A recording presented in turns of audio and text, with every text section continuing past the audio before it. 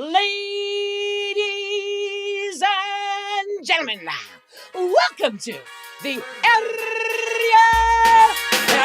Helwani Show! Back in your life on this Wednesday, June 11, 2025. Hello again, everyone. Sometimes when I have my chair too far out, it gets stuck on the carpet. And so I really have to push it in. Hey, everyone. It's good to be here. Yes, Frank. Did you know, Frankie? Did you know, because, a couple weeks ago we celebrated your birthday. No, we actually celebrated it again over on Saturday. Yeah, no, but did you know, because at the dinner, you had a nice fat piece of, I believe it was German chocolate cake. It wasn't German chocolate cake. It was an 18-layer chocolate cake. But I know where you're going with this. Did you know that German chocolate cake actually isn't from Germany? I did know that. Where's it from? We all knew that. It's from Texas, where I'm from. Well, who invented it? A Texan named Mr. German. What's his first name? Albert Mr. German? Samuel German. Samuel. You're not allowed to go to the bathroom before we go live anymore. Piss is back. Listen, that's a good one. Pizzaback. Yeah, I learned that just moments ago while just checking out the sights and sounds, and did not know Take that. the camera out this time. Did not know that. In there? No, this time I just I kept it right here. I downloaded it right here and was pretty excited about that, if I'm being honest. I did not know that. I also learned that Father's Day, which is this Sunday, happy Father's Day to all the pops out there, actually originated in Spokane, Washington. Okay, so while we're all in the control room, like, where the hell is the talent? Yeah. We really should just be envisioning that you're in the bathroom. I'm learning. I'm learning. I'm interpreting. I'm bettering myself, as they say. And so I wanted to share that wisdom, that knowledge with all of you. We have a great show lined up for everyone. We love Wednesdays around these parts. We get to answer your questions. There are many. We shall get to them momentarily. We will also be talking to one of the brightest young stars in the UFC, Joshua Van, who is coming off another brilliant win this past Saturday, Prudential Center, UFC 316, and he's back, UFC 317. I love when this sort of thing happens. Someone gets on a roll, UFC gets excited about them, double pay-per-view, back-to-back, same month, third fight of 2025. Can he get to 5? I mean, at this pace, he might be fighting for the belt by the time the year is done. And so Joshua Van will join us, a great young man who we've had on once before. Looking forward to having him back on. The great Aljamain Sterling, who I disrespected on Saturday's post-show when I was talking about Merab having the most title defenses. I forgot that Aljo had 3 in a row. It was 2 a.m. I was a little bit tired, a little loopy. I do kind of sometimes consider the Jan rematch almost like a title victory as opposed to a title defense, but technically it is a title defense. Nevertheless, he will join us in studio to talk about Merab's big win, what's up with his career, all that and more. Always great to have the funk master, the liquor impresario on the program. He'll join us at 2:30. Then one of the best managers in boxing, Sam Jones, will be in studio. And what I like so much about Sam, I keep saying this to the guys, Sam Jones reminds me of Malkikawa circa 2011. He's brash. He pushes his guys. He likes the limelight. If you're unfamiliar with him, you may have seen him once on the Ariel Helwani Show. If you did not see that, you will like him. If like I said, if you're unfamiliar with his style, with who he is, anything like that, fast talking, entertaining, passionate, emotional, really pushes his guys. He was involved in a little thing with Regis Prograis and Jack Catterall about, 16 or so months ago. My timeline may be off here. But in any event, his guy, Jack Catterall, was fighting Regis Prograis in Manchester. Regis then calls him out and says, I got receipts of you talking smack about Jack. No way, no way. Pulls up a voice note of him talking smack about his guy who wasn't his guy at the time to Regis. He got him good. He played it off well. It was great fun, great theater. And so he'll join us, as well as one of his latest signees, a young man named Adam Maca from the UK who represents Albania, is going to make his debut on the Richardson Hitchens versus George Kambosos card this Saturday right here in New York at the theater at Madison Square Garden. And so we'll have them both in studio back end of the show. Speaking of Madison Square Garden, the actual Mecca, Saw the promo that Netflix posted this morning for Katie Taylor versus Amanda Round 3. Narrated, I should say, by Charlize Theron. Did you guys see this? I mean, this is a great promo. This really hit. I'm getting excited. Yeah, it's quite good. 1 month away. 1 month away from exactly today. And it's going to be so great to have Pizzi in New York because if I'm being honest, we're not getting enough Pizzi in our lives these days. I mean, he shows up to the post show and who the fuck is we? I mean, this is his debut. This is his debut on the week. Like, he has not shown up on Monday. He has not shown up on Tuesday. He tried to get out of today. He texted me like, "Do I need to come on?" I'm like, "Yeah, man. We asked you to." And he's like, I don't want to." You know what it is, Frank? You know what it is? What is it? He dropped the mic on Saturday on the post show, and he's like, "I'm good for the week. I'm good." In case you missed it, in case you missed this gem from Pizzi, here it is. How lucky Shout are out we? to all the North-South heads out there. Woo. Guys. Love doing the show with you. It's nice. Shout out to TST, wherever you may be. We love you too, bud. And shout out to all our fans and everyone watching. All our fans, who are we, the fucking Rolling Stones? What are you talking about?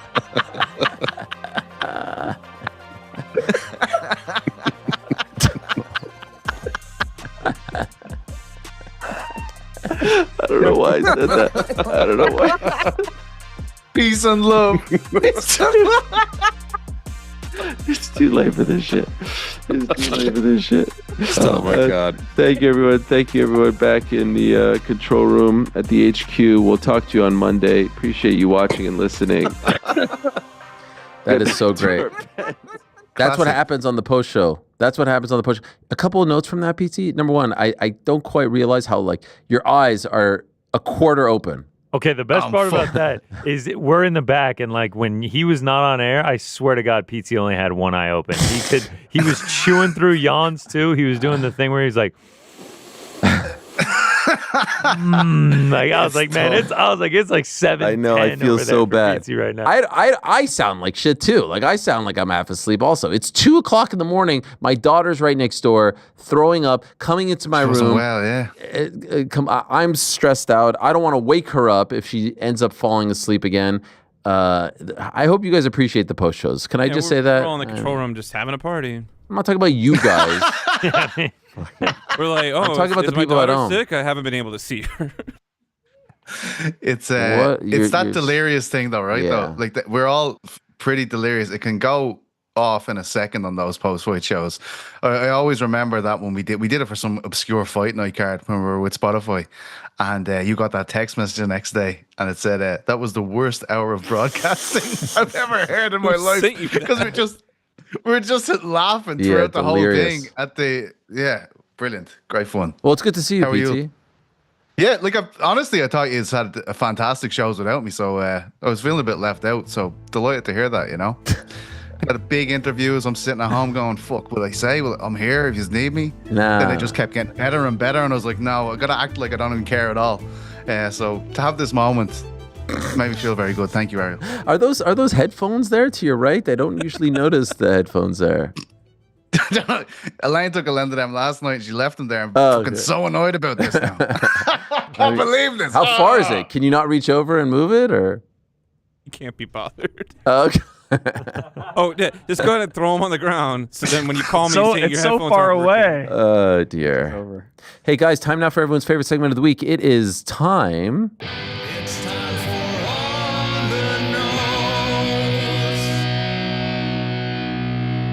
Yeah. Oh dear. Where do I go? Top first, newest first, oldest first? I don't know. Kyle Grant, Ariel. After the Mario Bautista loss, who does Patchy Mix fight next? Does he get a 10 to 15 ranked fighter like Cejudo or Zahabi? Or does he go right back of the line and have to fight an unranked fighter next? What do you guys think? Do they build him up? I mean, Cejudo and Zahabi are two very different cases right now. Zahabi's a guy who's on a roll. I don't hate the idea of Bautista versus Zahabi. Is that crazy? Both guys coming off wins over Aldo? That's not crazy. I like that. But maybe Zahabi versus Mix does make sense. I don't think Mix, again, I'm not throwing that out, but I want to see him full camp, jitters out of the way.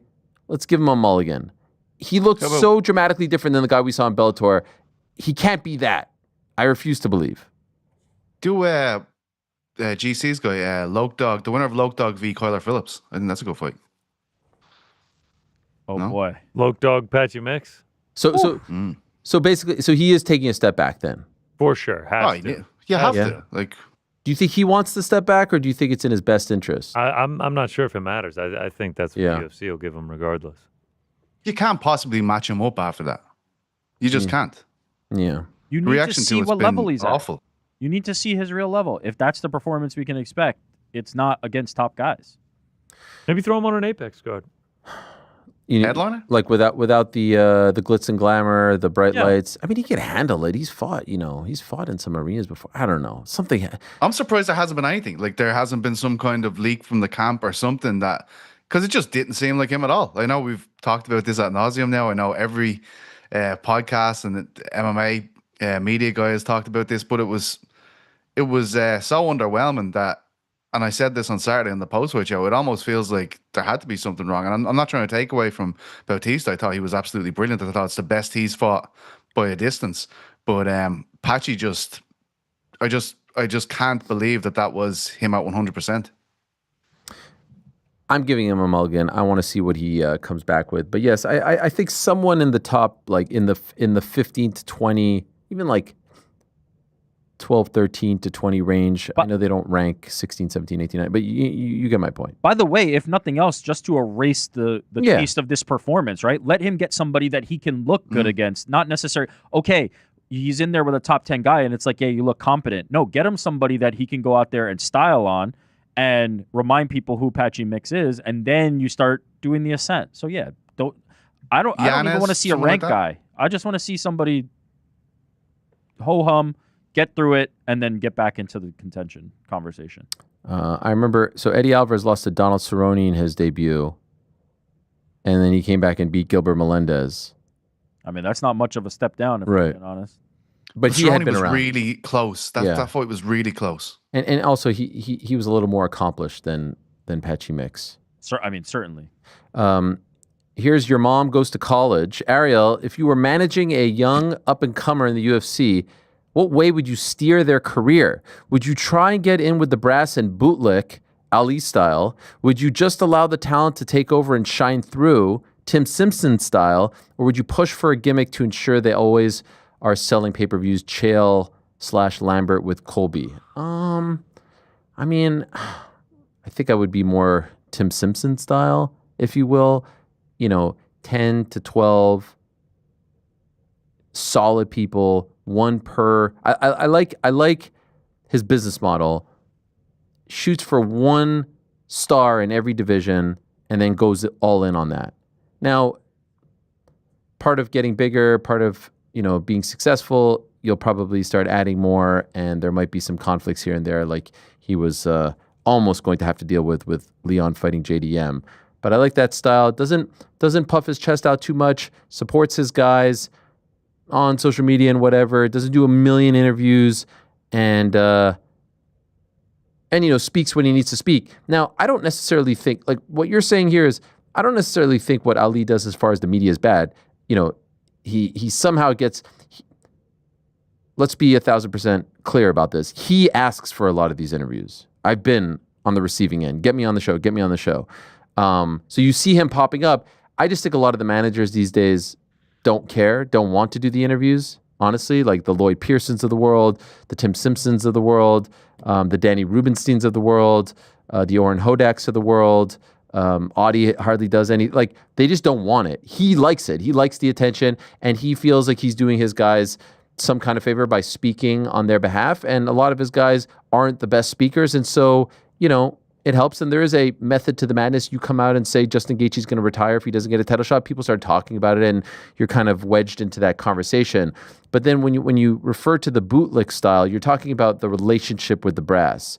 And ultimately, if I am representing people, if I am working for you, because that is what a manager/agent is doing, he is working for the client, in this case, the fighter, my number one priority has to be the fighter.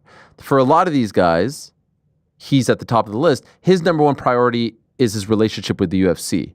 Now, there's a tricky balance there because you have to have a good relationship with the UFC in order to get things. The UFC doesn't have good relationships with certain fighters, and managers, and then those guys won't get Contender Series slots. And then they have really good relationships with other guys, and they'll give them like 80% of the Contender Series slots, and they'll give them more favorable matchup. It happens. It is the furthest thing from a meritocracy. So I think the best thing is you don't have a contentious relationship. There's respect. There's mutual admiration and respect, but you're not catering to them over your fighter. If something is presented that's better for your relationship with the brass as opposed to better for your fighter's career, you can't say yes to that. And so you just have to do that dance. Smokey Joe leads. Hi, Ariel. How many bars of Sydney Sweeney's soap did you buy, and did it taste as delightful as you'd hope? Up the mighty leads. Is this in reference to yesterday I was talking about Sydney Sweeney on the show? Yeah. Yeah, she is selling soap that has her bath water infused into it. By the way, I don't believe this for a second. Does anyone believe this? Yeah, I believe Do we actually think she sat in a bath and then someone took the water from that and turned it into... 1,000%. It's kind of a trend. By the way, who's to check?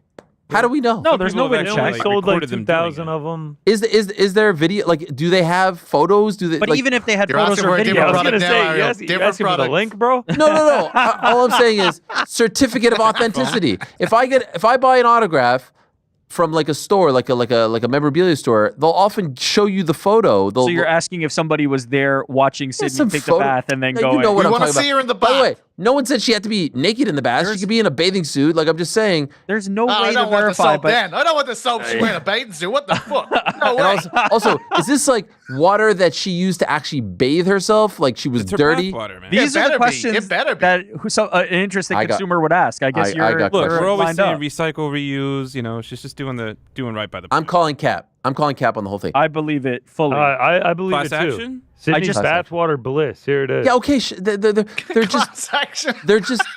they're just promoting it as such. Oh, Is there any visual evidence of her in a bath and then them taking the water Well, from you'll said find bath? It's The completely sold ombudsman out. for bath. How much? How much is one? It's completely sold out. Like, what it was a limited release. I mean, the advertisement, it is a picture of her in a bathtub. Okay, Check well, out there's eBay. something. Okay, there's the answer. Now- Yeah, I'm That's looking on the eBay answer. right now. You're like, we I need needed some some visual- Zapruder film, and No, I now need it's visual- oh, we there's need a to picture get of her in a to bath. smell it. I to need listen a certificate of authenticity. Also, by the way, could you imagine what are these going for on the What was the second market? MSRP? 250. Did on someone eBay say right now. Ariel Helwani bath soap? I think Anyone we should else? look at that. I think this will be new merch. They're numbered out of 5,000. It's so weird. It's. I mean, It's Yeah, been a God trend bless. for a few years now. No, we're not It gonna is? We're not Yeah. going to kink shame. We like it. wait. We're pro. We're pro. What- King shame. Wait. What's the trend? The trend of like people taking Oh, their yeah, bathwater yeah, and yeah. selling it. For Yeah. real, Yeah. companies are doing this. It's a saying too. I drink your bathwater. No, I've blah, blah, I've blah. heard that, but like, is They've there a even taken yeast to make Oh wait, beer. bro? Whoa. Oh, Certificate of It authenticity. literally comes with a certificate of authenticity. Okay. By the way, Holy shit! this just Amazing. proves that what I was saying was correct. Okay, I'm happy. Wow. I'm happy to know that. I'm happy. You- I'm happy you that do they mark listen. that one off of the list. Yeah, I today. feel like of authenticity. Cut to Ariel Helwani's home, and there's And he owns 30 of the 5,000 Cut till next bars. week where the bar soap is sitting on his desk next to all the Honestly, other tchotchkes. my big revelation of the past 24 hours is that I don't even know like how she's so famous. I mean, obviously I know she's good looking, all that stuff, but like I was Yeah. doing the bit with Ade, and even you guys, cinephiles that you are, Reality, couldn't even name. Modern Web, No, Yeah, we can what name, film but is she in? Euphoria.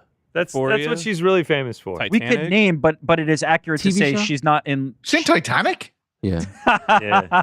You didn't know that? yeah, she's like one of the young kids getting off the boat. Yeah. It also comes with a signed picture of her that says, "You can shower with me anytime." Bro, signed this Sydney is Sweeney. crazy. I don't think that's true. Oh, they're I I don't. cannot even imagine Oh, how much wait she a got second. paid to do this. Wait a second. That's the certificate? Yeah. No. That's Again, disgusting. I You're need the calling- dude at the card show signing the autograph. I need that version. You need it like stamped. You need something. You need PSA grading on the Sydney Sweeney. By the way, bathroom. you know what's the move? By the way, NFT.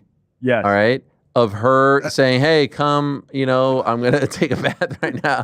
That's that's the move. And then Yeah. cut to a shot of a gorilla having a pizza party, Yeah. wearing a cowboy hat, Yes. and Eat a Darren Till, strawberry. and then it ends with Darren Till going like this: "We don't care." Hey, Incredible. favorite segment of the week from Patrick McCray. GC, can you break the fourth wall on Fight Feast a little? What is the editing process like? How much footage gets left unseen? And will we ever get an episode of all the outtakes? Ariel, will you be on the broadcast for Katie versus Amanda? I sure will. GC. Sometimes there's not any outtakes, which is unfortunate. It's sometimes it just works out that there isn't any. The editing process, compile all the footage. A lot of it gets cut out. Camera guy Nick is good at cutting it down, and then I will add all the production elements to it. It's a timely process, but I think it's worth it. It's a lot of fun. Soup to nuts. What are we saying? Soup to nuts. I mean, the day of filming takes a while. Like to go to the destination, to do everything there and then get home is usually like 4 or 5 hours, and then editing is probably another 4 or 5 hours, 6 hours. I'd probably say like 12 hours of time spent on each one. Favorite one? Probably Philadelphia still. Yeah, Philly was great. Yeah, just getting to go tour. But I got a good plan for this weekend in Atlanta. I'm looking forward to it. Okay. Jake, hi, Ariel and crew. Just wondering, what are your thoughts on the chances of a potential Kayla fight versus Ronda, presuming she gets past Amanda? I would say less than negative 1,000. I know it's unlikely, but do you think there's a chance? No. I don't think Ronda's fighting. Here's a question. Kayla in her prime, Ronda in her prime, 135. Who wins? You have to assume Kayla, right? Ronda was a really good striker. Stop that. Kayla's a better striker, and Kayla's was a better judo player. And the game's evolved as well. Yeah. I would say Kayla. For sure, Kayla. Yeah, you'd be right. I'd love to see it. A little bit of history there, some tension. What about that story that she told on Monday about the sparring session, and then I'm not the one who stopped after 2 rounds? What's that all about? I mean, come on. Do you think she was piecing her up? Oh, my God. No, she's saying Amanda was whooping her ass, but she wanted to keep going, and Amanda did not. Yeah. All right. Well, why would she not want to Did something happen at the end of the second? Did something happen at the end of the second round? Yeah. Was she gaining momentum? And she had hardly even trained MMA at that point. See, I'm not buying this whole like, oh, we're friends, let's hug it out. There's tension there. There's no doubt about it, right? Am I right? Amanda has gone on record and said that she left the gym because of Kayla Harrison. I don't think it's friendly at all. Roberto, a.k.a. Roberto. Hi, Ariel. Is Dana moving away from the UFC perhaps for boxing? His appearances are becoming less and less frequent. No, I think he just... I mean, I'll admit, like, it's a little weird that he's... Where was it? It was Jersey last week. He wasn't at, like, the press conference and all that, and he was promoting his drink, right? But I think the train can go... Look, here's the thing. I think it is such a well-oiled machine. We are not in 2009, 2010 territory where he has to go out there, do a million interviews, do the scrums, talk to newspapers, talk to everyone, and sell everyone on what it is. The work is done. Now, is there a benefit at times to having him there? Yes. But you can also make the case, if I'm just being 1,000% honest, that he does more harm than good. Like Saturday's post-fight press conference was not one for the highlight reel. He seemed disinterested. He seemed apathetic. He seemed like he wasn't like fully up to date with everything. The part that like makes me cringe inside is when he goes to these press conferences and someone's like, so like, who do you think is next for Josh Van? Like, come on, you really think he's going to tell you like about the 12th ranked flyweight or something like that? Or they'll ask him about like, some Swedish or European fighter on the prelims. Like, what did you think of him? And yeah, he's good. It's good. See how it all plays out. So that's a little uncomfortable. And so I think that when it comes to the Dana that we see at Slap Fighting, and even with this new project, with the boxing stuff, you'll see elements of the old Dana coming out where he's passionate. He has to be passionate about the project. And I think there's a part of him that thinks like the job is done here. And the whole thing could kind of roll without him. I'm not asking for this, but if Dana just stepped aside tomorrow, I don't necessarily think the product takes a hit. Does anyone disagree? He's not doing the negotiation. He's still very much affiliated and in many respects the face, but it's not from like a PR standpoint. It's more from like a figurehead standpoint. Yeah, I think the product would take a hit, but it would be in that the UFC loses one of its biggest stars. That would be it. Like it would be the equivalent of taking the hit that they're going to take when John Jones goes away. Like they're losing somebody who's a bankable star for them in Dana White. It's not the business. It's not the operations of it. It's the face of it. What odds would you give on him being around for the next broadcast deal, Ariel? Not this one, the next one. Well, we don't know how long it's going to be. Let's say it's going to be, I don't know, 7 years. Yeah. I don't think he wants to go anywhere, to be honest. Like, I think this is his life. I think he loves I was going to say, I feel like the odds are like minus 500, minus 1,000. He'll still be around. Yeah. By the way, look at the lifers. Bob Arum, Don King, Vince McMahon. They don't go anywhere. They worked so hard to build this. Why would they? Now, they could keep this and also start building other things, which is what you're seeing Dana do now. But I don't think he wants. Look at him now. He's walking out with the president. He's got all the celebrities there. He's got the multi-billion-dollar deals. Like, why walk away from this? And also, you're not in the weeds. Like, Hunter Campbell is doing the weed work, if you will. He's doing the negotiation. Like, it's the perfect setup. Show up, do a couple interviews, do some face-offs. It's a great gig. So the trouble hearing at the press conference. Yeah. Sorry, what was that? What did he say? Speaking of which, from our boy Abe, hello Ariel. How will history reflect on UFC/Dana's handling of current handling of Jones and heavyweight? As you say, they've now pulled out the stops to make Tom versus Jones, but when considering the full story, they quote unquote fumbled the bag. At the very least, make Jones versus Aspinall instead of a Stipe fight Dana pretended was must see. I don't think John was taking that fight. So it was either you're getting John or you're not. Add to that, Dana's ego costing us Jones versus Ngannou at least once. I mean, John wasn't really all that interested as well. You could say that to a degree, but there were more players involved. And even if Jones left, no harm, no foul, we see Aspinall versus Ngannou at least once. Aspinall wasn't a player back in 2020 or something like that when they were trying to make that fight. And even 2 years ago, he wasn't who he is today. Instead, Prime Aspinall's shelved and almost cleaned out of the division. I believe that's why Dana's so desperate to produce the fight and paper over the cracks of mishandling the division. He'll boast making it the biggest fight ever, when in reality, Jones, Tom, and Francis, between the three of them, you had at least 3 super fights. Thoughts? The UFC has had super fights slip through the cracks in the past. Anderson versus GSP, Randy versus Fedor, Brock versus Fedor. There's been, those are 3. Jones versus Anderson was talked about at one point. Jones versus Ngannou, Jones versus Aspinall now. So this isn't necessarily new, but it does feel like it's a little bit more frequent. I mean, I would even put Ilya versus Islam as a potential huge miss. Like that could have been gigantic.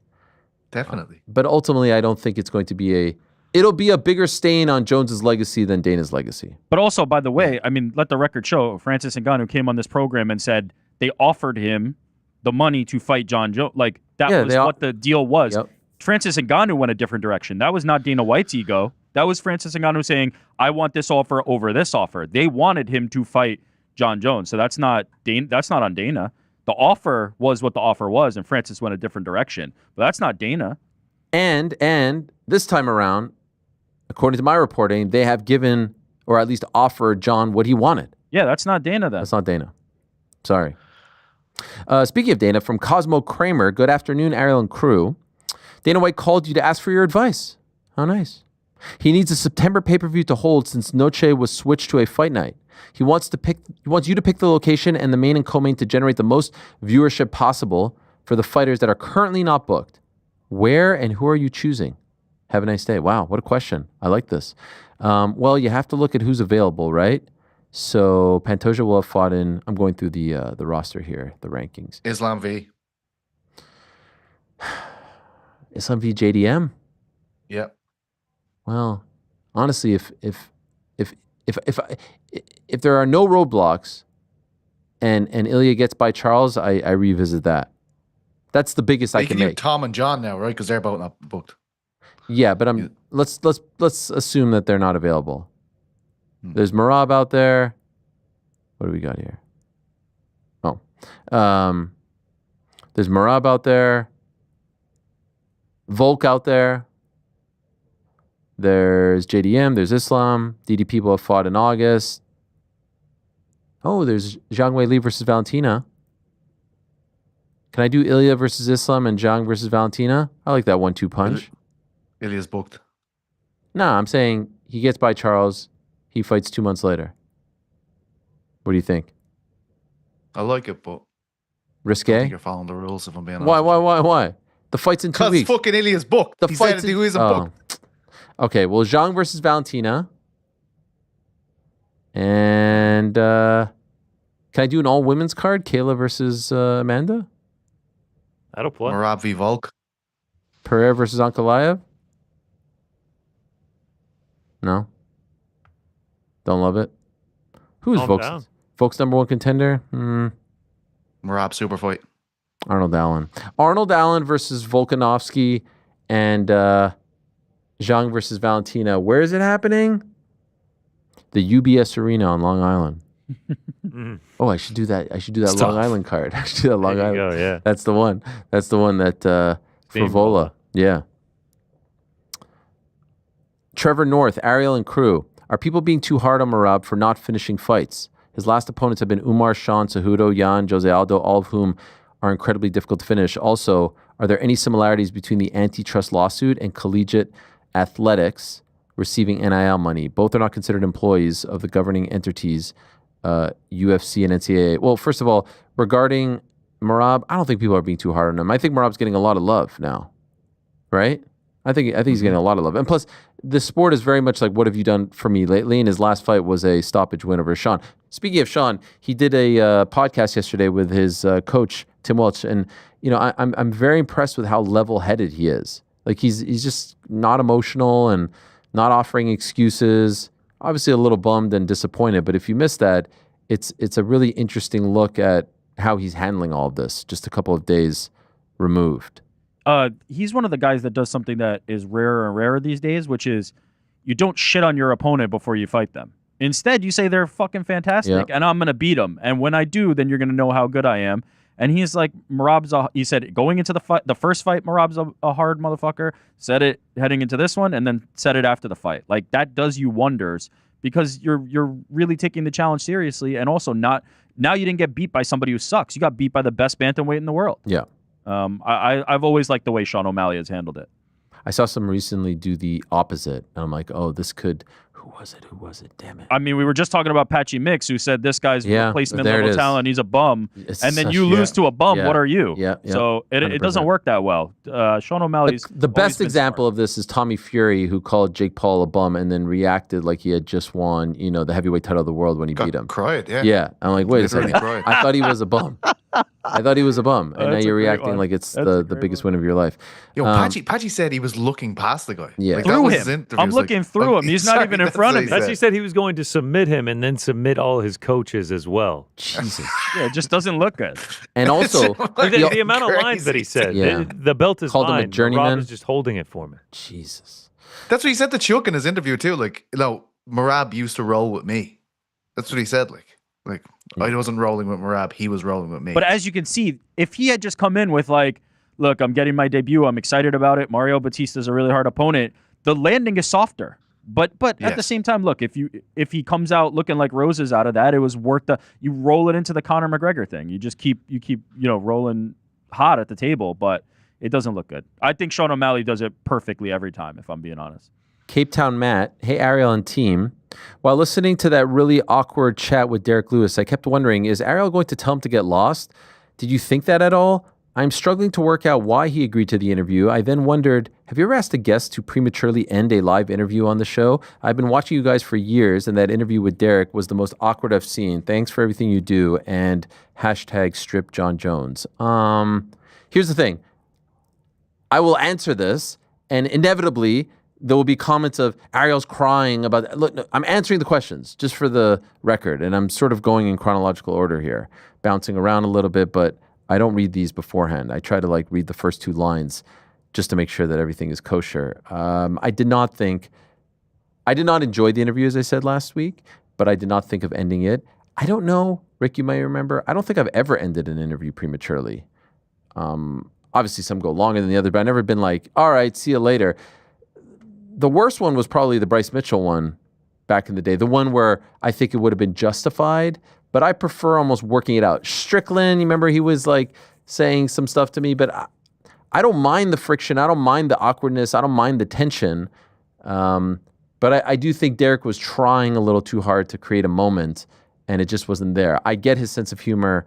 I've talked to him a bunch of times, and it was just it just I think missed the mark. Now, maybe it's because we haven't talked in 3 years, and we were a little rusty, but ultimately forgot about it, don't really care, and didn't think to end it prematurely. And also, you have to remember that we're doing live programming, right? And so there's the entertainment factor. It's not just like, does Ariel want to continue talking to this person? Like, there's an expectation. So, yeah, there's a lot of factors that play into that. But I can't think off the top of my head, Ariel, of one that you just like said, let's pull the plug. Santana 507, shout out to the crew. My question, what do you think of the John Jones Tom Aspinall situation? Nah, just kidding. Serious question. Considering Umar and Islam have very similar, if not the same style, and that Merab has already won against that style, as well as the murderer's row he has been through, do you think there should be an argument for Merab being number 1 pound for pound over Islam? Thank you very much, and much love from Panama, the country, not Florida. Shout out. Yeah. By the way, we have our. I think we have the pound pound rankings. Yeah, we do have it, and let me go to it. Stand by. We're gonna put it up on the screen. Oh, we got it. Okay. Yeah. Islam 1, Taporia 2, Merab 3. Don't hate it, but I think you can make a very strong case for Merab 2, if not 1. I have Pantoja those 4. 3 in the same order. And Pantoja 4, I like as well. Drickus, don't mind. Tommy, don't mind. Magomed, don't mind. I think it gets a little wonky towards the end, but don't hate it. But yes, to answer the question, I do think you can make a case for Merab, number 1. I really do. Roberto, question for Pizzi. What's the story of the statues of Pele and Maradona behind you? Being from Naples, it's nice to see Diego every week. Peace to you all.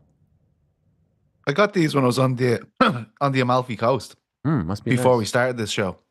I just figured I need more shit for the background. I used to have a lovely pair of headphones here, but I was might get rid of them today. But Is that an Everton logo, top left? no, Dublin. Oh. GAA. Love Maradona. Come on.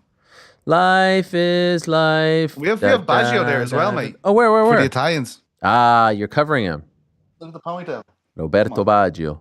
Some Look at that revolver. ponytail. Oh, yeah. Are you hyped for the Club World Cup? But you know what? It's not a popular thing to say, but I am.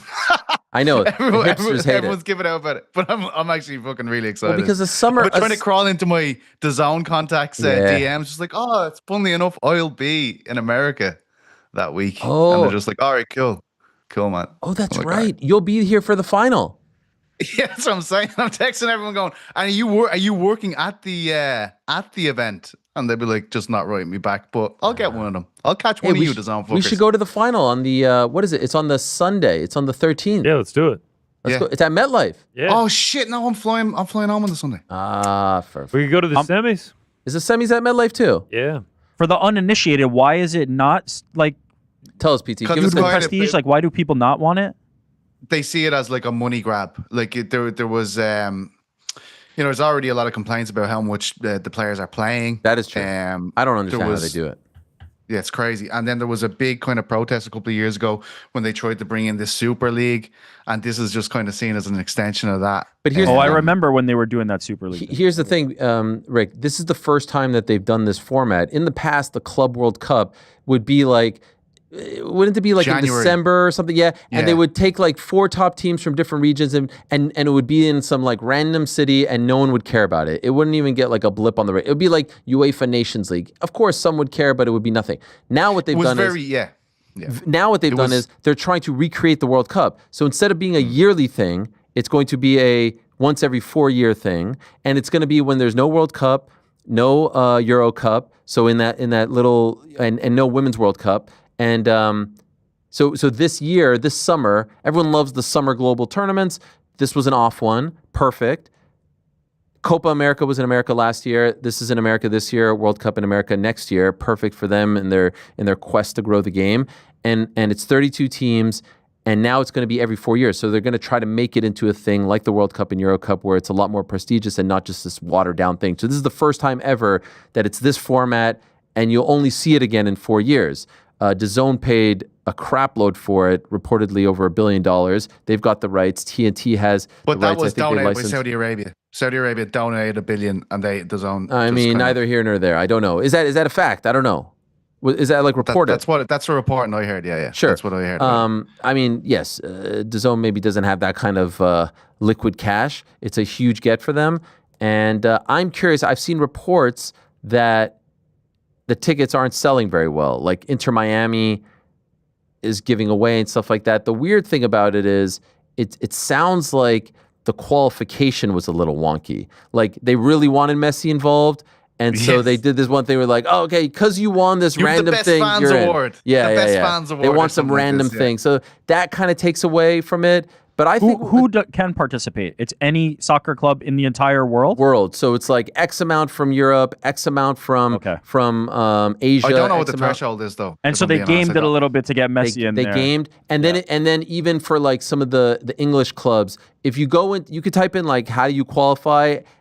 And it's like, oh, they were the 6 once removed and had an uncle named Frank. And it's like, what? I don't know. But to be honest, don't we want that, right? If you're watching the product, don't you want those teams that you want to see? Don't you want to see Messi? Yeah, but there's no Arsenal. There's no. There's only so many. I think Man City's definitely in it. Man City's in it. Chelsea's in it. One thing in the defense of all this, the Champions League was a manufactured thing when it first came out by L'Equipe, I believe it was, in France. Like a magazine literally made this because they were like, we need something to report on during the week because there's nothing else on. So that formed the most prestigious tournament in world football, club football anyway, the Champions League. At the time when that came out, nobody wanted to touch it. Like I think it was the 50s and 60s. They were like, oh, this is bullshit. This is just some magazine thing that came along. And now it's like the biggest honor you can win in club football. Yeah. So, things can change. I'm hyped for it. I am genuinely looking forward to see. Another thing, Rick, that people are annoyed about is they've kind of changed the rules of the transfer window to cater to this. So the transfer window is remaining open to allow players to get transferred in to new clubs for this. So the likes of Trent Alexander-Arnold from Liverpool can go to Real Madrid earlier. I think they had to pay 10 million to get him there earlier. Oh, so he's going to be in it for Real. I think so, as far as I know. Yeah, I think they're going to teams that are in it from teams that were not, so that they could stack it. Yeah, but this transfer was already happening. Sounds great. They just paid more money, and the likes of Neymar is looking to get into a team here to give himself a chance at getting into the Brazil team again. Things like that. Like there's loads of little subplots. This is going to be the one soccer event that Rick watches. I love the idea of them just rigging it. I love not rigging the outcome. I want to be clear. I'm not casting aspersions on how it actually goes on the pitch. But like the idea of like, hey, we want to get our biggest stars and best players in this. Shit, I'm down. Yeah, they tried to get Ronaldo. That's what I'm saying. They tried to get Ronaldo and it didn't work out. Who knows? Everyone's getting mad in the chat that we're talking about soccer. Chill out. Everyone stop chatting shit. Chat is such a positive place. It's crazy. It's crazy. One dude is freaking out saying, I know nothing about football. Yo, I'm just trying to explain. That was a good explanation, Ariel. I thought that was a fucking good explanation, mate. Back to your mom goes to college. Ariel, you've consistently shown that you understand what doesn't work in MMA promotions. Thank you. For instance, you saw that the PFL was destined to fail long before most others were even raising concerns. Like you said, a team format just doesn't work. Well, in their case, it wasn't a team format. It's more the league standings playoff format. But yes, it does seem like we're evolving away from that, which I would say is good news. So here's my question. If you were to launch your own MMA organization, what would you do differently to stand out and genuinely challenge the UFC? If not match it, at least come close. Would also like to hear New York Rick's take. Well, the thing is, like, you have to take baby steps. Don't try to blow things out of the water, out of the gate. Look at what happened to the likes of Affliction. Try to see, look, I know it's easier said than done, but try to see what they're not doing and try to lean into that. For example, people seem, at least I think, to have this appetite for just like fun fights. Put on fun fights. Put on the best fun fights possible. Have fun entrances. Great production. Great visuals. Let them wear what they want. Let them be themselves. Be the place where, hey, if the UFC and PFL are going to be like all buttoned up, like we'll be the fun league. What Elite XC and Strikeforce attempted to do, and to some degree had a bit of success. So obviously, it didn't work out. It's very, very hard. It's extremely hard to run a proper MMA organization. But here's another example. Like over in boxing, I think what MVP is doing right now is brilliant. It's very clear that the big dog, Riyadh season, isn't all that invested for whatever reason in women's boxing. So let's just gobble up all the women's stars out there and let's go all the way in. Smart, be different. I mean, that was a huge thing for Scott Coker in the Strikeforce days. He had a women's division. They didn't. They being the UFC. And then obviously that changed once they acquired Strikeforce. So just try to put on fun fights. I would invest a lot in production, make it look as good as possible, crisp, fun entrances, quick shows, not drawn out, tap into local markets. If you want to just focus on one region, focus on one region. Maybe you go back to the Bay. Maybe you try to take, what Strikeforce once had. But this like sort of, hey, we're going to make this like a league and standings and playoffs and all this stuff. It won't work. It hasn't worked. It will never work. Just put on fun fights. The belt doesn't even matter. Introduce those later. Put on the best matchups possible.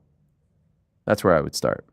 By the way, speaking of the PFL, they are back. There's a fight on that card coming up later this week that I'm really looking forward to, the Thad Jean versus Jason Jackson fight. Yeah, that's going to be a good one. They had a really great face-to-face after their wins. We had Thad on the show, not to be confused with Thad Jean, and I enjoyed him very much representing Haiti. And you'll recall when they kicked this all off, we did our brackets for the PFL tournaments, and I thought this would be a good time now with the second round upon us to check in on how we all are doing. Rick, do you have some results for us? Yeah, why don't we start with looking at the bracket, right? The current bracket. Okay. So we've got, this is the current welterweight bracket.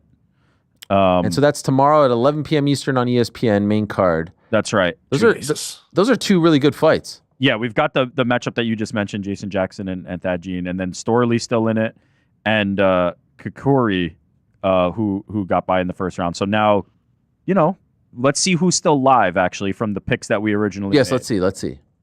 Okay. First up, Ariel's picks. Wow, I could have sworn I picked Thad. You've got... No, you did not pick that. No, I know. You've got... I was so excited to check this. You got Logan Storley as your winner, and he's still in it. Yo, I got Kukuri too. You've got Kukuri. And you got 3 of the 4. But you've not got the Jackson guy as well. Yeah. We're going to GC's picks next. Oh. Jackson. All right, my finals still alive, baby. He had the same bracket as you. Yeah. Except different winner. He has Jackson. Finals still alive. Let's okay. go. Jason Jackson. Let's go to my GC? picks. Okay. No, let's go to my picks. And yeah, I had Let's see. Okay. Here. I had Koreshkov. All right, you got one half of the bracket. I didn't correct? have Jackson even. Oh, you don't have the final. It's look, it's rough out here. It's rough out here. And then finally to Pete's picks, he has Jason Jackson taking it all. So, so me and he's Pete still have alive. the same one. By the way, we really went over. Nice. Yo, Thad Jean. yeah, not a single one, and I think he could be the favorite. He's the underdog. Oh, okay. Well, I just feel like he's got good vibes. Yeah, great vibe. Who is the favorite? Jason Jackson. Yeah, He's a chill guy. he is a chill guy. What else? Did he ever get that date with Dakota? How did that all work out? I don't think he didn't work did. out for Okay. him. What else? Maybe if let's he wins actually the tournament though. Let's actually go to featherweight. We're Okay. gonna go to featherweight because that's the other one that's gonna be on tomorrow's card. Oh, yeah. All right. Jesus. This is the current bracket. Jesus Pinedo, Gabriel Braga, Habulaev, and Kim. Let's see where everybody landed. We'll start with Ariel. Kennedy. You picked Jeremy Kennedy. Oh Jesus, to win. Gosh, Oh, what was I thinking? Over. I don't think you have anybody left. God. Yeah, you went over. Your brackets. I'm surprised I didn't do the all Canadian final, but yeah, I actually shamed you for that, and you were like, "I'm not a big Fred Dupras believer." That's true. Should have been even less than one. You should have taken Gabriel Braga. So I literally have none. You have none None. left. Jeez. Goodbye. Okay. See ya. GC had Movlid Habulaev. Oh. Yeah, and Gabriel Braga and Pinedo. I went 3 for 4 on this one. Okay, that's not you bad. did pretty good. Not did pretty bad. good. Not bad. 6 of 8. So you got between 2, my 3 for 4s. Yeah. Yeah, I still got my finals in both.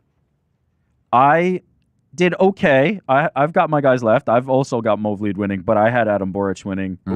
So Jesus Pinedo beat him. But I'm still live. I'm still live if Movlid can get it done.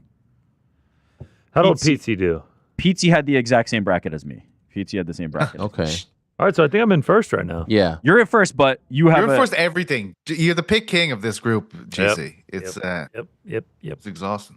Yeah, it is. Trying to catch up. It's tough being at the top, you know. Drake close. Drake is close. Mendenhall, you know. We're all in the mix there. Nobody's out of it except for Frank. All right. GC's me? Bantamweight. Let's go to the bantamweight bracket. Yeah, this one's the following week, Friday, June 20th. A little earlier start time. I can appreciate that on the East Coast. Oh, yeah. Get a little earlier start time. ESPN Plus. Here's the current bantamweight bracket. Okay. And Jake Hadley here's... definitely went with Jake. No, I did not. Okay. Did not. I thought you did. Yeah, I thought I did too. I got him all the way to the final, but I didn't get him. Okay, so how many are correct there? I think Hadley. You've still got Hadley. Yeah. Just one? Gutierrez? Yes. Yeah. Gutierrez as well. I think I really fucked this one. Your winner is unfortunately out. Oh, you got all right, Jake Hadley's still in. But you've got Hadley and you've got so GC still has you have all three so far still alive. All three of my champs. All right, what else? I've blown it once again. Man, we all believe I lost in the first round with Leandro Ego. I think mine's really bad this time on this bracket. Yeah, I'm completely out. Yeah, you had Kasim Kazimov. And Pizzi. Fuck. Okay, I think the next one's a good one. What do we got? Let's go to. I want to keep this in the chronological order. So what do we got? Lightweight. Let's go to lightweight. Lightweight. Yeah. This is the great to know the glamour winner of division. this one's fighting Usman Nurmagomedov. Eh? Oh my dear, what a mess! No, I thought that was the winner of. Some featured fight. Yeah, there was another bout. Archie Colgan. Yes, that was it. Oh, well, this one doesn't count because Kevin Lee just waltzed. Listen, no, it still counts. Our brackets are still our brackets. I changed my pick. But Motown Phenom. Rising prospect, Motown Phenom, Kevin Lee is back. Brent Primus, Alfie Davis. Oh yeah, you're a big Diakese fan. You were out there in the lobby. I think I have Davis here. I think I've got a few lads here. You were going big on Mark Diakese. Yeah, I mean, I like the vets. But had I known freaking Kevin Lee would just waltz in, I would have gone with him. You should have asked yourself the question that everybody asks. Where does Kevin Lee fit into this? That's a good point. You would have been there. Let's go to GC. Rabadanov. Still in it? Still in it. 4 for 4.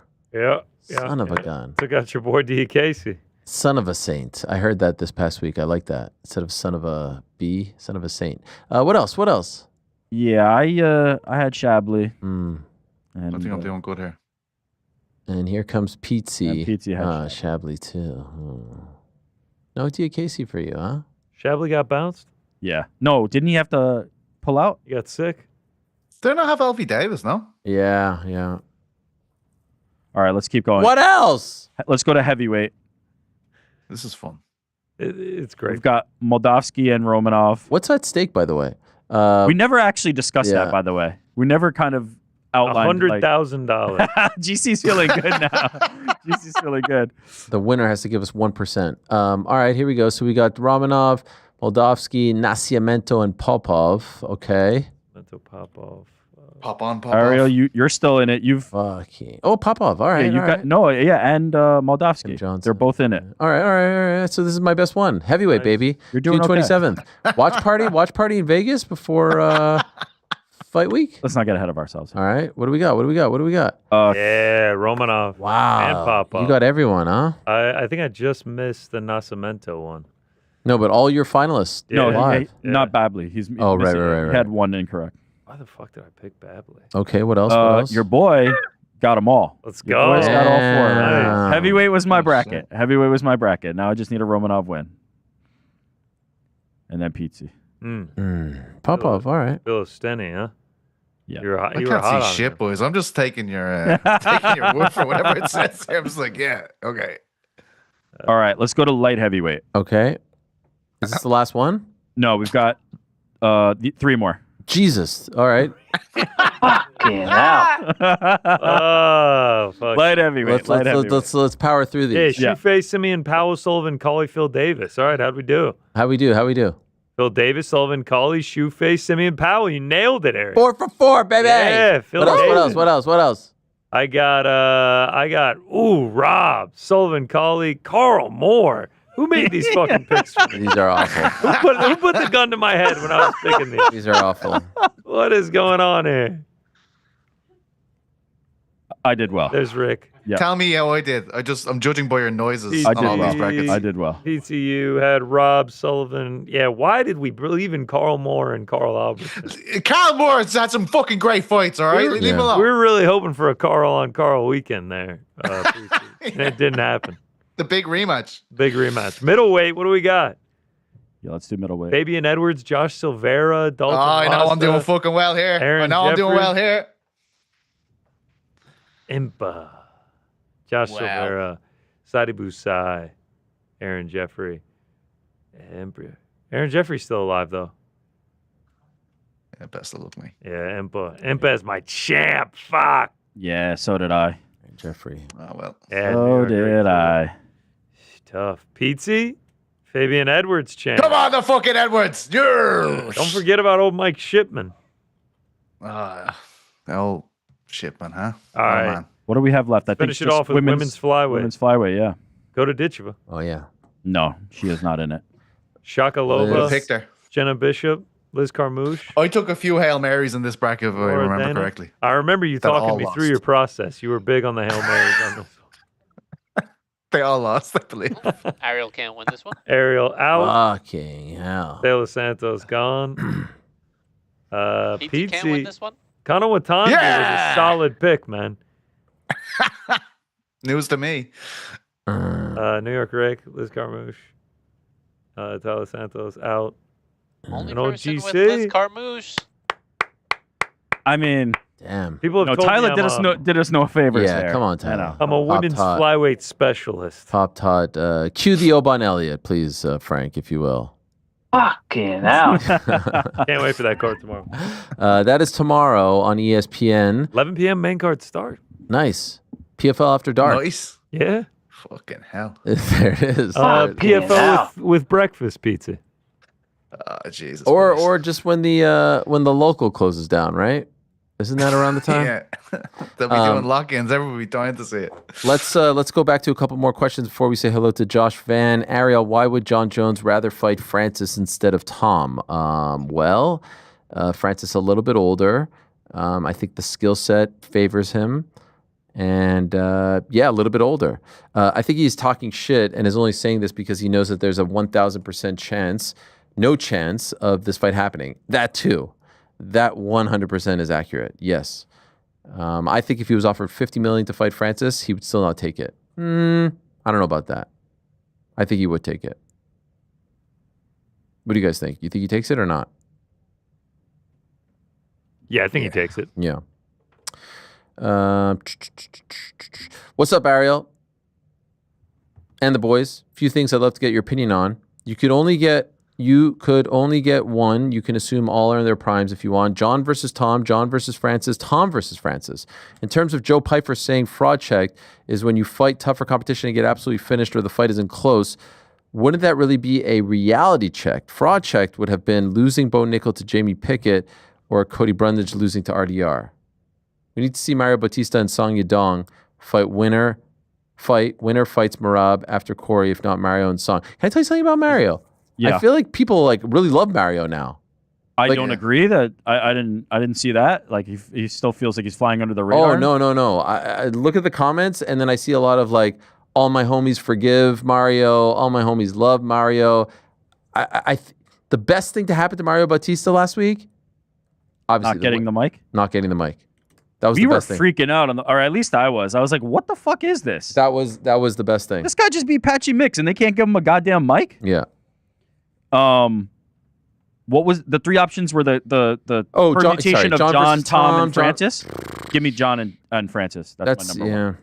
I'll go John Francis, John Tom. You know what? I'll go Tom Francis. I'll take any of them, but John and Francis. Yeah, John Francis prime for prime. Prime Yeah. for prime. What a time. What about Aaron, who says, "What's up, Ariel? What do you think the 20-year-old Ariel from Syracuse University, walking to the shower in his flip-flops, holding New York Rick's anti-dandruff shampoo, would have thought when Merab said that being interviewed by you is a dream for him? I've heard other fighters say that they watched you for so many years and it was a dream or goal to be on the show. Love the show, Aaron." Yeah, man. Let me tell you something. Those were some dark days, not going to lie. I've told the story about waiting until everyone was in their room, in their dorm, waiting till like 2, 3 just to go brush my teeth. I was dealing with a lot, social anxiety, depression, very homesick, loneliness. I couldn't get out of my shell. I just couldn't figure it out. And so, yes, to see how this whole story has played out. And you know what's the craziest part about it? Saturday mornings, I would wake up and the highlight of my week was doing a show that I called The Main Event. And then I called it the Great White Northern Sports Show. And it's literally the exact same version of this show. I'd have a couple guests on who I would reach out to via email. Like I've said, the likes of Dave Meltzer and Bruce Buffer have come on, Dan Severn, etc. Some WWE guys, Bobby the Brain Heenan, that was incredible. Gave me like an hour and a half. Tommy Dreamer as well. And then I would talk to my fake producer, Lester, which is, it's great to talk to actual real people these days, but it was very, very similar. And so to see how, I've literally been doing a version of this show for 25 years. There was a break in between there because I did a little production for a couple of years, but that was 2001. So almost 25. It really the same show. I wonder if I could find those tapes from back in the day. That was a good time. Anyway, point is, dream big, keep going. Don't stop believing. Slava, hey Ariel, I haven't missed an episode since you went back to Vox. And, we did this already. Bro. Don't read the same question twice. This is what I'm talking about. We did this one already. I did see this question. Someone also wrote back that he did this last week, and he said, I haven't finished last week's episode. So. Yeah, and also so now you're lying because you said you haven't missed an episode, so that means you're 3 episodes. Well, he's still watching the episode. He hasn't missed it. Grab his Rick and twist it. Says, asks, what's the best advice your mother and father gave you? My mother always used to say to me, if you want to make God laugh, tell him your plans for the future. And it's not necessarily advice, but it's like what I observed. So I always say I got my work ethic from my dad. I got my interviewing skills from my mom. But they were so supportive and so loving. And I remember in Syracuse when I wanted to quit, they were like, yeah, that's not happening. You're not quitting. Like they didn't just like coddle me and say, yeah, sure, you could come home. They're like, no, you're finishing this. By the way, he also adds, P.S. Tell Frank to respond to my Xbox Live friend request invite. Duly noted. All right, so get on that. Do you actually talk to people? I don't have an Xbox, but I do have a ColecoVision and TurboGrafx 16. So is this not true? It's a running. Do you watch every episode? Yeah. Stop it. All right. You know yourself, Frank. Thank you very much to everyone for the questions. arielhelwani.substack.com is the place to send them. Back end, we'll maybe squeeze in a few. But gentlemen, we do have to get to our first guest of the day, who is on fire, killing it right now, has won 4 fights in a row, just 23 years young. We just saw him fight on Saturday. Massive win over Bruno Silva, very impressive 3rd round TKO, and he's coming back in just a couple of weeks at UFC 317, fighting the great Brandon Royval. He is the pride of Myanmar. He is one of the top flyweights in the world. He is the one and only Joshua Van, who is kind enough to join us right here and now. Hello, my friend. Good to talk to you again. Welcome back to the show. Thank you, man. Thank you for having me. It's a pleasure. Really enjoyed our first chat. Congratulations on the win. And man, I was thinking, I'm happy that we waited a couple of days to have you on, because if we would have had you on Monday, this interview would have been outdated because you already have your next fight booked. And so could I ask, how did this all come about? You replacing Manel Kape to fight Brandon Royval in just a couple of weeks. Yeah, man. When they call me Sunday, you know what I mean? It's just opportunity that I can't say no. And I told the media I want to fight as soon as possible. So you know what I mean? The UFC gave me a matchup, and I have to say yes. So what happened? Did your and there you are making the announcement on Monday afternoon. What happened? Did your manager call you up and say, "Hey, you want to fight in 2 weeks?" And did you say yes right away? Yeah, he was like, "Hey, man, you want to fight Royval?" I said, "Yeah." And at first, I didn't believe it. You know what I mean? And then I think Royval has posted like a Instagram reel or something. Yeah. And I was like, "Oh, this shit's happening." So that's when I make a post on Twitter. I love it. I love it. Now, how did you feel, or how do you feel after your fight? You know, you did win, but it went almost the distance. Any bumps and bruises? Nah, no bruise at all. Like, yeah, you look good. You look good.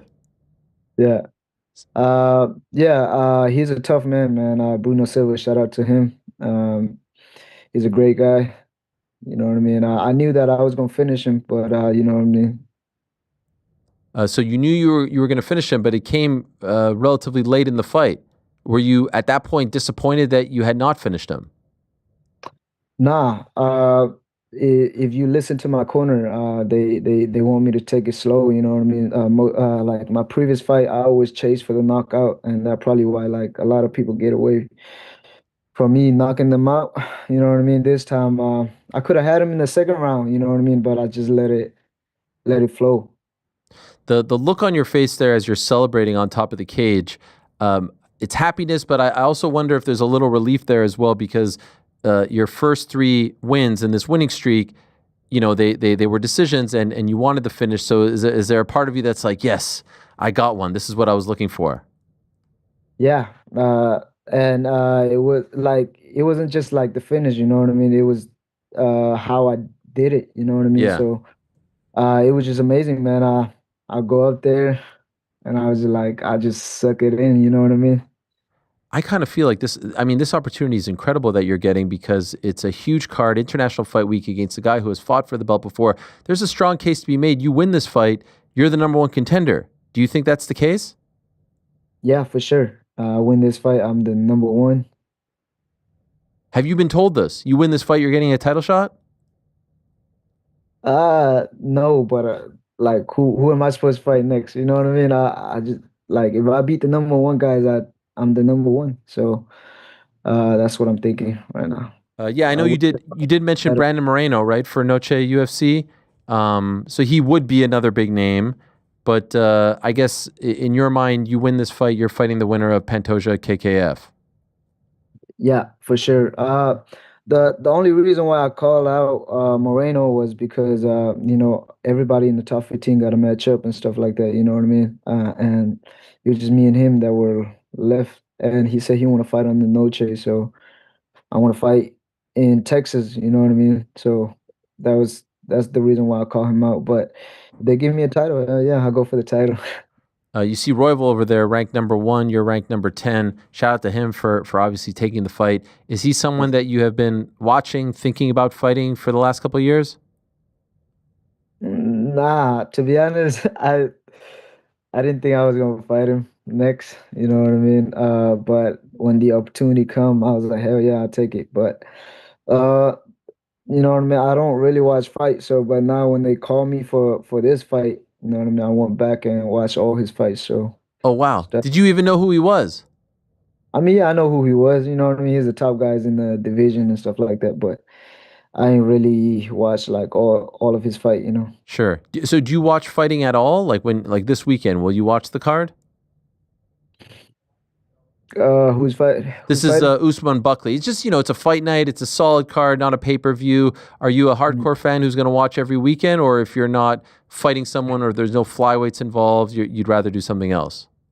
See, I like watching when like Adesanya and, you know, Connor and all them guys fight. You know what I mean? But yeah, I watch like the big pay-per-views and stuff like that. I got you. By the way, congratulations. I saw in the aftermath of the win. Did you buy your mom a new house? Yes, I did. Look at this, man. This is incredible. Was this a goal of yours? Yeah, man. You know what I mean? 2 days ago, my homeboy just texted me and saying like, hey, man, you said this 4 years ago, you know, when you start training, and look at you now. So it just brings back memories like when I used to run in the street and telling everybody, hey, one day I'm going to do this, and, you know, finally happened. It was just a dream come true. Look at that. That must be. Did she know that you were buying it for her? No. Wow. So what was her reaction when you told her? See, she was happy. She was very happy, and then I told her, "Hey, I'm fighting in 3 weeks." And then she was like, "Oh no, who?" And then I was like, "The number one guys." And then she, like, her face just changed completely after that. Does she get very nervous when you fight? Yes. Okay. Does she even watch live? She always come to my fight. Okay, so she was there in New Jersey. Mm-hmm. And how is she when she's watching her son fighting? Like, is she super anxious? Is she unable to? You know, some parents are watching like that. I mean, she watched me fight. That's that's an incredible gift to be able to give to your mom. Do you remember the first time you started to think about, like, this was a goal of yours, this is something you wanted to strive for, and why was that? Did you feel like she deserved better? Was there something going on where you felt like, okay, I can improve her life if I get to a certain part of my career? See, when my dad passed away in 2017, I had to be the man of the house, right? So that's what kind of changed my life in a way too, because I'm the only son in the family and stuff like that. So I see her struggling, and she would give me her credit card, so, like, I can use that to go out and do whatever I want with it and stuff like that. So it was only right for me to give her back, you know what I mean? And when I start training, like, we would run outside and stuff like that. And whenever I see, like, a new buildings or, like a beautiful houses, you know what I mean? I always look up to, I always look to my friends and be like, hey, look, one day I'll buy it. So, wow. Yeah. When did you actually buy the house? Before this fight? I bought it after I fought at was that when I fought the Japanese kid? What's his name? Tsuruya. Yes. But you know how, like, the process and all that is in the houses, but I just kept it secret. Love it. Until the fight, you know what I mean? You were actually a little bit disappointed after the Ray fight, right? I remember you tweeted something to that effect. So this time around, I would imagine you're over the moon. You're thrilled with the performance, with the finish, everything. Yeah, man. Ray Tsuruya is perfect example of me being impatient, during the fight. So I was chasing him, and that's when his shot was like, you know what I mean? When you fight a wrestler and you rush, that's when you give them the shot. So that's the reason why he survived.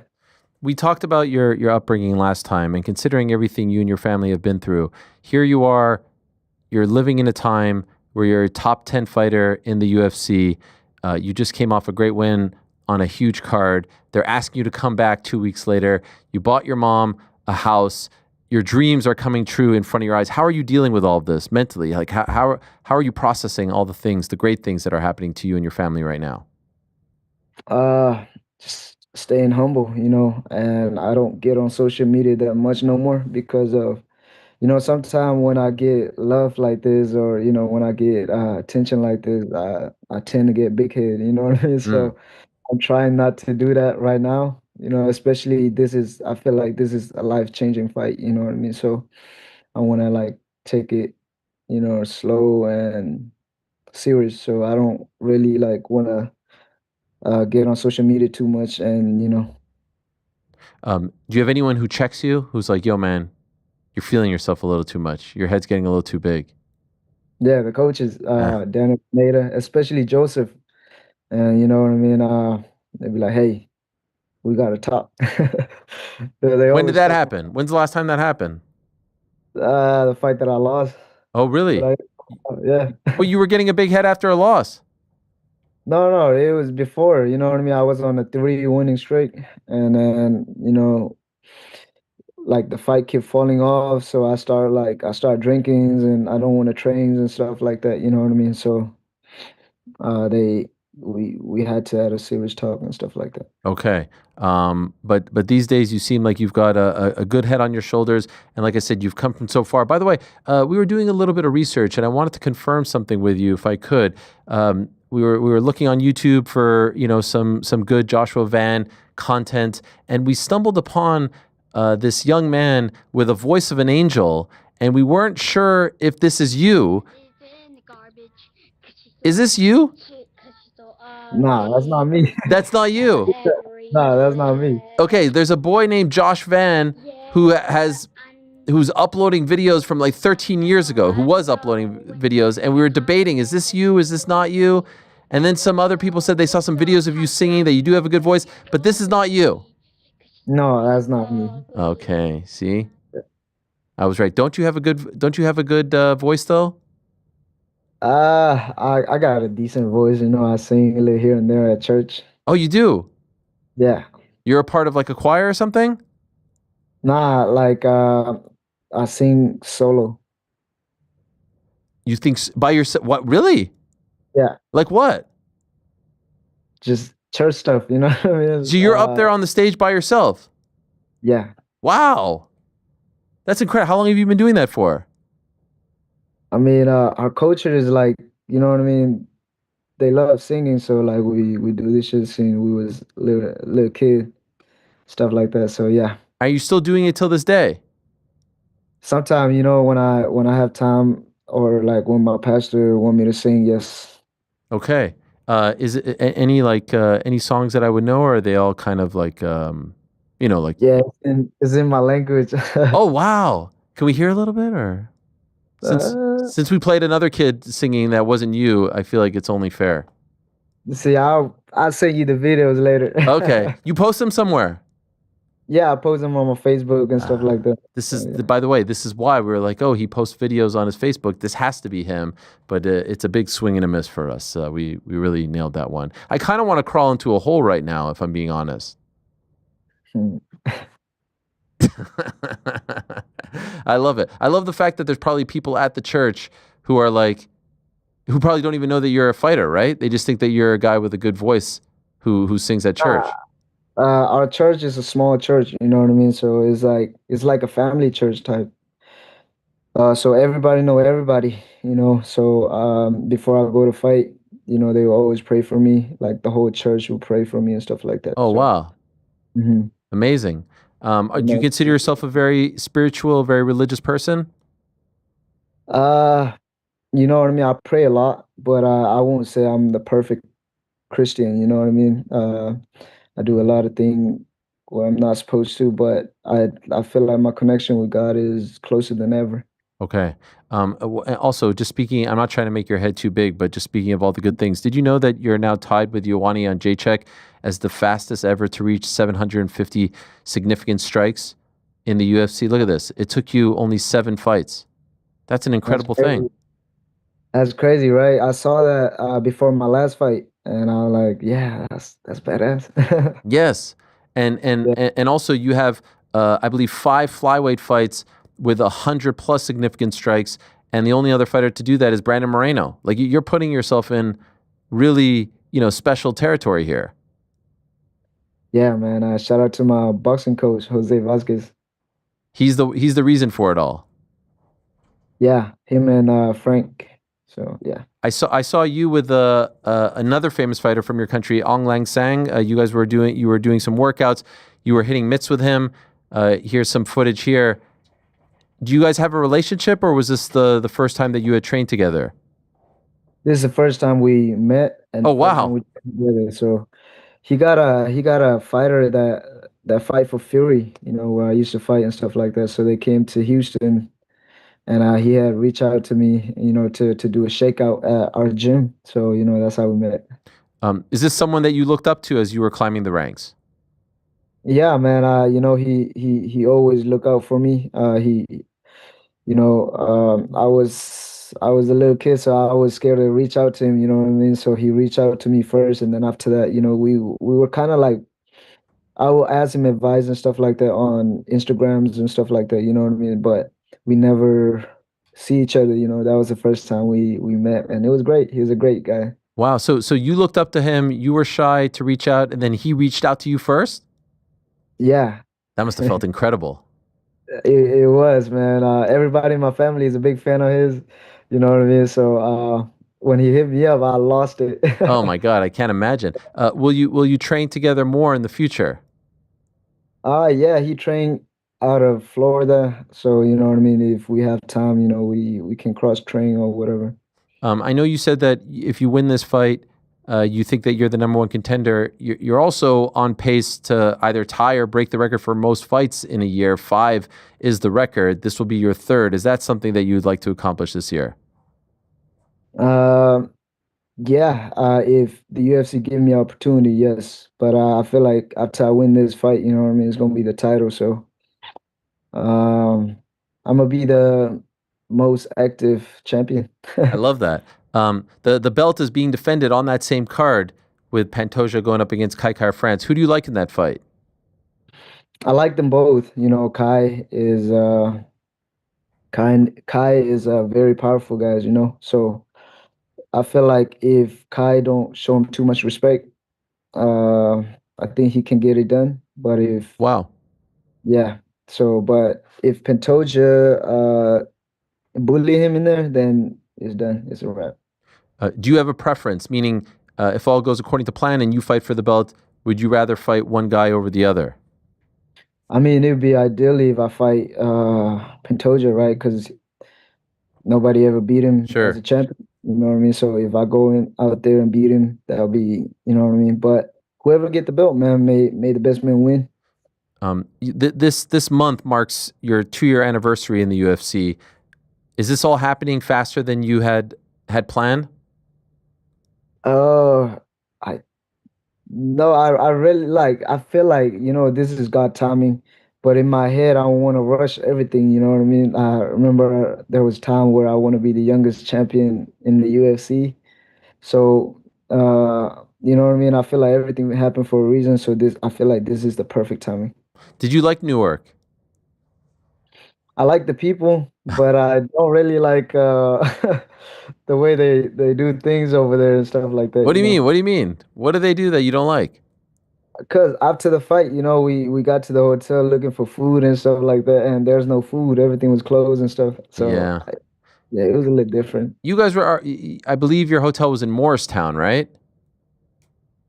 Somewhere like that. Yeah, it wasn't exactly like prime location, so I can see. And also, by the time you guys got back, like, what did you stay till the end of the card? No, you know, after the fight, the post-fight interviews and all that, we went back, but it was like around 12.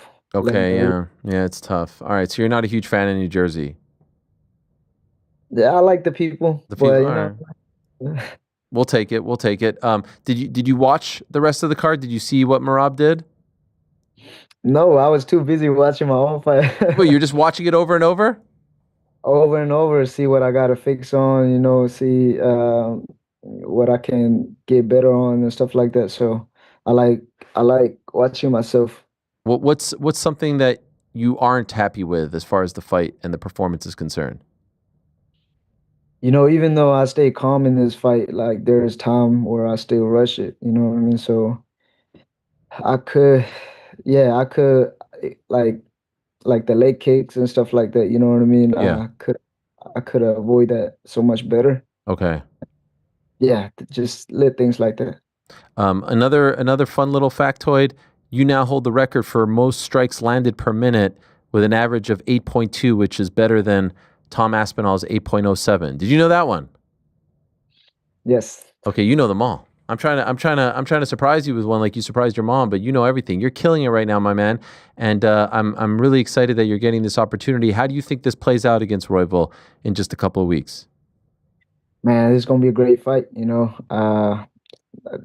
the fans gonna love it. So he's a dog, and he's gonna come out and bang. And you know what I mean? I'm gonna do the same thing. So may the best man win.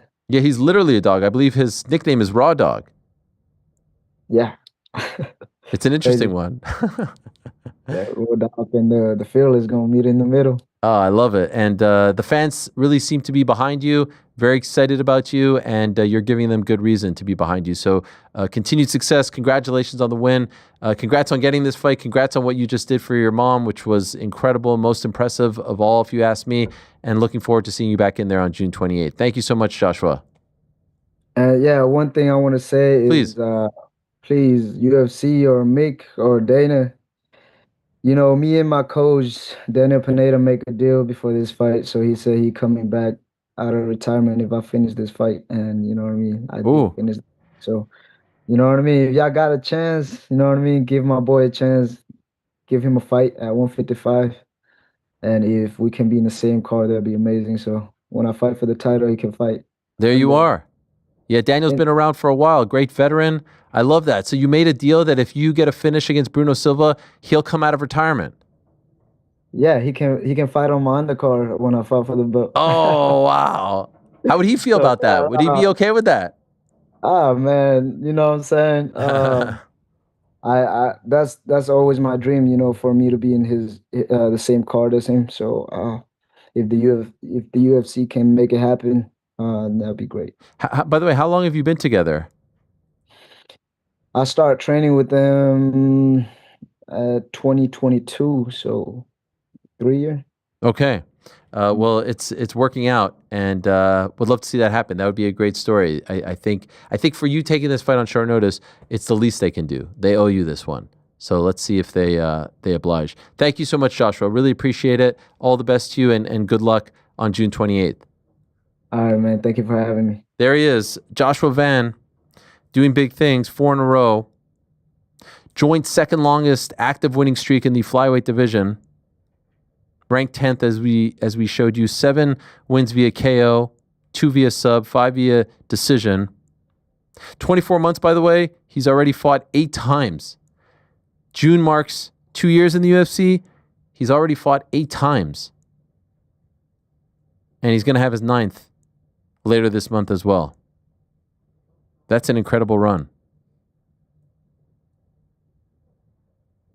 And that will be his 3rd fight of 2025. The record, Magny Holland, they've had 5 fights in 1 calendar year. He's getting close, although he's right. If he beats Royval, I wonder if they do give him the title shot. Because like we talked about yesterday, there's Horiguchi out there.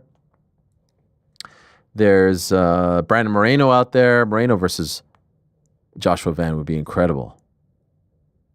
That would be amazing. So looking forward to that.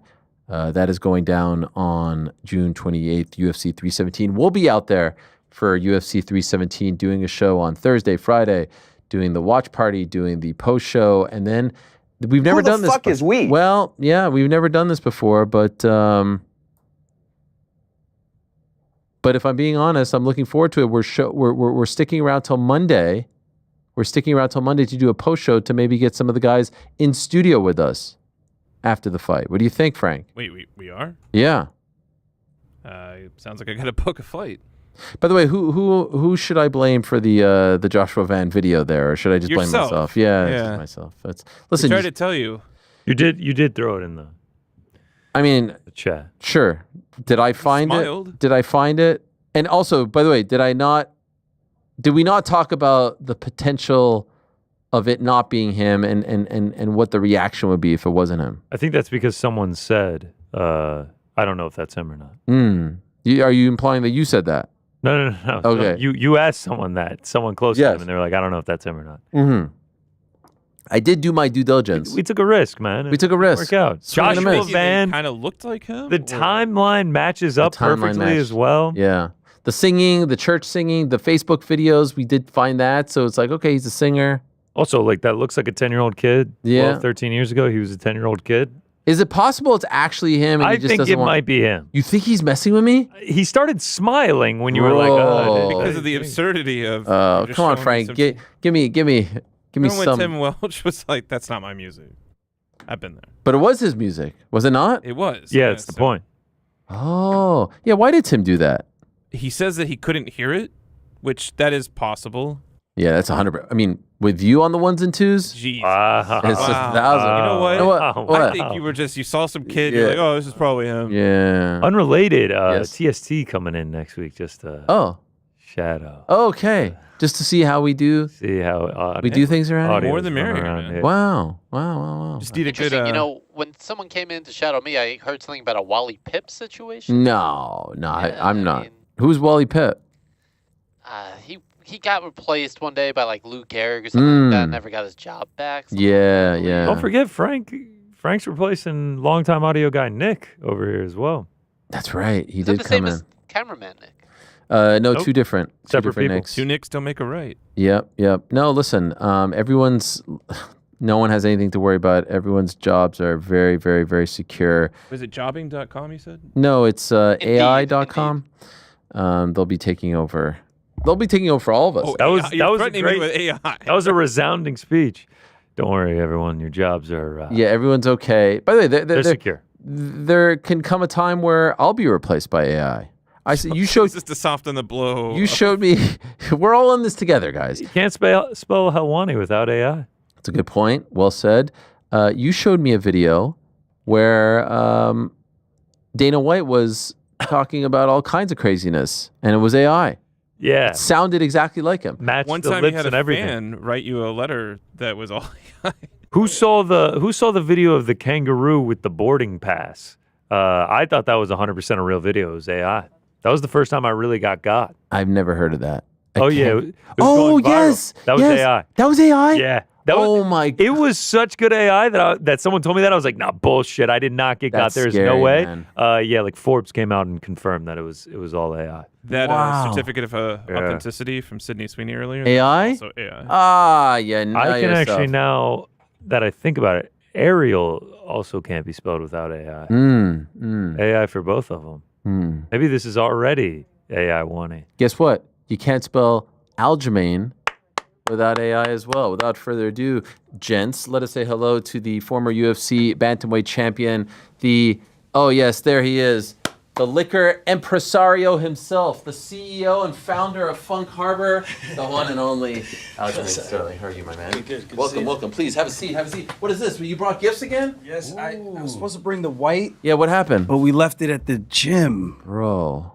And that Which gym? In New York? Yeah. Okay. One was MMA. Yeah, I've heard of it. Probably shouldn't have it at the gym. But, No. This is nice. I want to get this in a good... Is this in a good spot? I want to make sure. Well, let me see that shot on Aljo here. Yeah, where is it? Where should we put it? Right there. Yeah. Every time they cut to you, it'll be sitting right there. That's nice. Good shot.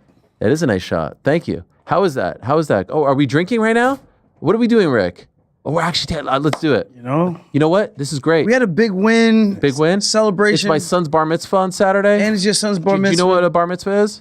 I've never been to one. But you heard of it. I know what it is. What is it? What is it? Mazel tov, everything. Mazel tov 13. A boy becomes a man. It's apropos to drink. Wait, 13? 13. Boy becomes a man at 13? In the Jewish religion, yeah. Okay. Look at this. Ooh, it's brand new? Brand new bottle. Okay. Just for you. Can't wait. How much are we doing? Look at that. Oh, I won't kill you. And I think you're gonna is like this a new one or what? No, so the white one was the one you never had. Okay. That was the one I wanted to bring for you, but unfortunately... Now, what's the difference between white and this? This one's just aged. Oh, okay. Thank you. So we say l'chaim. L'chaim. To life. L'chaim. Yeah. To Marab. Big ups. Yeah. Big up Marab Davalishvili. The You champ. don't know. Now, do I do it in one shot? No. Okay, Don't do that. that's great. Don't do that. Sip it? Yeah, this is a nice sipper. Oh, yeah. So I wanted to tell you also, before we get going with everything else, the last time I was here and we actually tried this, we actually got a big contact that reached out. Really cool dude. We haven't closed on the deal yet, but just a really nice dude. He heard because of the show. Story. Because of the show. Amazing. He watches and I love he wants that. to bring us in just to help. And he said he liked our story and everything, and he liked me. And I haven't had the chance to meet him yet, but okay, plan to do like a nice dinner over there because that's huge. For me, obviously I'm funding this. I haven't put a ton of marketing dollars behind it to like really help with the brand awareness and exposure. It's just me posting on socials and things like that, going into these restaurants. So with that said, him helping us, if that account closes, that's a big deal. Amazing. Yeah. What, I get like 1% of that, or we could talk. Finder's fee. No, I love that. Talk That's about incredible. So how is it going? Is it tougher than you expected? Oh yeah. Is it? Because I didn't realize how these guys operate. They do all this stuff with marketing dollars. You need to have the money to do these activations and things like that, going in, doing samples and stuff. So it's a lot of work. And obviously I'm like the attraction for it, right? Yeah. Former world champion, 3 defenses. Like it's a big deal. So when I go in, it makes it a little bit easier, but I can't be in all these places at once. So you need reps, that people that you pay, boots on the ground that go in, they do these activations, get people to try it, sample it, and help it move. This way people get familiar with the brand. Otherwise, they only see it when I post it. By the way, I appreciate the shade there. 3 defenses. That's a shot, and I should apologize because I was talking at 2 a.m. doing our post show that Merab has tied the record for most defenses. But then 7 or so minutes later, thank you to the YouTube chat, thumbs up to the chat, I was reminded it's 3. It's 3 title defenses. You still have the record. Do you know why?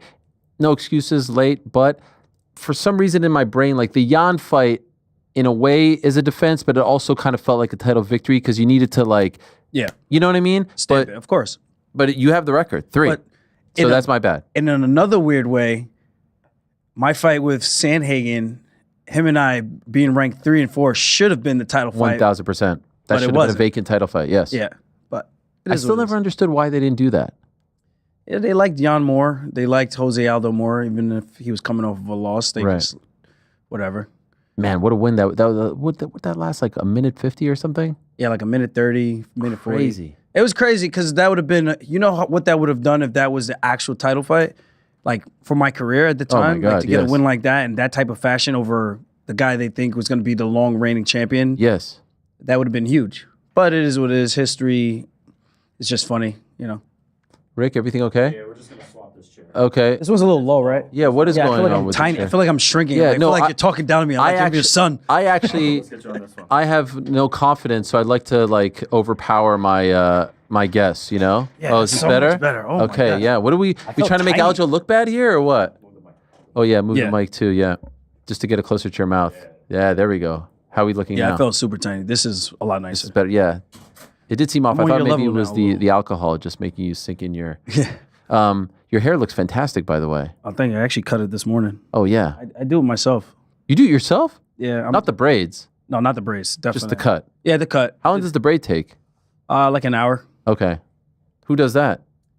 So I did the ESPN morning show for 316, and the UFC covered it because they told me last minute. I'm like, dude, I had these braids in. It's gonna look like shit. I don't want to wear a fro, and they were able to take care of it. Oh yeah. The weigh-in show. Yeah. That's a fun show. Well, not the weigh-in show. They call it the morning show. Okay. It's like playing some games and stuff with Frankie Edgar, DC. Oh yeah. Laura So, Sanko, but it is Ellie. during the weigh-ins. Yeah. Laura Sanko. Well, after. Okay. There's all kinds of weird stuff that goes on that show. They do a lot of activities. Yes. It's a little different. It is a little different, but I like it. I think it's it's like a different, like you get to let your hair down. You get to have fun a little bit. I was gonna say it's fun. I wore a suit. I'm like, if I knew we were gonna be doing all this, I would not have wore a suit today. Yeah.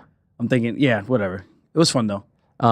So all right. So you were there. By the way, is everything okay? No, I'm just smelling it. You know? You liked it? Is that what we're supposed to do? Yeah, you just enjoy it a little bit. You ever put it in? I was talking about putting it in like a daiquiri or a pina colada. Would you recommend that? Yeah, but I would use the white for that.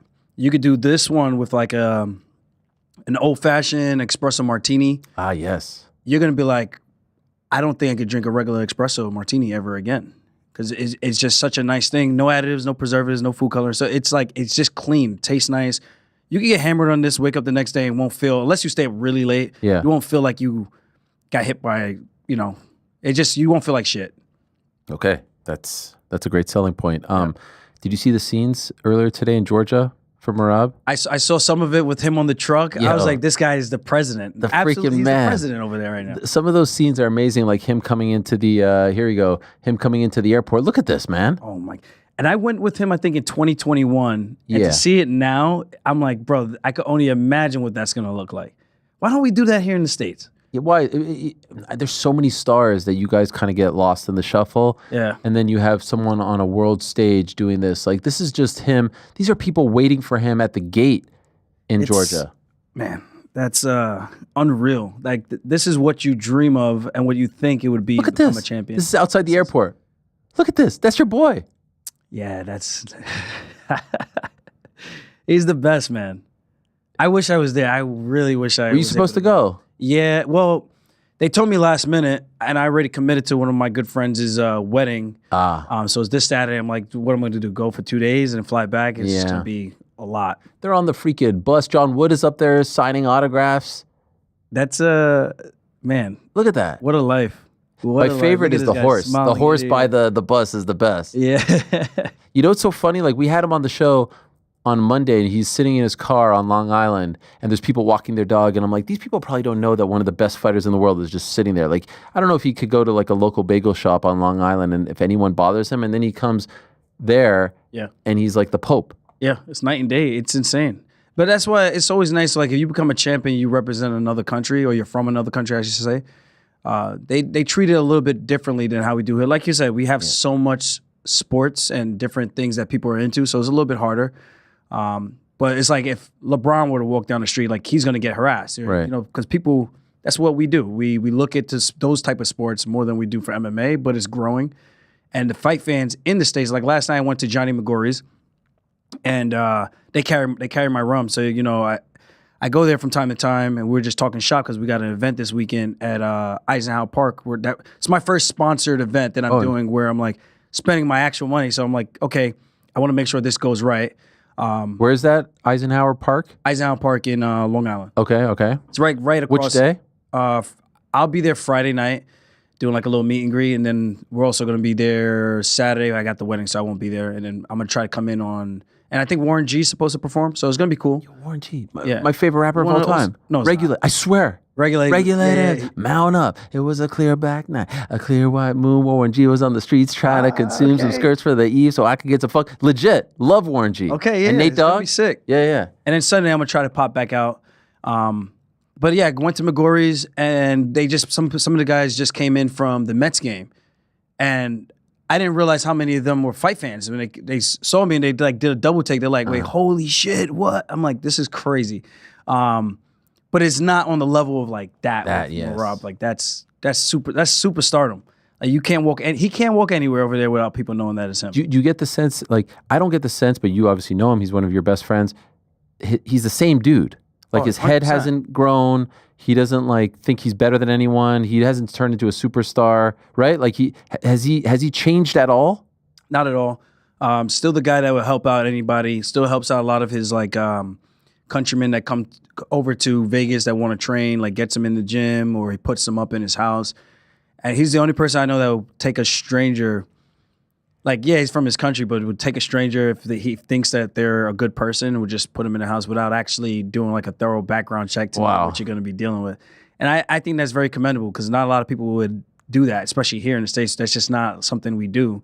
So it's very nice. He's just a great dude all around, and somebody that would take his shirt off his back and give it to you. There you are. There's the crew. I loved seeing Al there. Yeah, him and Wyman. I saw him on the walkout. I ran right over to him. I was like, "What's up, boy?" It was great to see you guys together. It's always nice. Oh my gosh. Wyman is looking jacked. Look at him. Yeah, retired Weidman. A father of 4 Weidman. Yeah. It's a different, it's a whole different look. You and Marab, you're literally neighbors in Vegas? Yeah. Like how many houses down? So we're like on like an L. So I'm like at the end, and then he's probably, 1, 2, 3, 4, 5 houses maybe. Was that on purpose? No, but it ended up just working out, because the house he was looking at, he showed it to me. And then I started laughing. I go, "Brother, I was just looking at that house to possibly buy it for myself, and then move into that one, and then rent this one to like all our training partners that come from New York." Yeah. And it's this way I could like have something that's a little bit more for just me and my fiance, right? So he showed me that. I was just like, back off. Like, this is all you. I thought it would just be cool, right? Yeah, of course. You get a house right here. I'm like, this is the most safe and dangerous neighborhood all at the same time. That is true. Do you train together like in the neighborhood and stuff like that? Do you say like, "Hey, yo, I'm going for a run. You want to come?" Is it like that? I mean, once in a while we'll do like Exploration Peak, because it's not too far from my house. It's like 10, 15 minutes. We'll drive. What's over. that? It's just a small peak. We could just run up. It's got a trail. It's got a park. Okay. And we'll just run some sprints up the mountain, and we'll do that. It's not like a crazy big mountain like the Red Rocks, but it's good enough to get the job done. You get the elevation when you're running, or should I say the incline. And I mean, other than that, we train, like if I go to train in his garage, or he comes to mine, or we'll go to Syndicate, or we go to the PI. It's usually like that. Do you think you'll ever come back to the East Coast to live? Man, the quality of life over there is so good. And I don't know if it's because of what I do for work right now. So I guess there's a conversation to be had once I'm fully retired. and then I could be like, you know what, I'm completely done with fighting, unless I'm coaching. Right. Maybe there's an opportunity, but for right now, if I did go back to the East Coast, I would probably. I mean, I made enough money where I can maybe just go to Florida. Like, I don't have to work again. This is just like a hobby and something I actually legitimately enjoy doing. I mean, I drink in training camp. I don't get bombs because I don't want people getting the wrong idea messaging. What's the appropriate amount? I'll have like 1 or 2. Like if day? If I'm in fight camp. Yeah, if you're in fight camp. And I'll go clean. Like, I'm trying to get in shape. Once I'm in shape and I have like a good sparring, like I had a really good week, and then the next week maybe I hit the pinnacle of where like, okay, I could crush 3 5s or 5 5s, no problem. I'm like, I've earned a drink or 2. And it's usually in my house. Okay. Yeah. Is there a point like a week before I won't do it or 2 weeks before I won't do it? No. I drink all the way up to the fight. And then again, it's 1, 2 drinks. Yeah. Like if you lose the fight because of 1 or 2 drinks, that's not, you probably were going to lose the fight anyway, right? But usually after the weigh-ins, we go like do a team dinner. If I get to, like now that I have this, I'll bring this and we'll just do like an open cork fee and I'll have like a shot on the rocks, just nice and easy, and just puts me to sleep. And I've been doing that for years now at this point, and it's always made me feel good. I sleep better, and I don't know. It's just like I said, something I enjoy. But in terms of working and coming back to the East Coast, I don't necessarily need to work, but you got to have something that you're doing, right? Otherwise, what's the point of even living? It's like you're gonna just chill all day. There's no fun in that. Like I always want to have something that I'm working towards, and this has been a fun ride. So coming back, maybe I just go to like Florida or something. Maybe, I don't know. Right now, I like Vegas. Vegas is a great time. If I don't you're a gamble. UFC fighter, it's perfect though, right? You have the PI there. Yeah, and I don't gamble. So that's the main thing. I was worried about that because I did have a bad gambling problem when I was in college as a freshman. I spent up a lot of money, Ariel, really?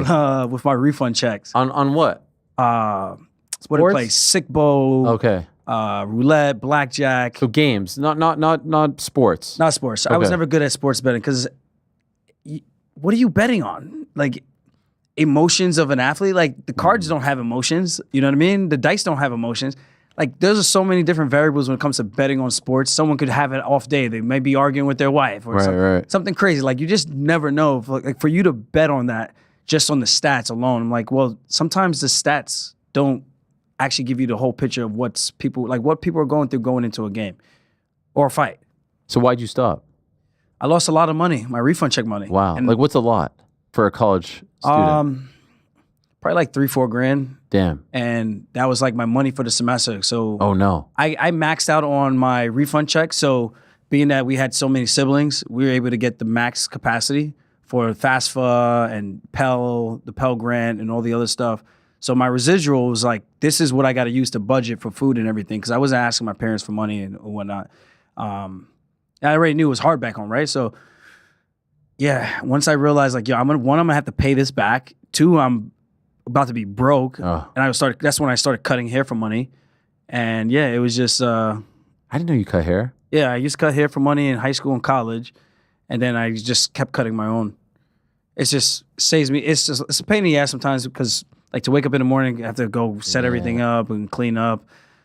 Yeah, it's a little. It's so hard. How do you get it like all perfect here on the sides and stuff like that? Mirrors? Yeah, that's like a little 3-sided mirror. Oh, you have one? Yeah. Oh, you got the whole setup. Yeah. Are you sitting in a chair with like a thing and all that? No. I'm cutting hair, leaving hair drops all over the floor. No, your fiance probably hates that. She hates it. She'll clean the bathroom, and then I'm coming in there. She's like, "Why do you have to cut your hair in here?" I'm like, "Well, where else you want me to cut it? Because no matter where I cut it, it's what if you do it in the shower, and then it's like a confined space?" I never thought about that. But also, I don't think the rack will hang over. Okay. Yeah. It'll start swinging. Okay. Just because of the weight, right? So yeah, with the door, you could just put over the door. The door supports it. Got it. Makes it easier. Oh man. Yeah, it's a bitch to clean up that stuff. Yeah, but when's the wedding, by the way? October. Is it in fact true that Merab is going to give you half of his performance bonus? What was that all about? I think he was just saying that cheek and tongue. I don't think he was actually. That's a nice little gift right there. That would be sick. Yeah. But I don't expect him to do that. I do a lot for him. He does a lot for me. It's just like we just take care of each other, So even like in the beginning when he wasn't making as much money, and I think I had just fought Sandhagen and he was cornering me and everything and helping me with the training camp. I tried to give him money. think one time I tried to give him like 5 or 10 grand, and he was just like, no, brother. And he's like, why you do this? This is crazy, bro. I just want to help. I'm like, yeah, but your time is worth something. Like, look at it as like a gift from me to go do whatever you want to do. Like, yeah, I don't have to do it, but I'm doing it because you're my boy. You hooked me up, and you're my training partner. I want to keep my training partners happy. And what's the best way to do that? You buy them stuff, or you give them money, gives them an incentive to want to show up to those training sessions and help push you, right? Same thing for me. Like, I'm not asking for money. I don't need it. I'm pretty well set. But I know these younger guys like Dennis. I know a lot of these other guys, Pumi. I've worked with like Timmy or Julian or some of these other guys. I just break them off something like $1,000 or something here or there just for being a part of the camp. Because at the end of the day, like, they're more important than the coaches to a certain extent. And for me, most of my training sessions are with my training partners. You know, so these guys give me the best looks that I can get to help me prepare to go to these fights. And the same thing is like, I'm in there with him, so I understand some of the stuff that he could do better or what's working, and I can articulate that to him where he can understand and make those improvements in real time. So it's always nice to see and just help out where I can help out. So he was talking in the post-fight presser as well that, like, he said, oh, thank you to Aljo for all the sparring sessions. Aljo doesn't really like to spar, but for me, he did. Is that a true thing? Like, do you not like to spar anymore? Yeah, I only like sparring when I'm in camp. Okay. And really, because when people spar, and you see this in every single gym, people just want to take your heads off. Like, there's no rhyme or reason with the sparring. It's just, I know I fought hard today and that's it. It's like, well, this isn't a fight. It's a training session. And until you get training partners that can understand that, then it makes it, I'm less likely to want to just go sparring hard. For what reason? To get a headache and go home like, oh, I did really good. Now I'm home with this headache. Like, that was cool. Yeah. Let's do it again in 2 days. It's like, it doesn't make any sense. And I find you make the most improvements, like similar to like the Thai fighters. They like play spar all the time. It's playful, it's controlled. You get to work things out in real time. If I hit you with a jab, I could throw you that same jab and have you like react to it differently. I could throw it slow. I could throw it fast. And now you're reacting in different ways. And now you're actually getting practical feedback in real time versus I'm just looking to hit you with a big 1-2. Maybe I stuck you with a jab, and then I'm coming back with a big 1-2, and maybe I fake the jab, I come with a big hook and a cross down the middle. Like, okay, I cleaned your clock, but then what did I get out of that? What did you get out of that? Maybe my ego, but in terms of getting better, it's like, okay, you landed a good shot on someone who might not have thought it was going to be going like that. And if you're both going like that, it's like, well, what did you actually work on for the training session? I go spar, I'm having something in mind that I'm working on, whether it's my defense, I'm trying to work my output, I'm trying to work on my setups, my takedowns. Okay, the double legs weren't working the last sparring session. Now this session, I want to work on my singles because this is the transition. Okay, and if I go double leg, how do I do better than what I was doing last week where I kept getting stopped and every time I shot the double, they kept getting the underhook and picking it up and stopping my takedown. So you have to have something that you're working for. And this is like when I was coaching a lot back in Long Island, and even the little bit that I coach in Vegas, I try to just share the knowledge that I've learned that helped me accelerate my growth as fast as I could, and just share the same practices and beliefs that I have. And you see the guys that is starting to click with, and you see the guys who kind of want to still do things their own way, which is fine. I'm not like MMA is the beauty of this sport is you could do anything, anyhow, any old way. It could be the most bizarre technique. See Exhibit A with DDP. I was just gonna say that. Yeah. And he makes it work. As long as he connects, he makes it work, right? So I'm not gonna tell you that doesn't work, but there could be more efficient ways to do things, and that's just what it comes down to. When this fight was announced, when you knew that Merab was gonna fight Sean, how did you think it was gonna play out versus how it actually played out? What were you thinking about the matchup? Second time they fought back in September. Sean didn't get another fight in. Merab active, right? He won in January, looked great. What did you think was gonna happen? I don't know. My honest thoughts, I thought it was a stupid fight. I was like, for him to sit and wait, not have to fight anybody, it gives him a good opportunity, right? Because he was just in there, kind of still fresh, didn't have like the mix up with another feeling with fighting somebody else and preparing for somebody else. I was like, this could be, I don't want to say a trap, but more in his favor. When you say his, Sean's favor. Yeah. But at the end of the day, like Merab is Merab, and I like even sparring with him and trying to give him the same exact looks and everything, and trying to imitate Sean as best as I could.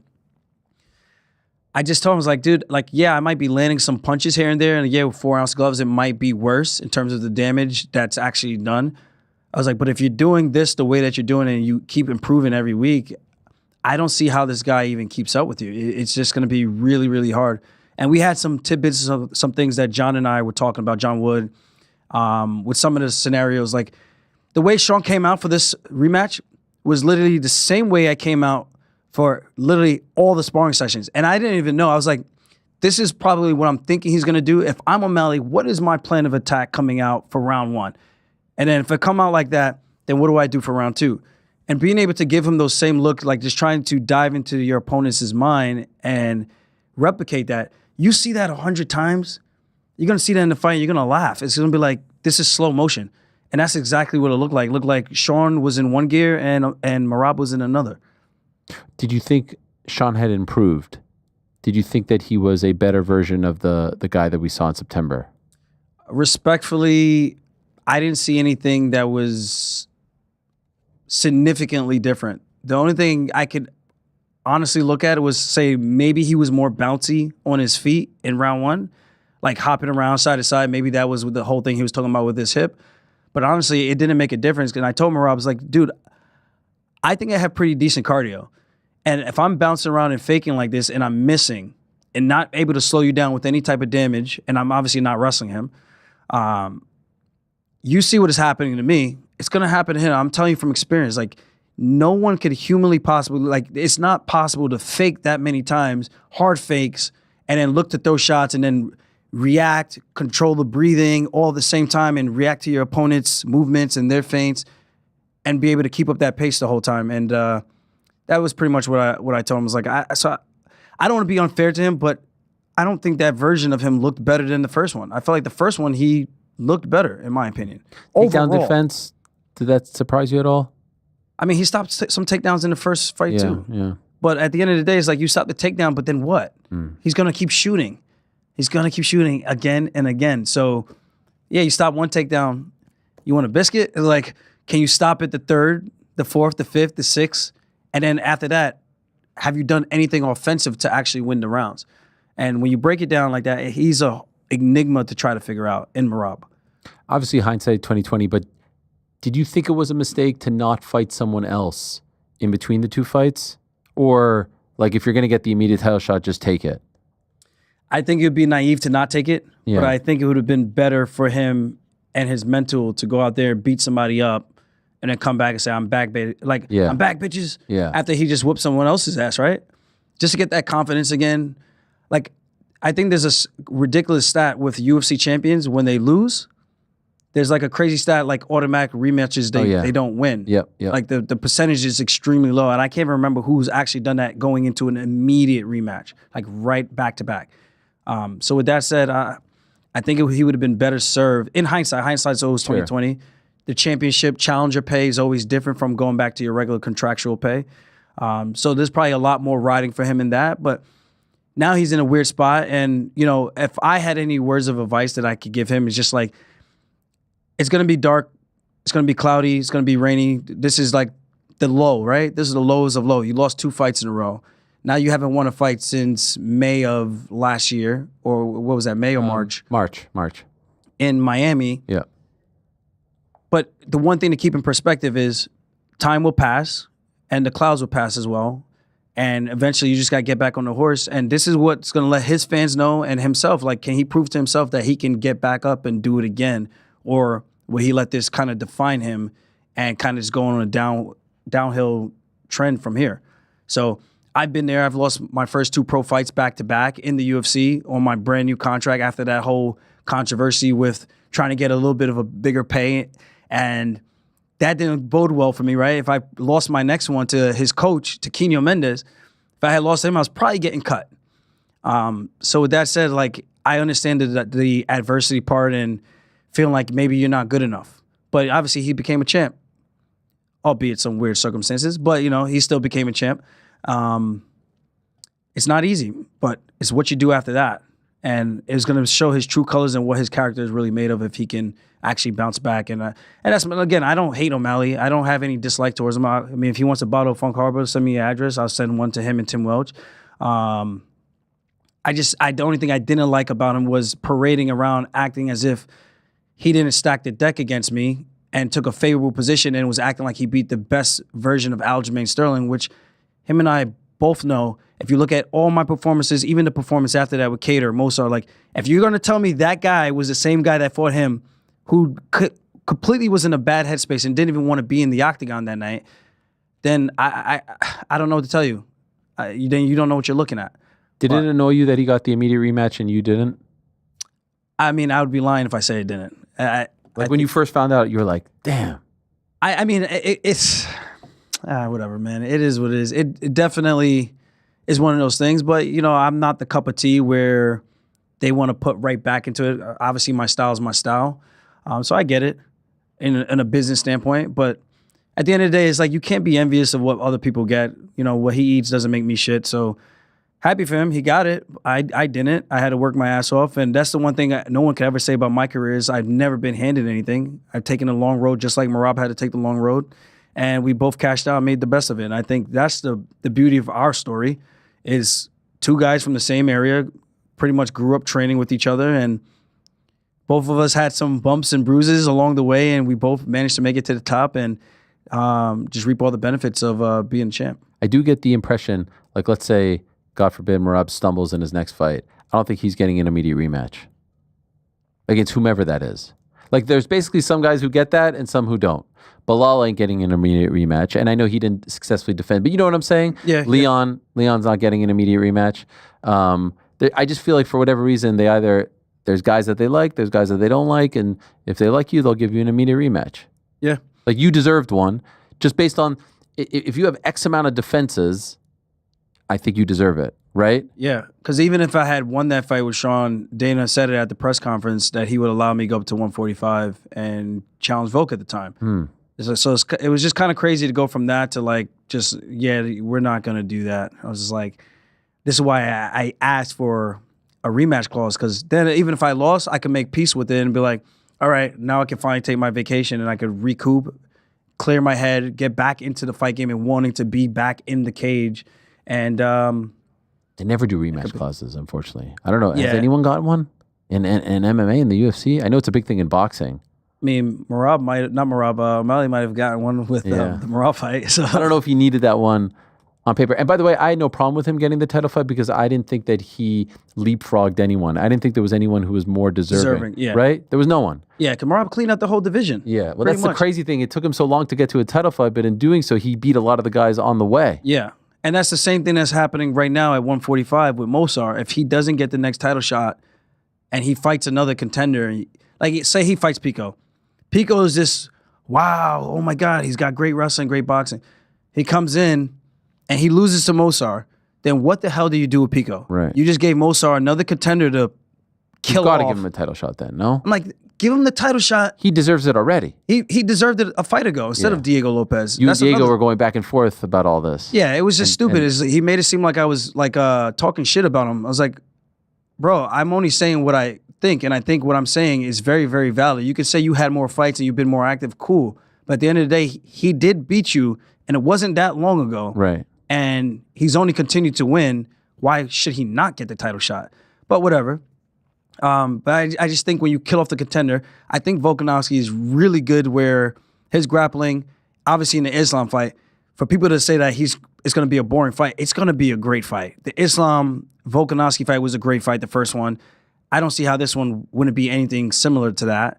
And two of the most deserving guys at the weight class, right? And then you give other guys an opportunity to build up their resume so you can build up another contender versus knocking off another prospect, another contender. It's like, well, that only hurts in the long run. Like right now, it's like stepping over the dollar to pick up pennies. Like I don't understand it. Obviously, it's not my business. I don't run the metrics and know the numbers. So maybe they're seeing something or have insight on something we don't know, or maybe it's just a quick, this is the money fight to make right now. So let's just take advantage of it while it's hot, right? So that could also be it. If you were Sean, would you move up to 45 now? I don't know his situation. Like for me, making 35 was daunting. I mean, I was making weight and then blowing up to 180 pounds. Jeez. And to get back down and have to do that again on 2.5, 3 months notice after coming out of a 5-round battle with Henry Cejudo is like, that's not an easy thing to do. But it is what it is. You think that you're going to take some time off and recover, and then, like I said, it's not being in the right headspace to fight for anybody. If you're not in there to fight or you don't want to be in the octagons, it's the worst place to go in there second guessing if you want to be in there or not. But so for him, it depends on his weight cut. I don't know if there's still some fun fights for him at 35. But if he's struggling that badly to make 35, then maybe it's time to go up. But I don't think it seems like he's fine at the weight class. Yeah. But if he does come up, I saw you tweet about that. I'm here. What a story, by the way, that would be. Yeah, it would be fun because there's obviously, like you said, a storyline. And now people will get to see what a motivated Sterling would look like and what he would have done in the first fight had I been giving time. And I even asked him to push the fight back. Like, can we just push it back to September or October just to give me a little bit more time so I could get the weight down, recover first so I could do a whole proper camp versus just jumping in when my legs are beat to shit and I had to do all this rehab for all these other stuff. I'm like, but the people don't see that. They only see the performance, and then if you say something about it, you're the asshole, you're making excuses. And then when O'Malley fought Merab the first time, is my hip with the lights and all this other weird shit. I'm just like, how come he's not getting the same backlash that I got? It's very bizarre. Why do you think that is? I have no idea. Only the fans can answer that. Yeah. Like, I think I get an unfair shake because of the whole DQ knee thing. Mm-hmm. And I don't know if that's right or wrong. You don't think that's behind you now? I would think. Do you feel like it's not? I don't know. Like you still sense it? Even that same scenario that we're talking about is like, well, why is it okay for him to say, I needed surgery, I only had one hip? But then it's like, but I just fought. I had to go do a crazy-ass diet all over again, and I came in there injured.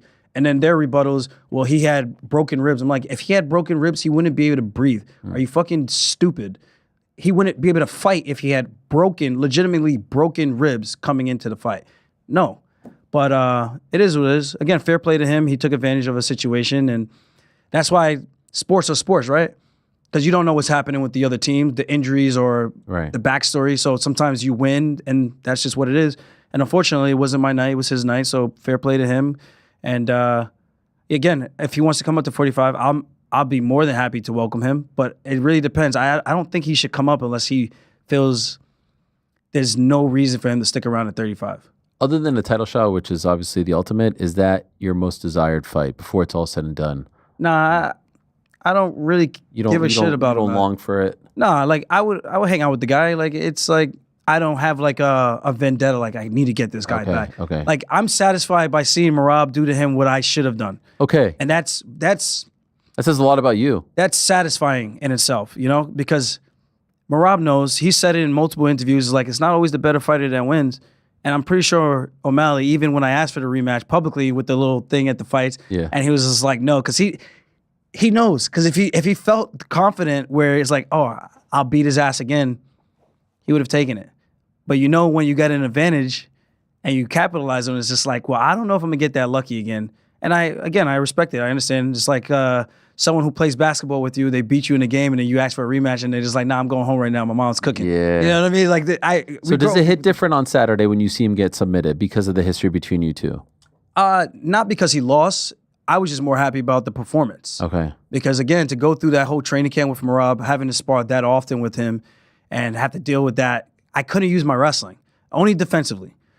So for me to have to go through that and then see all the good things that he was doing, and then for him to put it into practicality and the real time and watching it, I'm just like, damn, this guy is just freaking good. So to see that, that made me happy in itself. It wasn't really, I always tell these guys when I was coaching in Long Island, when we were still living back home, and I would preach to the guys, it's not about the wins and the losses, it's about the performance. And if you had a good performance, and if you're doing things that you do well in here, I would imagine that you should have a good night in the cage as well.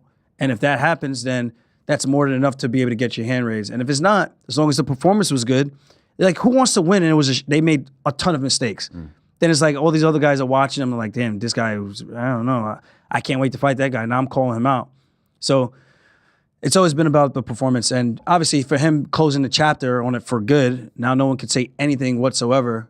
That's nice. It's nice to see. How do you think Corey does against Merab? I think better than O'Malley. Okay.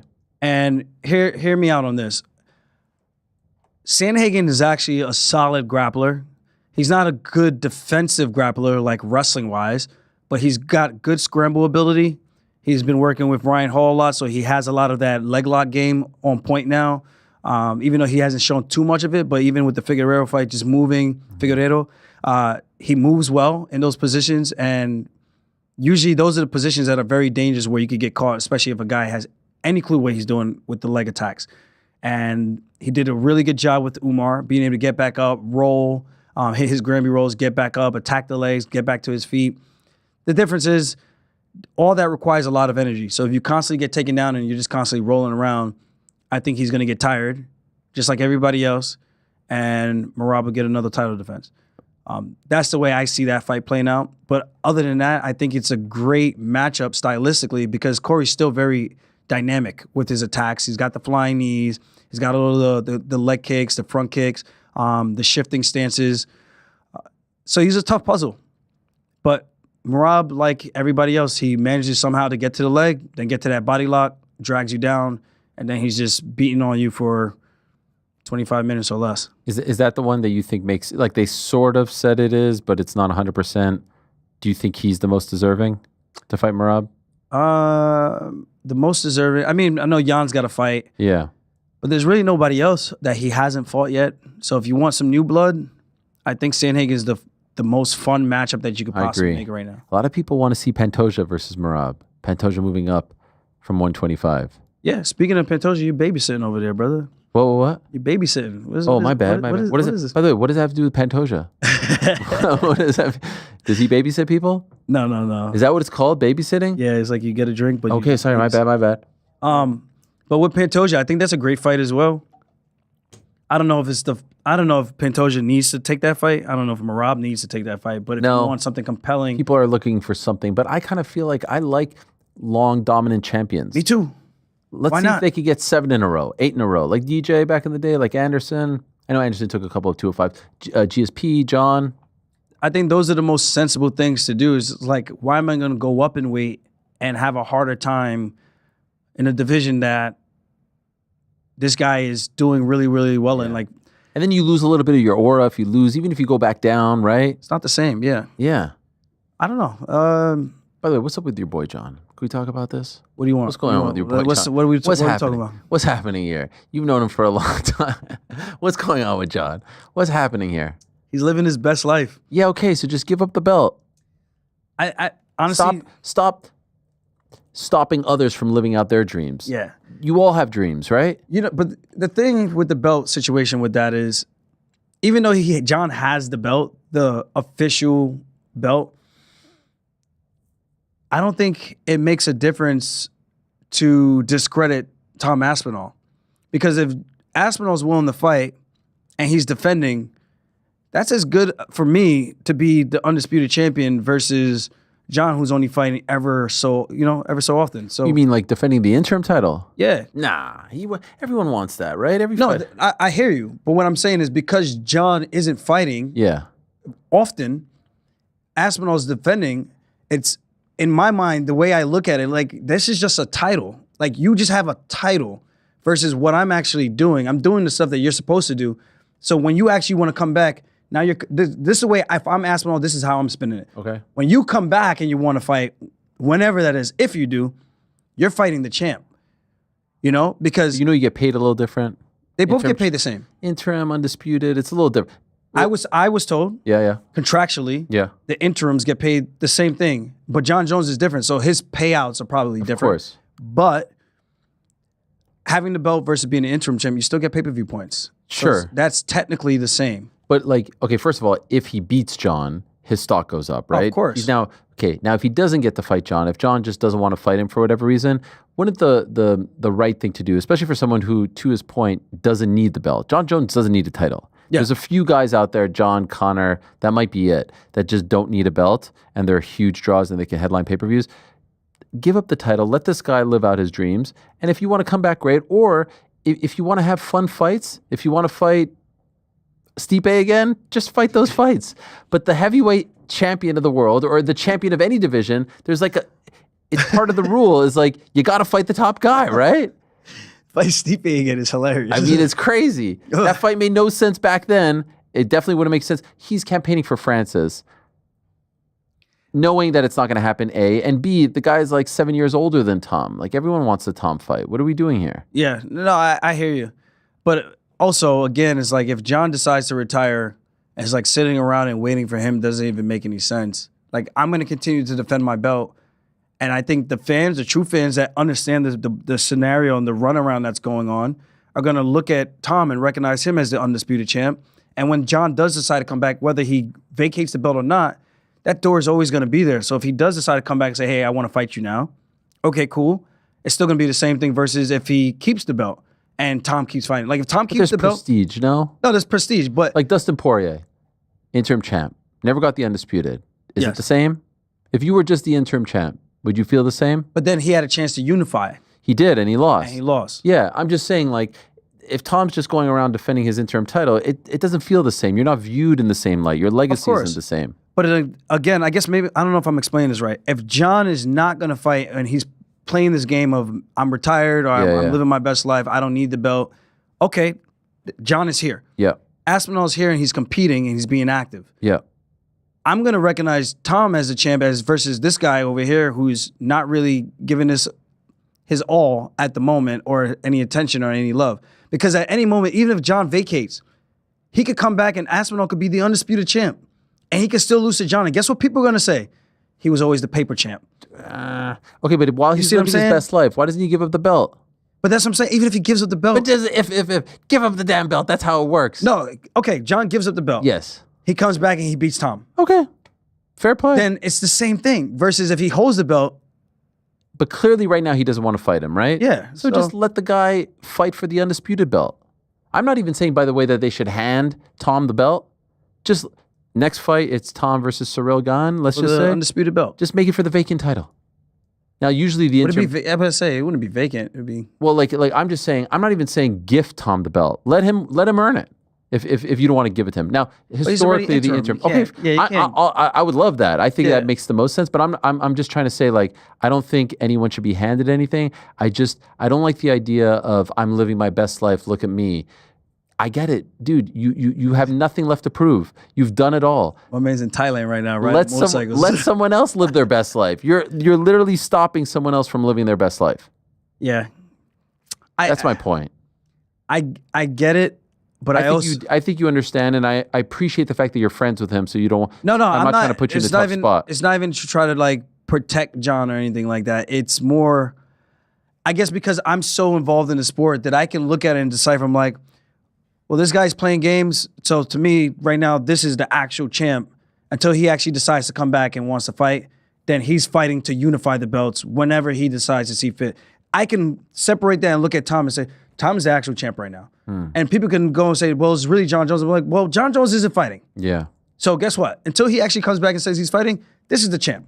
And that's what I'm saying. Is like if he says I'm vacating it and says I'm going to go on a hiatus again, and then John pops up again 2 years later and says I want to fight, and then if he wins, which it would be very hard to take that much time off and come back and beat a guy like Tom, they're going to look at Tom and say he was a paper champ. And at least he had a 2-year reign. Yeah, I guess. Yeah. I see it from that standpoint too, but sponsorships, like people just view you differently when you're the undisputed champion. I mean, you know this. Yeah, but he's still the man. He is the man. I'd love to see the fight, but if not, I'd love to see it move along. By the way, we talked about Jan. I saw you guys, speaking of, were you in Thailand with him? Where were you? Yeah, we were coaching against each other. Is this the same Russian show? Tough. Yeah, Alf Global.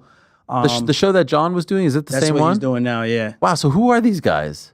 The fighters? No. Like, what's this show that's getting all these big names to come over to...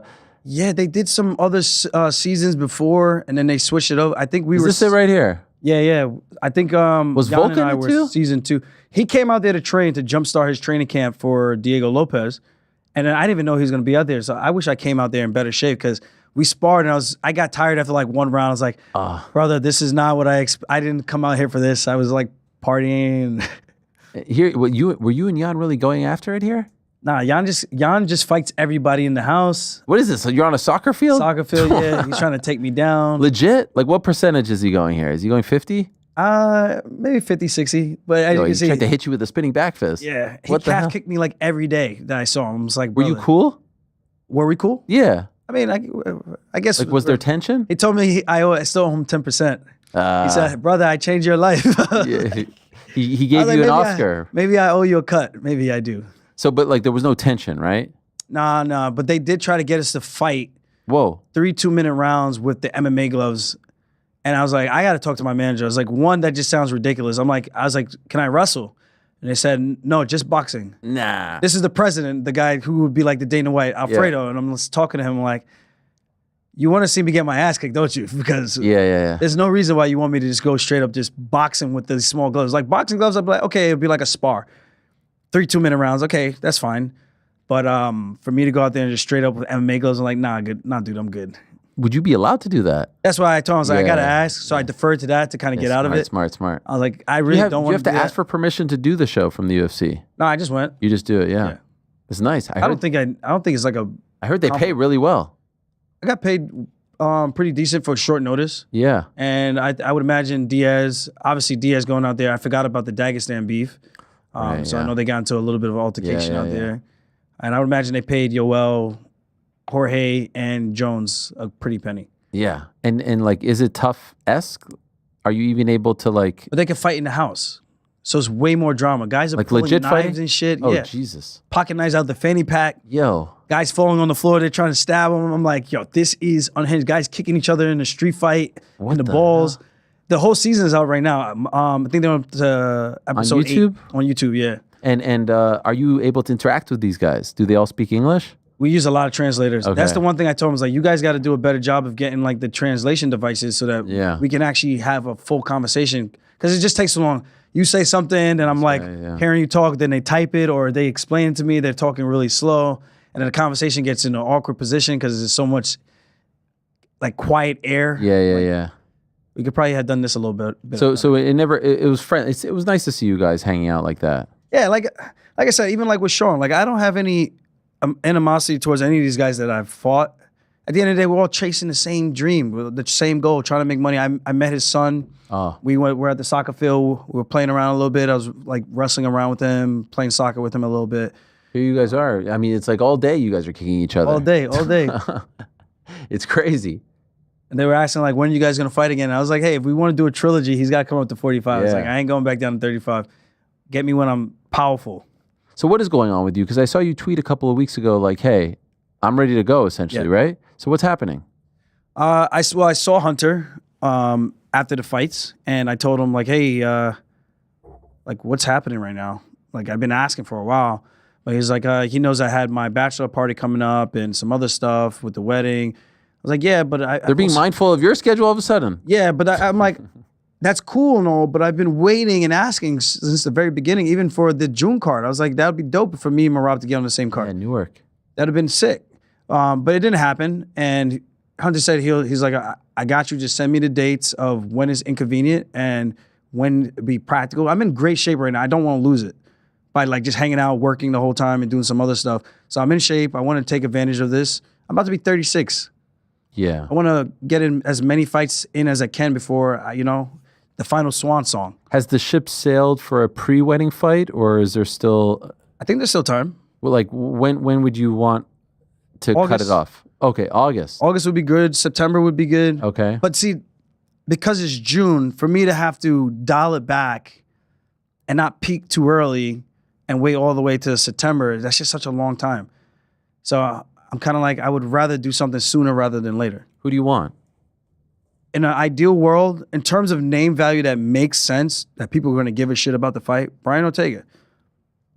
Former title challenger a couple times.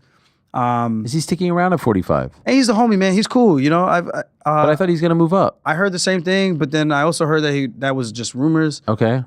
I know he's the same thing. Like, he was in bad headspaces with certain fights. And I think we've seen that with him where he's had some really bad performances and then he'll come back after taking some time off and then Brian comes back and looks like a freaking world beater. When he fought Korean Zombie and he came back and pieced him up, I'm like, that was not the Brian that fought these other guys that we were just watching, So I know it's not an easy fight, but it's just one of those things where you want to be in there and you got to have the right headspace. So I think that's what it is for him, just taking some time off, healing up some injuries. The next big name would be Arnold Allen. I like that one. That's a hard fight for me. Yeah, why? Southpaw. Mosar had a hard time holding him down. And he's just a dog, man. When he knows he's losing, he just goes forward and just starts swinging. Yeah. The Max Holloway fight where he just went for broke. What was the other one that he went crazy like that too? I forget. It wasn't a Cater fight, but there was another one where when he's down, he knows he's down, he just starts going. Maybe the Mosar fight. Maybe that was the one I'm thinking. But that's a really hard fight. He's not easy to take down. Long southpaw. Yeah. Dan Hooker. Was it Dan? Yeah, Dan Hooker, maybe. Yeah. Yeah. I think that was the one. Good memory. Yeah, man. By the way, there's this young cat, sort of young, John Silva, who's making some noise. Oh yeah, he's tough. I told his coach after he won against Bryce, I saw him in the back room. I said, just tell him not to call me out. Yeah, I was like, I feel like they're gonna try to make you versus John Silva. Why do I feel like they're gonna tell John not to call me out? Guy's like, I like this guy. mofo. I don't want to fight him right now. Yes, I can fight him. I just don't want to fight him right now. Like, I'm on a different trajectory right now. I want to do something different. He's on a different trajectory. He was like, you do your thing, I do my thing, and eventually we'll meet up. But for right now, it's like, I don't want those problems right now. I'm like, and I'm just being honest. That's a tough cat to fight right now. he's amazing. What do you make of what's going on at the top there with Yair and Diego? Movsar to a degree. Yair and Diego have this thing at the press conference, and it seems like they want to fight, or it seems like the UFC wants to book them, and now there's the back and forth, and Yair is saying you should fight, to Diego, you should fight John Silva. What do you make of all of this? I think Diego should fight Gene Silva or Yair. I feel like Yair versus Diego is the fight. I think so too. What do you think of Yair saying I should be next? I would love to fight Diego. You would love to fight Diego? I would love to fight Diego. I like that. You guys had a thing.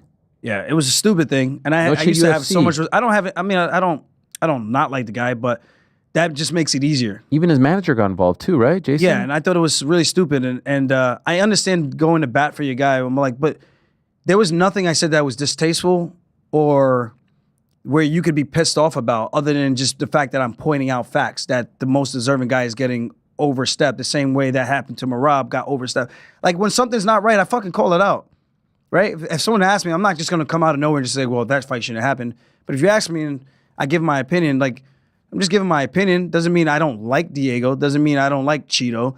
It's just calling it out what it is. It is what it is. But if you get the opportunity, like I've told them both when they got pissed at me, I said, just be grateful you're getting this opportunity and make the most of it. Because at the end of the day, you get one shot to become the champ. Very few people get multiple chances at fighting for a world title. And if you don't cash out or look good in the attempt, good luck trying to get back to that belt. It's going to be very, very difficult, especially if the same champ that you lost to is there. And that was it. It somehow turned into... It got personal. Yeah, it's like me being bitter and jealous. And I'm just like, jealous of what? I'm like, I'm pretty sure I have way more money in my bank account than you. I'm pretty sure I'm way happier because I could travel the world and do all these things that a young kid from where I'm from couldn't do any of this before. I'm like, I think I'm pretty damn good in my skin right now. I'm just giving some advice. I'm just like, hey, be grateful for the opportunity and make the most of it. I think even with him being like disrespectful, him and his coach, manager, I thought I gave a pretty respectful response back. And I even told him, I was like, yo, like, because House is always in Vegas. I'm like, if you got something to say to me in Vegas. Like, we could talk about it, have a one-on-one conversation. That's fine. And he's not my favorite manager anyway, to like out of all the managers. I just feel like this is, I'm not even going to go down that hole, but if you have something to say, I'm more than happy to have a conversation. We could talk about it. I seen him. We were in the locker room, me, him, Diego, some other people. I looked at them. They looked at me. They didn't say anything. I didn't say anything. So, all right, go about my day. This is after the tweets. Yeah. So I was like, all right, it is what it is. I guess there's nothing more to be said. I'm like, you had a great title fight effort, and it is what it is. You came up short, and like I said, just make the most of the opportunity. So he wants to fight on that no-check card. It seems like Yair might be banged up. That could be one for you, September. That would be September 13th. With who? Diego. Well, I mean, if he's down for it, I'm down to fight him. So at this point, like I said, like I need shit to get off the pot. Yeah. And I think the Mosar fight was good enough where I don't think I fall back that many spots in that type of a loss. Where on a different day with a different set of judges, I probably win. Brian Battle beats Randy Brown. Respect to Brian Battle, but I thought Randy Brown won that fight. Cyril Gane beats Alex Volkov. Respect to Cyril Gane, and he knows too. He showed it in his interview. Volkov won that fight. So on the same night, all those 3 bad decisions happened. I'm like, maybe on another day I would have actually won, but I didn't. So I just don't think that type of loss warrants me going all the way into the back of the line. So no, hell no. And that's why I'm should be fighting for the belt next. Movsar should be fighting for the belt next. No? Yeah. I thought you said me. I was no. Yeah, I mean, we got to get a couple. Don't get me riled up. Movsar should be fighting for the belt next. 100%. It's crazy that this is. What do you think of Yair saying he should be fighting for the belt next? Yair saying he should fight for the belt next? Yeah, after his last win over Pitbull. You know, every time I give my opinion, it comes back on me, and these guys get mad at me like I'm talking shit. I'm not talking shit, but respectfully, Yair should not be fighting. If he gets the opportunity, great. But based on merit, Yair should not be getting the opportunity next. I think he should have to win one more. And I think that's very, very reasonable and understandable. But if he gets it, great. He's a big name. Yeah. But we've seen that movie before. But I think at this point in Volk's career, maybe there's a chance that he could catch him, right? So, you think Pico does well? I mean, he's had some bumps and bruises up in Bellator. Yeah. Patchy Mix just came over from Bellator. A lot of guys think like because they're killing it in one organization, they come over and think it's going to be easy sailing, but it's not, man. I don't know what it is. Because if you had told me like training with Patchy and everything, tell me about this. What happened? I would have thought that his performance would have been a lot better than that, especially after all the shit and big game he was talking. That was shocking. That did not look like the same person, right? Yeah, I was very perplexed watching this. I'm like, did I fool myself from my personal experiences and my personal relationship with him that I thought he was a lot better and listening to all the hype of all the things that he was saying? Or is it actually that maybe it was just an off night? I don't know. But Mario Batista is also really good, and people kind of overlook that. And I was conflicted because I know how good Mario is. I know how good Patchy is. But at the same time, I'm like, well, he's a former champion, world champion. He just put to sleep Magomedov, but it was a close rematch. I did think Magomed won the rematch, but whatever. Patchy won a very close fight. But that's how talented those guys are. And then he comes in, and Mario Batista kind of schools him. So when you see that, it just makes you wonder, like, what is the difference? Why is it that when guys come over, they look so different than how you would remember them from their other organizations and their other previous fights? And I don't know. So now with Pico, it's the same thing. Like, he's very good, very dangerous. He fought one of my guys, James Gonzalez, one of my training partners from New York. And it was a competitive fight. And James is a very awkward guy, so I can understand that anyone fighting James Gonzalez has an awkward fight with him because that's just what he does. But then that fight, a few of the other ones, I'm like, he's good, but it still seems like everybody else. Like, there's one thing to talk somebody up and hype it up versus the performance. And that's all that matters. What does the performance actually look like on fight night? And when I look at those things, I'm like, I think he's going to do well. I don't know if he comes in and smokes Mozart like people think he's going to do. I'm like, based on what? What are we actually comparing? Just give me something to look at where I could go, based on these things, he's going to come in, he's going to smoke this weight class and give it a lot of new life. But it's a fun name, big name. A lot of people know who he is, so that's what makes it interesting. And I'm looking forward to his debut. I don't know if the Mozart fight is actually going to happen. I think it's a stupid fight for Mozart. High risk, very low reward. But he goes and extends his winning streak again. I think he's undeniable. I agree. It's a big risk. It's a big jump, especially for your debut for Pico. Let me ask you this, and we'll end on this. I remember when you came on the show many years ago, you had the hats. Cheers. Look at that. We're down the hatch from L'chaim. To Marab. You had the hats you were going to pick. You were going to announce, the whole thing about yes. Remember that? Yes. Do you have a video of this? No, I don't have the video. It sounded like I was setting vintage, it up. Man. That was a good time. I don't know if that could happen anymore. No. You know what I mean? You had multiple choices. You had UFC, you had Bellator, you had one championship. Was it World Series of Fighting? I think you had 4 hats, yeah. Which became, like, you're a free agent. You're that guy in, I think that was 2016. Yeah. You're that guy in 2025. What are you doing? What I talk about this a lot on the show. Like, I say MMA is in a recession, but not the UFC. The UFC's killing it. They're tripping over money. They're about to score a multi-billion-dollar TV deal coming up in 2026. Fighters are going to get 0% of that, no problem. I'll go on and on about this. I'm not trying to. I said that. I won't jump into that one. The point is, isn't it like fighters? You're with the young guys. You're seeing them come up. You're mentoring guys. You're training with guys. It bums me out that not because I'm rooting for competition. I like the fact when the fighters have options. Yeah. You know what I mean? It's like, a totally different time. 10 years later. Yeah, it's almost like the NFL, NBA. Like you have options to go to different teams. Yes, you have 32. Yeah, or 31 if you're on one team. Isn't it disappointing what's happened, especially here in North America? Yeah, I mean, so I have two opinions on this. It's nice to have everybody under one umbrella for one reason, because you get to see the best fight the best. Sure.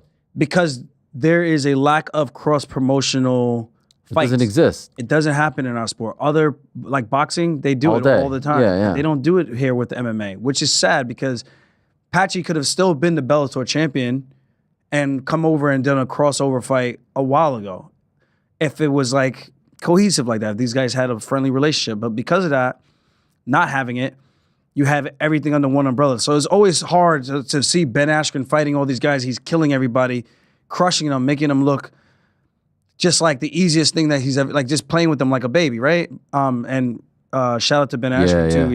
Yeah. Hope he feels better. Hope he has a speedy recovery. But with that said, it would have been nice to see him against the UFC competition years ago when he was in his prime, before the hip surgery replacement that he needed and all these other injuries that came along the way. So you see him and he comes over, he doesn't do well. That's the only reason why it's nice to have them all under one umbrella. But the other side of it is when you have other organizations, there's a better free market for guys to have a better opportunity to make more money and to actually test their value. Yeah. When it's only one, it's a natural way of life, right? Like you can't get a fair assessment on what you're actually worth if there's only one show in town, one big show in town.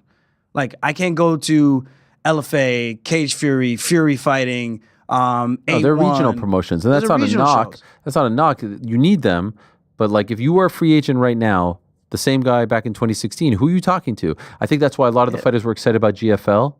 Yes, that would have been great, but then that died. PFL has not. They cut their winnings in half. Yes, for the and they're not signing guys anymore. Like a couple of years ago, they were signing Rory, Anthony Pettis, like those types of names. Not doing that anymore. I just am worried that you guys, you have no negotiation power. That's it. Yeah. And it's not because I want you to leave the UFC. It's just because you want to get the most, because this window is so small, right? You get hurt, who God knows what happens. So I just remember that. I remember that, like, man, I feel like that was the peak here where you had multiple options. And that was post Strikeforce. Strikeforce was not even around anymore. The XC wasn't around. But you had 3-4 options that were legit. One back in the day was signing Eddie Alvarez and Sage. You remember that? Like, those were real things. Now, like, who are you talking to? Yeah, it's a little disappointing to see because, you just have one show in town. Obviously, for me, like, I fight for the company.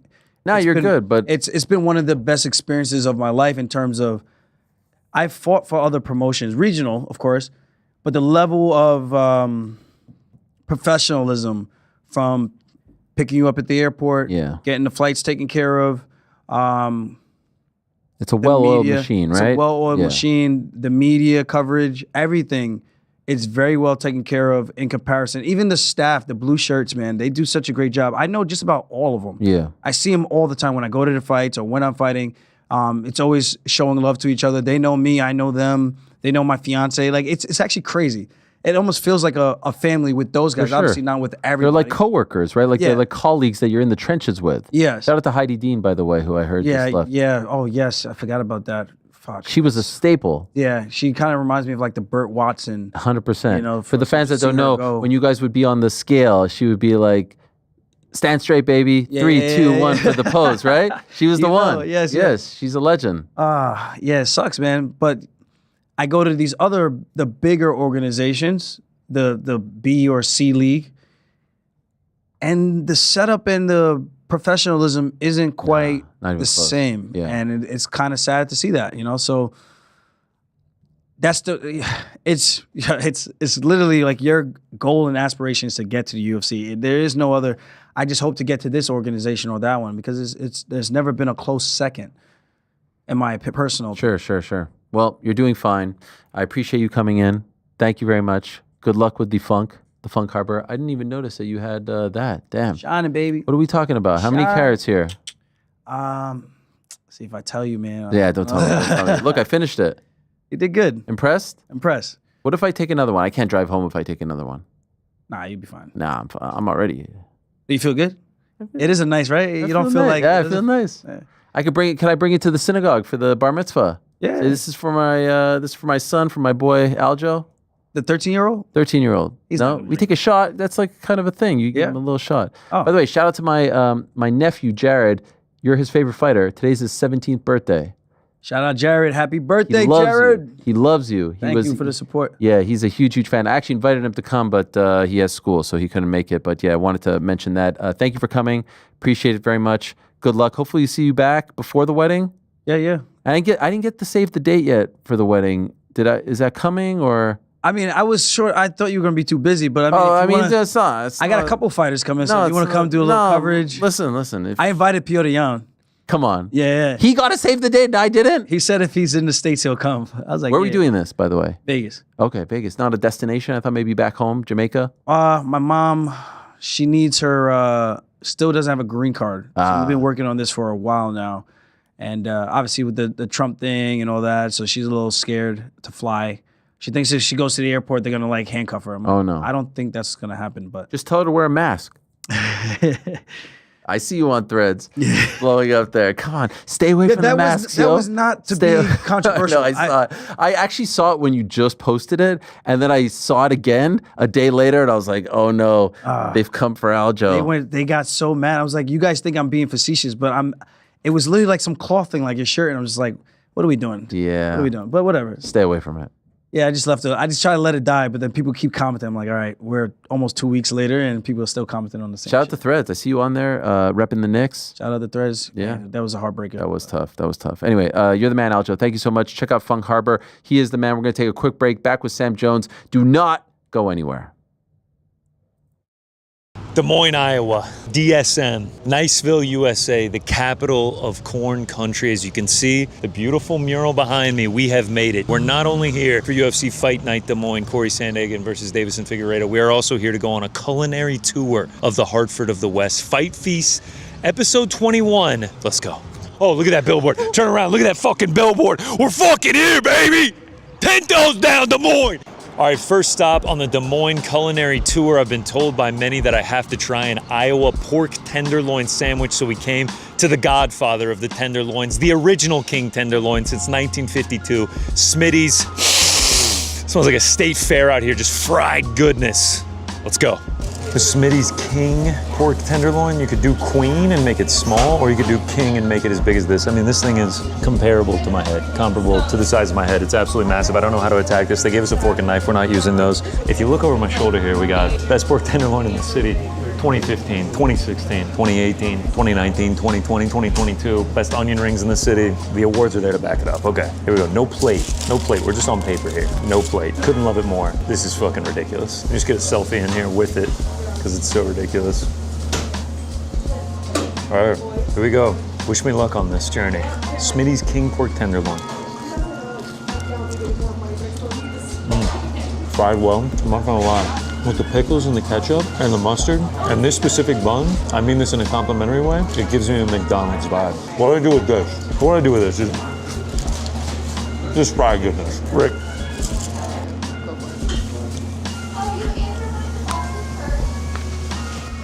Maybe you planted the seed in my head, McDonald's vibes. I mean it in the most complimentary way. Like, that isn't an insult. I like this a lot. The pork's very good. I'm a fan. Onion rings. I've never known. Do you dip onion rings in anything? Ketchup, mustard? Let's go plain first bite. This is a little double up. Oh yeah. Thick batter. Get that kick from the onion. I mean, just take a peek at the crunch here. I'm covered in shrapnel from the fried. Crumbing all over me. Here we go.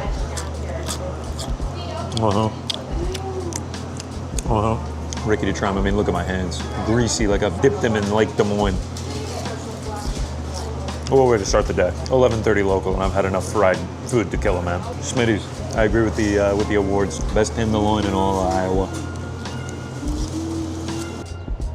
Oh fuck! You're getting levels from me? This is rolling right now. They moved locations. We're at the wrong spot. We are open at our new East Village location. Yeah, we fucked that one up. Fong's Pizza. We'll fucking see you soon. Let's get back in the goddamn Uber. Got this way. Should have just called a fucking Uber. Looks like we've come to the right place. All right, we're almost there. Truth be told, we decided to huff it because we've already taken 2 Ubers and it was the same driver both times, and I'm a little bit nervous to get him for a third. So we're taking in everything Des Moines has to offer. We're here on the beautiful Des Moines River. I mean, just picturesque. It's a big move for Fongs to go across the river. Uh-oh. Do I spy with my little eye Wells Fargo Arena? Home of not only UFC Fight Night Des Moines, but the 2005 Tony Hawk Boom Boom Hawk Jam. And it's like seeing the Eiffel Tower for the first time. The Statue of Liberty. All right, we made it across town, across the bridge, to the new Fong's Pizza location. Looks a lot better, I'm not gonna lie. Home of the famous Crab Rangoon Pizza. Sounds like that's right up my alley. Let's go. All right, we're here at Fong's. Have to get a tiki, so we ended up getting a tiki bowl. It literally came in like a dog bowl. It's wider than it is tall. But I got my man, New York Rick, here to help me. Got the Caitlin Clark jersey on. Rivals, Iowa State, Iowa. We also have TST, Oscar Willis, the Mac Life, BKFC, Ringer MMA. I mean, this is the power players in MMA media. Uncrowned. Mac Life, Ringer MMA. Come on, bring that head down here, Troy. Come on. Oscar has to work later, so you know he can't drink. He would abide. Here we go. Oh yeah, it's good stuff. Tropical. I could do a few of those. I could do one by myself, I think. It looks very fruity. Creamy, coconutty, fruity. Yeah, I could see how you have 5 or 6 of those, and then we don't remember the night in Des Moines. This is coming back to Uncrowned Studios with us. We got some Thai sticks to start, highly recommended by our waitress. Thai peanut sauce, bacon, and hot honey. This is gonna go beautifully with the tiki drink. Definitely doesn't have stomachache written all over it.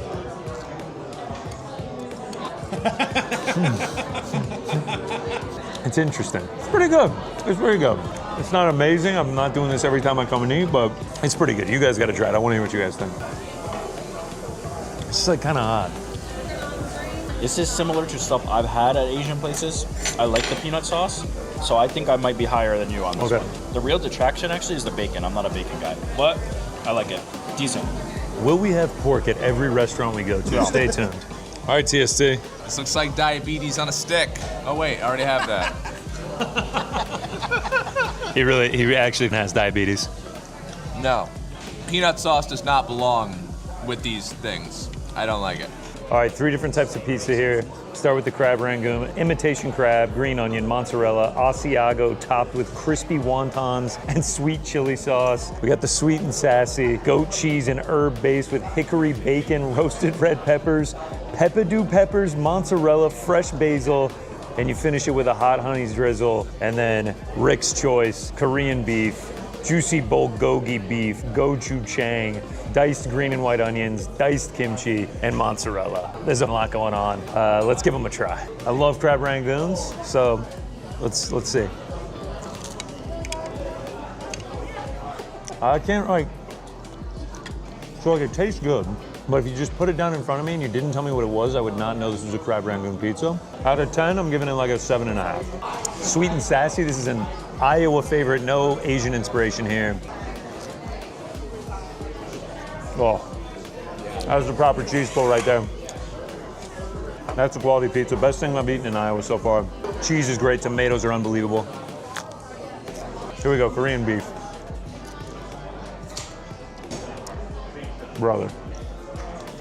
That's the one, isn't it? This one's fantastic. Love kimchi. Kimchi on there, bomb. Korean beef is great. These two are worlds better than the crab rangoon. We're off to a rough start with the Thai peanut sticks. Oh, it's like ASMR or whatever. Hi, Oscar. Yeah.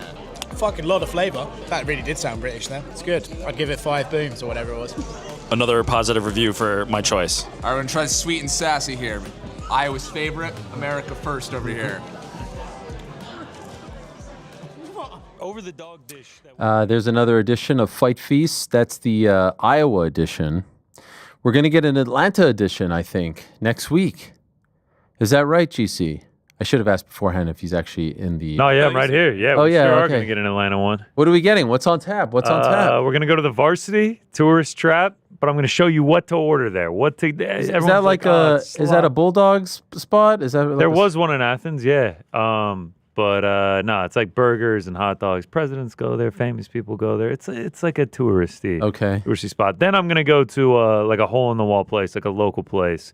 My favorite place to eat in all of Atlanta. And then maybe get something at the Braves game as well. Maybe get something. Going to a Braves game too? Oh yeah. Fulton County Stadium? Nope. Is that Turner Park. Field? Nope. Also not Turner Field. Those are the last two stadiums. What's this one called? Truist Park at the Battery. Is it not called like SunTrust or something? Open to SunTrust, Yeah. changed to Truist. And then maybe Mary Mac's as well. What is that? What is that? Southern comfort food, fried chicken. Oh yeah. Collard greens, mac and cheese. Oh, I love It's gonna it. be great. It's gonna be great. And then the card. Who are the Bravos playing? Colorado Rockies. So hopefully they'll win. Oh yeah. Rockies suck. Rockies are fucking terrible. Shout out to Funk Harbor. Shout out, man. Yeah. Pour yourself another glass. No, I'll get one back here, brother. By the way, before he left, he poured me. He's like, "Oh, you got more? Here's another." For the road. He knows himself. Yes, he knows himself. All right. Very much looking forward. By the way, Frank, we got a clip that I have to play. We forgot to say. Can you when I call for that? Can you play it in the studio? You know what I'm talking about? Yeah. I could do that. All right. We forgot to talk about that beforehand. Okay. Thank you very much to Aljamain Sterling.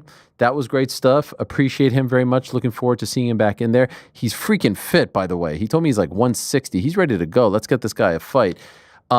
This weekend here in New York, Madison Square Garden, the theater at MSG, another great matchroom card. It's a great night of boxing headlined by the champ, the newly crowned champ, Richardson Hitchens, going up against the former champ, George Kambosos. Top to bottom, it's a great card. There's a young man named Adam Maca making his pro debut, over 70 amateur fights and 70 wins, as an amateur, and he was a big signing for Matchroom. In a bit, we'll be joined by him in studio, but first, I've been talking about this manager. We had him out on the Ariel Helwani Show. I enjoy him. I appreciate him. He's got a great style. If you're unfamiliar with Sam Jones, you're about to fall in love with him because he reminds me of a prime Malkikawa. You may get that reference. Brash, outspoken, but sells his fighters, promotes his fighters, and is passionate about his fighters. I appreciate that. Let's say hello, first and foremost, to one of the best managers in the sweet science. Sam Jones is here. Hey, Sam. How are you? What's happening, Ariel? Good to see you. Come in. Don't be shy. Please have a seat. I'm definitely not shy. This is it, man. Welcome to the big leagues. This isn't your run-of-the-mill IFL TV boxing YouTube channel. This is the big show here. This is the big show. I've made the big league. Yes. In fact, yesterday I was talking to Eddie about you. Yeah. I don't know if you know this. He was on my other show. We have multiple shows. This is the DAZN show that you were on. I mentioned that you were coming on. Did you happen to see this? No. Did he say that you were struggling for a lineup or something? No. Here's what Eddie had to say yesterday when I told him you were coming on. By the way, you mentioned Adam Maca. He's going to come on my show tomorrow. And wouldn't you know it, your old friend Sam Jones texted me, "Hey, get me on the show. Get me in studio." Oh, he's such. You know what? He's such some can of piss, huh? He's going to me, Eddie. Are you in New York? I said, no, I'm not. Not till the later afternoon. Oh, could you come on the Ariel show? What? I said, I won't be there. I said, he goes, can you go on there with Adam Maca? I said, I won't be able to go on there till later. He went, oh, I suppose I'll have to go on. Do you know what's mad about him? I thought to myself, I'm selfless. So I thought, you know what? It's good if Eddie goes on with Adam to pump him up. But don't worry, Eddie, I'll do your job for you. It's okay. He's part-time retired now anyway. I love it. I love it. I love your style. And I told you this on text, and I don't know if you looked him up. You remind me of a prime Malkikawa. There was a guy, a manager in MMA. And you are him. Meaning you're brash, you're passionate, you promote your fighters. Tremendously good looking. Tremendously good. You even have a similar beard to him. Okay. And the thing is, like, you're not afraid to mix it up. You're not afraid to put yourself out there. I appreciate that about you. So well done. You have to be, especially if you're in this field, right? You have to put yourself out there, and you have to be able to hold a room, and you have to be able to sell your fighters. If you can't sell yourself, you can't sell your fighters. So I believe I can do that pretty well. But a lot of boxing managers, I feel like, just leave it up to the promoters to do that. No, because the promoters if a promoter has, I know, Eddie, for example, if he has 300 fighters, I don't know how many fighters Matchroom have, he ain't got time to put his sole purpose is to promote one individual fight. He will have his favorites, and he'll have his mid-tier, and he'll have his lower tier. That's just the reality. My job's to promote my fighters as well. I believe listen, if a manager wants to take a percentage of a fighter who gets punched in the head for money, you have to earn every round penny you get from them. So I want the fighter to want to pay me money after the fight. Think, you deserve this. You big pork chop. You deserve it. How many guys do you represent now? It's like 15. 15. Yeah, 15. Is that a good number for you, or you want more? It's not that I want more. Like, it's more... I like to think I've got a big heart as well. So, like, say if someone... I have a fighter called Conor Walker. Yeah. I don't know that you... He's fighting in a couple of weeks, yeah, he's right? fighting next week. Next week. Yeah, but he'd asked me to manage him for a while, and I was like, busy. But then you get to know him, and he's a lovely kid, and he's got a great story. But like, I've helped him to get higher up in his career, earn more money, and that's like big satisfaction for me. But yeah, so no, there's no like a cap on how many fighters I take. There obviously is a cap. I can't go too many because I want to be able to always answer the phone to my fighters and give my fighters 100% time and commitment. So there is obviously a cap, but you can never say never to how many you're going to get, but it's not going to be tons and tons. So in mixed martial arts, we're used to managers who are outspoken because there's only really one promoter, as opposed to in boxing where you'll have Eddie and Frank and Ben Shalom and Oscar. So there's enough voices out there to where I think a lot of the managers don't want to muddy the waters. But in the reason why you stick out to me is because you remind me of an MMA manager who has to really promote his guys, because Dana, in particular in the UFC, is not going to choose sides because he kind of owns the whole thing. Yeah. And so you're able to big up your guy. You know what I mean? He's not going to pick a side. Exactly. Yeah. His job is to promote the which the he does brand. very well, by the way. Yes. He promotes the whole show and both sides. Now you've got to listen. If I'm on your side, I've got your back. Do you know what I mean? So I'll promote you as best I possibly can. And so last time we had you on, I was like, man, you really should be a boxing promoter. Yeah. Have we done anything to get to that point? I feel like that's the end game here. Eddie's hogging the show. He's hogging. Go after him. No. It's not so much that. It's like, this is my journey now, and like if something takes me somewhere else, then I'm open to everything. But I'm loving what I'm doing right now. You love it. Yeah, I love it. If I wouldn't, I put my heart and soul into it, so I wouldn't do it if I didn't love it. How'd you get into it? Fluke. Yeah, complete fluke. What were you doing? I just turned out to be really good at it. No, just fluke. One of my first interactions with boxing was with Floyd Mayweather.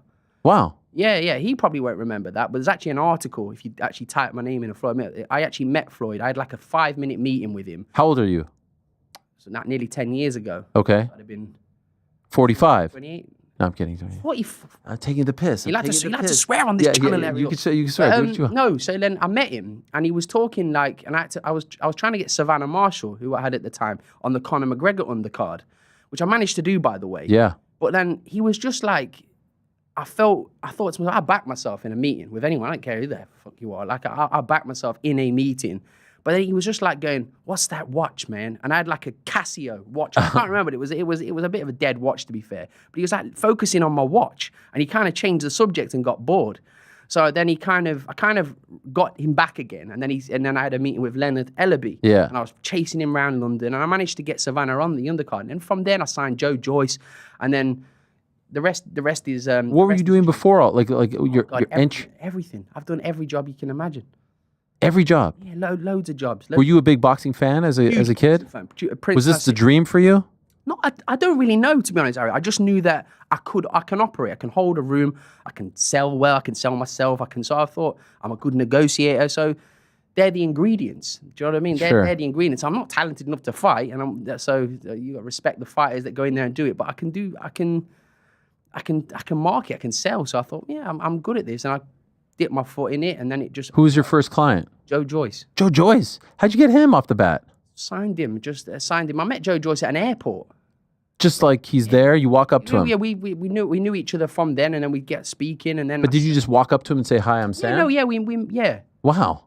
And then you signed him? Yeah, Joe Joyce, he signed with David Hay, and then kind of the rest was history from there, and I got him... Yeah, he signed with Richard Schaefer and David Hay. Yeah. They had Haymaker Ringstar, I believe it was called at the time. And I lived at the hotel next to David Hay's gym called the Park Plaza.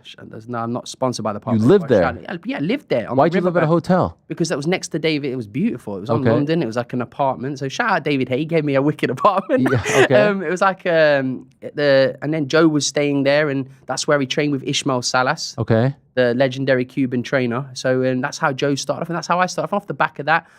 With my then business partner at the time, I was signing fighters, and then I kind of made my own name from there. I've had a lot. Listen, I've had like people that have helped me along the way. Peter Fiore, for example, he helped me like massively. Like, because how so? I was in around his gym when I was younger. Before I was like involved in boxing. I spend loads of time in his gym and just watching Tyson train.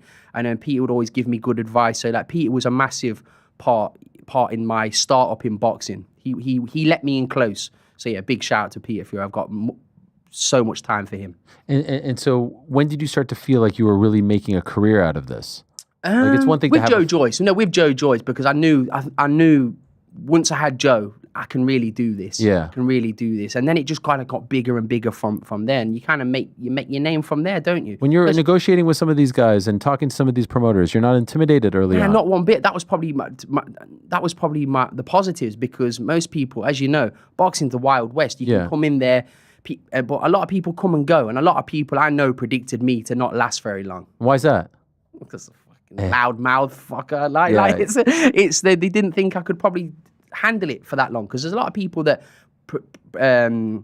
want you down for. Like, do you understand? But now I'm in a position now in boxing where honestly I'm so relaxed in my own skin. I don't care what anybody else is doing. You feel comfortable. Yeah, as long as I deliver for the people I work for and I work in a good, honest way, that's all I care about.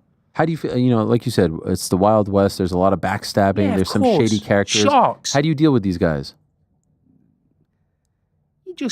You know what they are. You know what they are. When you have a meeting with somebody and you're not really fond of them, it doesn't matter. Like if it's to, like, I would do a deal with anybody. I'll do a deal with anybody as long as it's good for my fighters. I'll do a deal with anybody. You can't really think too personally in boxing. I don't really take stuff personal. That's why I kind of take things with a pinch of salt, and I kind of laugh. I laugh at my own self sometimes. Like you can't take it too seriously. If that makes sense. You can't have, I hate him, I'm not doing any work with him. Like, that's not the way to be. The Regis Prograis thing would be the perfect example of that. The Regis Prograis thing. Regis is my guy. He got me, didn't he? He absolutely. I knew you were going to bring this up. I know, but because it's so great. He did. So great. He absolutely. What was the backstory there? The backstory was, right, I was working for a company at the time, and I was trying to get, Regis was the WBC champion, right? He had just won the belt from, I can't remember his name. I can't remember the name. The guy who Regis beat for the belt. Dalton Smith beat him in Sheffield. Okay. Pedraza, I think it might be. Was this in New Orleans? No, it wasn't in New Orleans. It was on I'm sure it was on a Triller card. Yeah, that's what it was in Atlanta. It was on the Ben Askren Jake Paul fight. Who did he beat? It was in the empty arena. I can't be in the empty arena. You remember? I remember. I know the fight. Okay, and it was a big coming out party. So Regis done really well. He won the belt, and I was trying to persuade Regis to kind of fight Jack Catchell because it was a good fight at the time for both of them. Did you rep him? Both of them. Like, I was working for the company that was repping both of them. Got it. So I was trying to get the fight on, and I was just like genuinely tongue in cheek saying, and it wasn't a voice note, it was a Zoom call. I was trying to get Regis to take the fight with Jack. I just said, you whoop him. And Ariel, I swear I forgot I had this conversation. I have loads of conversations. And by the way, how I think today might not be how I think tomorrow. Sure. Like, I would predict a fight, I don't know, for example, like Usyk Dubois, for example. I think Usyk's going to beat Dubois. Then the next day I might think on an interview, do you know what, Daniel Dubois is going to win that fight. I contradict myself all the time. We all do. Well, how do you find that clip though? Like he was recording it? Mate, I don't know, but there was a few other people on that call. Listen, it's a bit naughty to record the phone call, but it is what it is. He got me. It made the promotion. So there you are at the press conference. Yeah, and he's like, I got a clip of you. I wasn't even involved in the press conference, Ariel, and he fucked me. Yeah. I was like, Did your heart? Do you know what? Sing? Do you know what? I was thinking more at the time because I sounded like a stuttering fucker in that. I was thinking, I couldn't believe he did it. But I thought, do you know what? He's 10-7'd me, but it's made the fight bigger. Sure. More eyeballs on it. Listen, you're here talking about it now. I remember it was a great moment. It was entertaining, but I did feel for you because here's your guy Jack sitting there. I felt for me too. I just thought, Regis, you fucker, you've done this. You've done this to me. But at the same time, I did laugh about it at the end. You did say you had stuff on him. Yeah, but I was trying to make him worried. You had nothing? Nothing. I was trying to play reverse psychology with him, but it didn't work. He did get me. But look, I mean this when I say Regis is my friend. I've known Regis a long time. He just like he pulled the bat out the pants, didn't he, and got me. What happened afterwards? Did Jack say like, "Yo, man"? No, not one bit. Because he's such a nice guy, Jack. It's not just that. Like at the same time, it was years ago. Yeah. It was years ago. He wasn't bothered. I said it last week. Right, the week before the fight. Oh, by the way, even in joking way, oh, you're gonna whoop him. I'm sure Jack would have pulled his left hand out and clipped me one. But it's part of, listen, it made the fight bigger, didn't it? I was saying to myself, God, I've promoted the fight and made it bigger without even meaning to this time. Yeah. So yeah, he got me. You can't win them all. That was a tough night for Jack in Manchester. It was a tough night for Jack against Regis, yeah, and then Jack. No, Jack, I meant the Barbosa, yeah. Yeah, it weren't Jack's best performance, if I'm honest, Ariel. It weren't his best performance, and Jack knows that. He could have forced the fight. I don't want to do Barbosa a disservice by saying that he should have won, but like we kind of think Jack should be winning them type of fights. But listen, credit to Barbosa. He's got a young family. He went on and earned a load of money in Times Square. Good luck to Barbosa. I know he lost against Tio, but it's boxing, isn't it? Yeah. If people were scared to like risk their O's and take hard fights, like Jack's done things the hard way. So he's got another fight against Harlem Eubank against July the 5th. It's a good comeback fight against a young, well, I say young, he's the same age as Jack, 31, but it's a good fight that people are going to be interested in, especially in the UK, because the Eubank names carries good weight. Of course, especially right now. And Jack's straight back into another big fight. How do you handle those situations? I was looking at an interview right after the Johnny Fisher fight, the most recent one against Dave Allen. Mm-hmm. It's got to be tough, right? Like when the highs are great, but sometimes the lows. I didn't manage Johnny in the second fight. So me and Johnny were working together the first one, but we weren't together for the second one. Oh, you weren't? Yeah, I was just Johnny's friend at that point. You seemed distraught. Oh, I was distraught for him because I knew he could box better. But at the same time, I'm friends with Dave Allen. I'm really good friends with Dave Allen. So yeah, it was a tough night for Johnny. But look, it is what it is, isn't it? Again, it's boxing, especially heavyweight boxing. Why didn't you manage him for the second fight? I didn't manage him for the second fight. No, why not? Again, look, when Johnny boxed Dave Allen the first time, I thought Dave Allen won the fight. Oh. Yeah, I thought Dave Allen won the fight. So I don't know whether... You said that in the interview. Yeah, I said it. And they got mad. Yeah. No, I don't know whether they were mad. Big John. Yeah, Big John. No, I like me and John bit. He was mad at a lot of people. I saw him get mad at Gareth. Yeah, maybe. Listen, there's a lot. You have to understand, from a dad's point, this is why I don't hold no grudges, Ariel. Because look, when a dad's watching anything, their son do everything, it's like, it's an emotional feeling, isn't it, towards it? It's like everyone in the world against them. But like, look, like I say, I don't hold grudges. I don't hold grudges. I don't need to hold grudges. I wish everybody the best. So do you have long-term deals with guys, or can they go fight by fight with you? No. I have long-term deals with. There's a couple of handshakes. Okay. But then the rest they're under contract. We see me, Ariel. I haven't got time. If we go into an agreement, right? And I honestly think it's big on like, do you like me? Yeah, and I like you because we're going to be spending a lot of time together. We're going to be speaking a lot together. I don't want to work with pricks. Yeah. I don't have time for it. I'm sure they don't either. So it's like if we're a year down the line and he thinks I'm a dick and I think they're a dick, then it's not. I'm not got time for that. I'm blessed where I have a lot of people reaching out to me to represent them. So I'm not going to struggle for work. Do you understand what? Sure. Am I making sense? I felt like your coming out party was Taylor Catterall.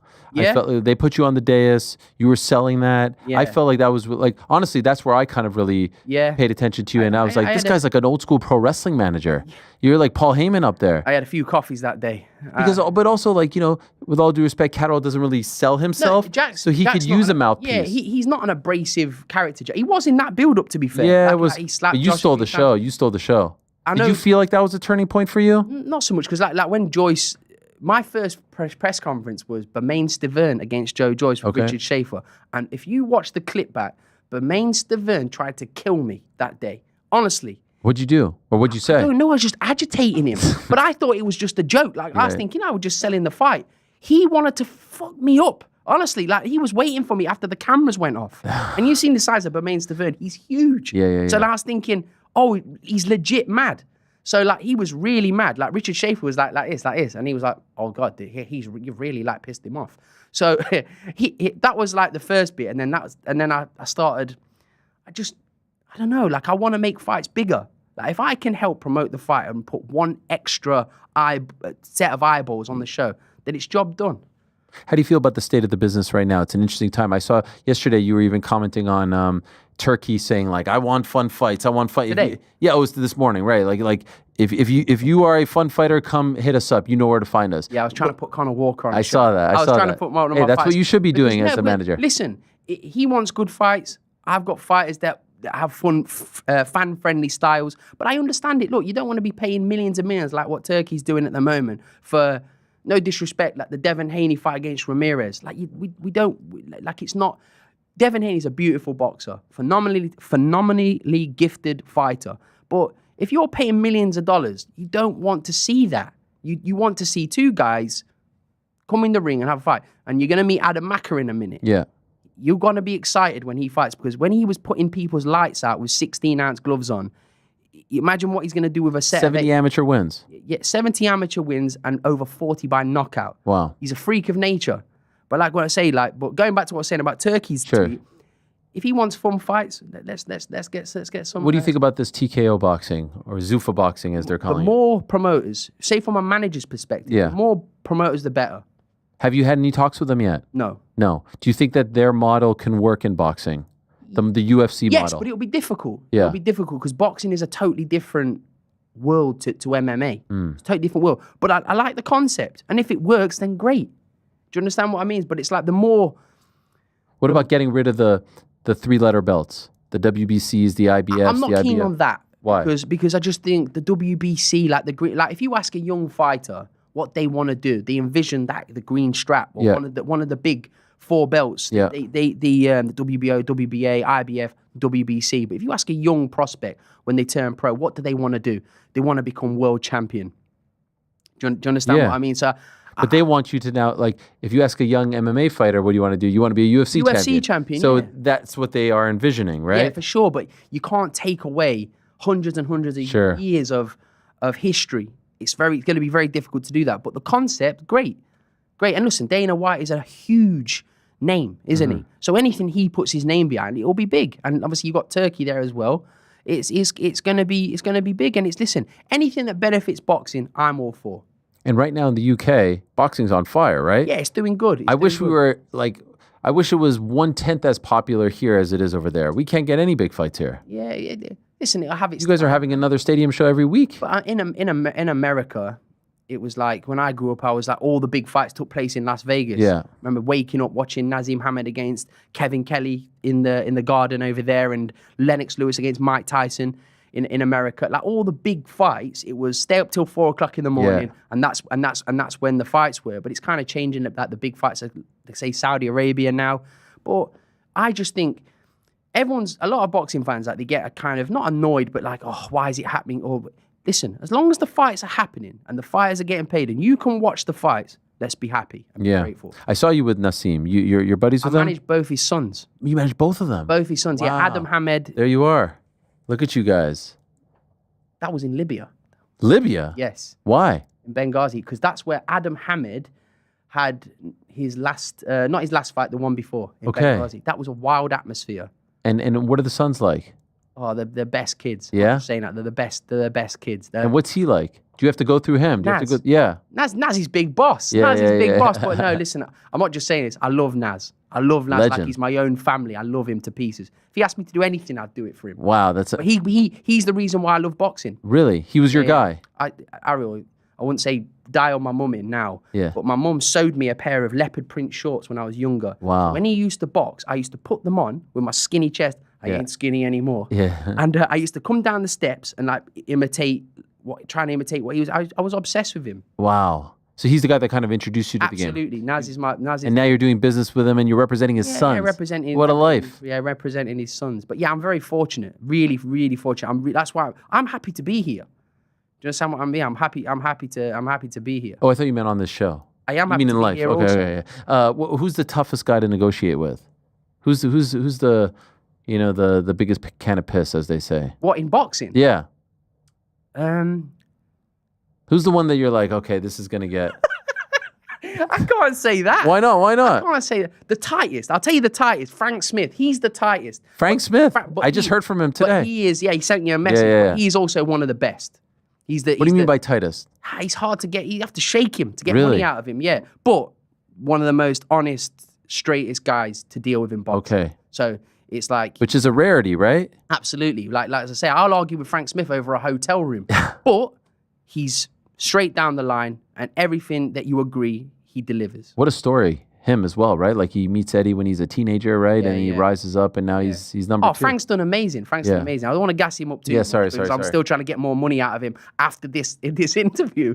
But no, he's Frank's a good guy. Frank's good, but yeah, he's tight.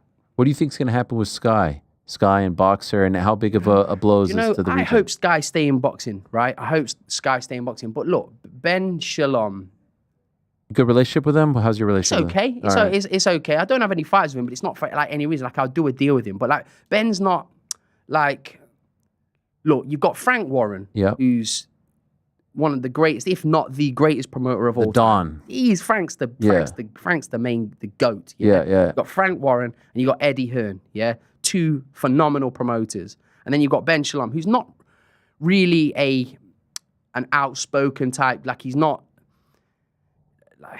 He's not like an outspoken promoter. Does that make sense? Yeah, I get it. But look, what you do have to credit him is he got the Sky deal, and like he's got a good stable of fighters. He's done well from start up. He's done really well. So, but it was always going to be a hard job for him to kind of follow what Eddie and Matchroom did. Joe with those big Joshua fight nights. Sure. So like it was a hard thing for him. But I think Ben will stay in boxing. I think Ben will get a different broadcaster or whatever they're going to do, and he'll stay in boxing. But as for Sky, I hope they stay in boxing. They stay in some capacity because it's important. Because it's good eyeballs. It's a huge platform. And It's good for Boxer to have a home. I don't know if it's the best thing for them to have DAZN as their home. I think it would be good. I don't think so as well. I don't think it will be DAZN. I'm not saying this out of even what I know, because I actually know nothing about what's going on there. But I believe with the stable of fighters they have, they will still be able to get a broadcaster. They'll get of some capacity. I'm sure they will. Got like Ben Whittaker, who does mad numbers for them. Caroline Simpson, Caroline Dubois upcoming. So they've got some Adam Azim, really good talent of crop of fighters that they've built. They've done really well. So yeah, if they stay in boxing, great. By the way, what do you think of MVP here in America really going all in with the women? Savannah Marshall, you mentioned, they just signed her. At the beginning, I kind of think, when you watch Jake Paul, you kind of think, what is he doing? But then you think Jake Paul is a smart guy. He's a marketing genius.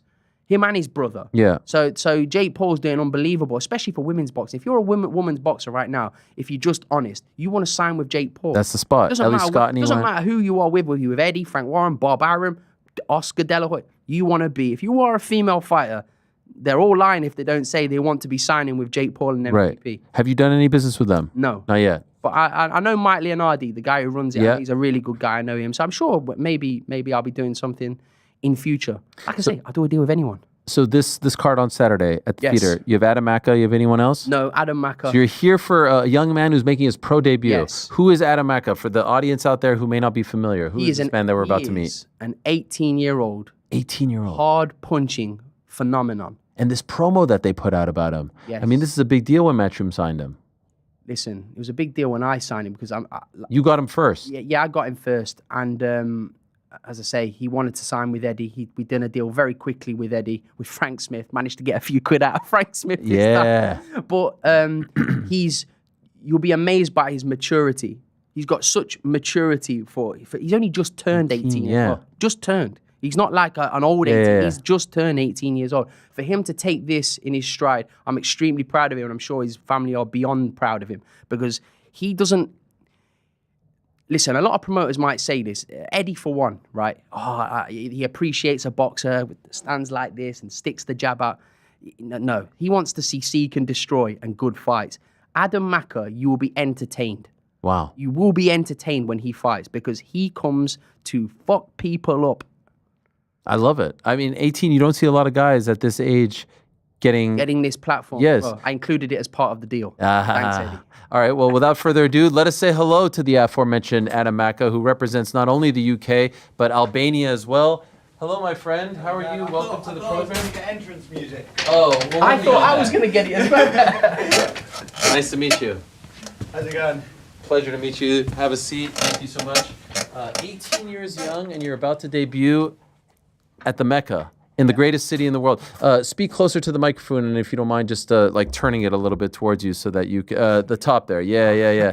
There it is. Welcome. Is this all like very surreal for a young man to make a debut like this on Saturday? Yeah, look, I'm sort of just taking it all in. It doesn't really feel feel real yet. Maybe on Saturday when I get in the ring, it will come to life a bit. Are you the kind of guy that gets a little bit nervous before fights? You've done this a lot of time, not on the pro level, but this is a different stage. I've been on big stages. Okay. I've sort of fighting. You're fighting if I'm sparring in the gym, or if I'm in Madison Square Garden. It's I like to just sort of. I don't like to think too much. I just like to get in. Fight week. I don't like to think about fighting too much as well. I love it. Why'd you sign with this guy? Look, I took him for great food. Yeah, that was it. Yeah, That's all it takes. You know what? We went to Sheesh in London, and the Turkish was good. Smart. But look, we met with a few different managers, and I feel like me and Sam, we just clicked, and I thought he was the best man for the job. So how does it work? I'm curious. So you sign him first, Yeah. and then you start talking to the different promoters. Yeah. And did you always want to take him to Matchroom, or were you open for business with everyone? Listen, it was whoever come up with the most deal and the best plan. Okay. Yeah, we were speaking before. Like, Was everyone interested? Yeah, we had the options. So, literally, what he said, he texted and he said, "Whoever's offering the most." It's not so much the most neither. It's the best plan for him. Okay. Like, look, he's boxing in New York, and for Matchroom to deliver that for him, listen, take me out of it. I did put it included as part of the deal. But for Matchroom to deliver this is pretty special. For What did you put in the deal? What did you put in the deal? You want me to tell you? Yeah. No, it was part of the deal that his debut must be in New York. Oh, wow, because you knew this date was coming. Yeah, listen, in New York, they have a large Albanian contingency. They have a lot of Albanians, so there's going to be a lot of eyeballs on the I love man. it. Do you know who Action Bronson is? No. Action Bronson is an absolute legend. He's a rapper. He's from Queens, New York. But he's also a chef. He has a show called F That's Delicious. He has shoes with New Balance. I'm wearing them right now. He's a New York legend, but also world renowned. He is from Albania. Oh. And so he reps Albania, and there's a few fighters that he loves from Albania who are MMA fighters. He's a big MMA fan. And so we got to figure out a way. He's going to love you. Adam. We got to figure out a way because he is a huge fan of all things Albania. Now, you're not born in Albania, right? No. You're born in the UK. Yes. But your family's from Albania. Yes. Why always? It seems like you rep more Albania than the UK, though. Am I wrong about that? No, Why you're not is that? wrong. I feel like that's just an Albanian thing. You're proud about. You're proud about your roots and where you're from, where your family's from, and I have no English blood, so it's not really. His mum's from the Yemen. Oh wow. Yeah, so I'm Yemeni Albanian. Okay, and how'd you get into boxing? My mum took me when I was about 6 years old just to the gym, and then when I started sparring, I was 7 or 8, and it was the fighting without getting told off that I liked. No teachers telling you off, just getting in the ring and you can have a fight and punch someone up with no consequences. You liked it right away. Yeah. When did you start to think? Okay, so you're 6. You're just doing it for fun. When did you start to think like you can actually make a career out of this? When I started sparring, when I got to about 8, 9. 8, 9, you start sparring. Yeah. Dang. And just even getting in with bigger lads, all different sizes and that. And when I was beating them up, I just thought like this is what I want to do for the rest of my life. Wow. When did you first hear about him? I watched him box when he was like 15 years old. 3 years ago. Wow. Yeah. Where was that? When he used to box, right, in the amateurs, there was, say if there's 3 rings and there's loads of fights going, they would surround the ring that he's boxing in. Like I told you, you're going to be entertained when he boxes. He's not looking to nick a points win or burgle a points win. He's coming to whoop somebody. Who did you grow up looking up to, emulating, trying to be like? To be honest, the only boxing that I'd watch the Rocky films all the time. So it was literally I wanted to be You like. watch like the actual fights? Nah. Really? Even now I don't watch fights. Why is that?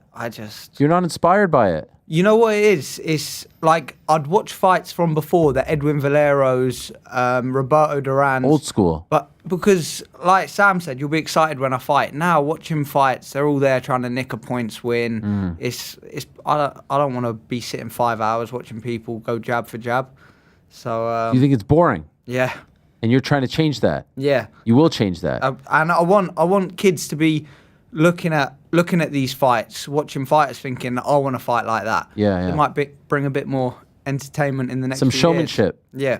Now there's a line, right? Like some people didn't like Ben Whitaker was like all the way here as far as the showmanship. Where are you on? And so was Nassim Hamed, right? Like he was. Where are you on the showmanship scale? Are you gonna hot dog out there? Look, it depends what mood I'm in. I like. Sometimes I'm at that bit. Sometimes I want to be serious, and I might come down a bit. So 70 amateur wins, 40 via knockout. Yeah, that's not something you often see on the amateur side. No. Right? There's some clips. If you go on his Instagram, there's a clip that went completely viral. Like the poor kid, obviously, he iced him. It doesn't happen in amateur boxing. Like maybe in heavyweight. Sure. Not the weight he boxes at. Right, bantamweight, right? Yeah, but if you say, look at him, look at the size of his hands. It's like a baseball mitt. It is crazy. He's got big hands for a smaller guy. It's wild. But he's growing as well. He's gonna end up going through the weights. He is. Where do you think you ultimately end up? A minimum lightweight. Right. Minimum. And he's now it's interesting. So why did you decide to go pro now? Since I started boxing, I said it in the Matchroom video, but since I started boxing, I wanted to be a professional boxer. You know, watching the Rockies and that, you see them 12 rounds, and even for me, over 3-round fights, it's not sort of my thing. If you're watching the amateurs, in a European finals before, I was 2 rounds down, and I had to win the last round by either stopping him or getting the 10-8s on the scorecards, and I done it. But it's the 3 rounds that just go quick, 2-minute rounds, 3-minute rounds, where people can just nick a win just by flicking and running. So it's not sort of my thing. Did you consider Olympics? No. No, why not? It's just it's you know what? It's the corruption, especially. It's like you'll wait 4 years, go to an Olympic qualifiers, you get robbed out of the decision, and then that's it. You've wasted 4 years of your boxing career when you could have been earning money. Right. Do you agree with that? I can't say too much on it, but look, his. Why can't you say too much on it? But listen, there is some awful decisions. Sure. There is some. But do you agree with? Should every young fighter try to go to the Olympic route first, or it depends what type of fighter you are. Yeah. Like some people have styles where it's more suited to the amateur game. His style is suited to the professional game. And also, if I didn't think he wasn't like quite ready, I would say like, listen, he's only 18. But if you look at like don't want to gas him up too much, but like if you look at the structure of him, he's built for fight. He's programmed him and built for fighting. But when he can punch like a horse kick. Wow. So you're not going to be bored watching him fight. You're just not. People are going to love the Americans. They like that style of fighting. You're not going to be bored watching Adam Maca fight. So the bar is like super high. Like you got this great video when they announced you, when Matchroom, the way he's talking about you, your amateur pedigree as well. There's a lot to live up to here, and I feel like you want all the smoke. Yeah, look, there's no pressure for me. It's what I do. Video, look. Look at this video. Did you know that they were going to big you up like this? Like that this was part of the plan when they signed you? I knew Sam was. Yeah. But like they don't do this for all their fighters. No, I did this. You made this video. I directed it. Yeah. Come on. I directed it. Sam was doing film directing. Look. I directed it. You were in there. I directed it. I thought that was the Matchroom promo. No. You made this. My video was better than Matchroom's. The one before on there was the Matchroom one. I directed this. Honestly, I come to Brighton and I directed this whole thing. Call me Peter Jackson. I love it. Have you done this for many of your fighters? This is the first one I directed. The film I directed, like of the whole. The film. What's something like that cost? This is high level stuff. It was quite a few quid. Hopefully, Adam wins some fights. He was telling me, look at the Albanian flags and the Yemeni flag in his eyes. Oh, look at that. Attention to detail. Where is this? Brighton. Yeah. I know that. Good fun filming that. Hove and Albion, right? Yeah. The football club. I'm a Forest guy. I don't know. Sell that. Sell the Amex out one day. That's the dream. Yes. American Express Stadium. Yeah, well, MSG was my dream, but ticked off. Yeah. So we'll tick that one off and move on to the Amex. Now we got the theater. You can still go to the big one. Yeah. That's the plan. Yeah. Could you? I mean, I feel like that's actually possible. You guys do stadium shows every week. No, I mean, even for some guys who probably don't deserve a stadium show. Yeah. I get. Yeah. No, that's true. Like, listen, there's a few of that, but you see Albanians, right? I used to manage a guy called Florian Marku, right? Okay. And people still stop me, like Albanians, like from where I live in Derby. Yeah. Derby. Yeah. Oh, that's right. They stop me from it, but like even now, like it's they follow their own. There's one thing about Albanians, they back and they follow their own. Yep. But is there a big population in the UK? Yes. Okay, you see him, he's going to be the best Albanian athlete to ever come out of Albania. And I'll put my house, car, and... I love that. And who's number one of all time right now coming out of Albania? Like, who's the greatest Albanian athlete of all time? I'll say him now already. Yeah. Okay. I was going to say myself. Golly, I love that. I love the brashness. There's loads of good sports people in running, there's 2 good wrestlers at the moment. They won the World Championships, Olympic qualifiers. But I believe I am the greatest, and I will prove that. I love it. And your family, they're behind you. They're happy. Yeah, that my you're... family 100%. They're everywhere with me. They've never missed a fight. My dad, he's never even missed a training session. Wow. So yeah, everyone's 100%. Will they be there on Saturday? Yes. They're watching now. His mum and sisters will be watching now, and his dad. Big up. Yeah. His dad's watching it in the lobby in the hotel where we're staying. I love it. Is this your first time in New York? Yes. Yeah, my first time in America. Jeez Louise. Yeah. What a weekend for you. Yeah, first I know, time in America, first time in New York, fighting at MSG in your debut. What do you think of it so far? Well, I'm walking around, I'm smelling and looking at all the food, and I'm thinking, the pizza is phenomenal. Yeah. Save that for after. I had a piece of it today. You did? Phenomenal. Yeah, it's he's walked up to the hotel lobby with a pizza. Yeah. He caught me red-handed. I was just walking out. I had the box. I was like, He said to me, he said, I won't be eating it this week. Yeah, he said, for you. Yeah. Not in your eyesight. And so like you said, you're bantamweight. How much weight do you have to cut between now and Friday? A kilo. A kilo, okay. Yeah. Very disciplined. I mean, it looks like you're ready to go right now. Yeah. Very disciplined. How big do you get in between fights? No, I don't put on much weight. To be fair, I like to eat healthy. Obviously, after my fight, I bought a few sweets and chocolate from the shops. Okay. But I put on about 3-4 kilos. But I eat healthy all year round. You have to be super disciplined. Yeah. What do your friends do? Like you probably have friends that are. Yeah, you know what? My friends, I've got a good group of friends. I've got my 2 good mates. They're footballers for Brighton. Like they play for the club? Yes. Okay. What are their names? Harry Mills and Zayn Albarous. Okay. And then I've also got my best mate as well, Leo Atang, signed with Matchroom recently. Making his debut on Jack's undercard. Yes. Big, handsome fucker. You got this guy too? Him. Huh? You got him too? No, he's actually with my friend. He's managed by my friend. He's in good hands. Okay. But watch out for him because he's going to be a star. He's another guy that they signed recently. He's going to be a star in his own right, but you can't miss him. Handsome, gleaming style, dimples, and he's going to make a serious statement on July 5th. Okay. I've got my other 2 friends as well, Kai and Omar. All of them, they're all coming out as well to support, but they just they're 100% behind me. All of my friends. So. To debut in America as opposed to the UK, was that obviously you want to be, but like I feel like you'd have a huge backing over there as well.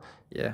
Yeah. In the UK, the whole most guys in his position would debut at a show in the UK, right? Yeah, listen, he's special, so he deserves special, and this is special. This is the mecca no one's of ever done it before. The mecca of boxing, not from where he's from and his heritage. No one debuted at 18 years old, so we wanted to give him liftoff, and I know the American fans that will tune in to watch him will want to watch him again.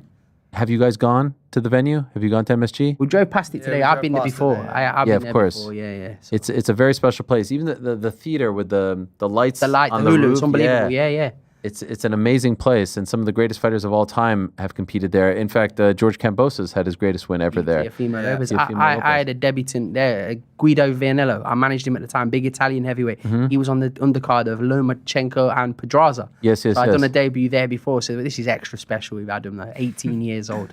And when you're this young and when you're just starting, like the goal is how many fights per year? 3, 4, 6. So you'll fight like every 2 months. Yeah. Do you already know the next day? Get this one out of the way first. Get this one out of the way. No, he'll fight again in August and then September. Do you already have it lined up? Yeah, I have it in my head of what the rough dates he's going to box again. One thing in MMA that's different in boxing, like back in the day in boxing, you'll fight 30 times and then you'll start to get the real fights. Yeah. But I feel like things are changing a little bit in boxing where guys like the Morels of the world, the Andy Cruzes of the world, like less than 10 fights, they're jumping in there. A lot of promoters are in a rush, aren't they, because they want to get their investment back.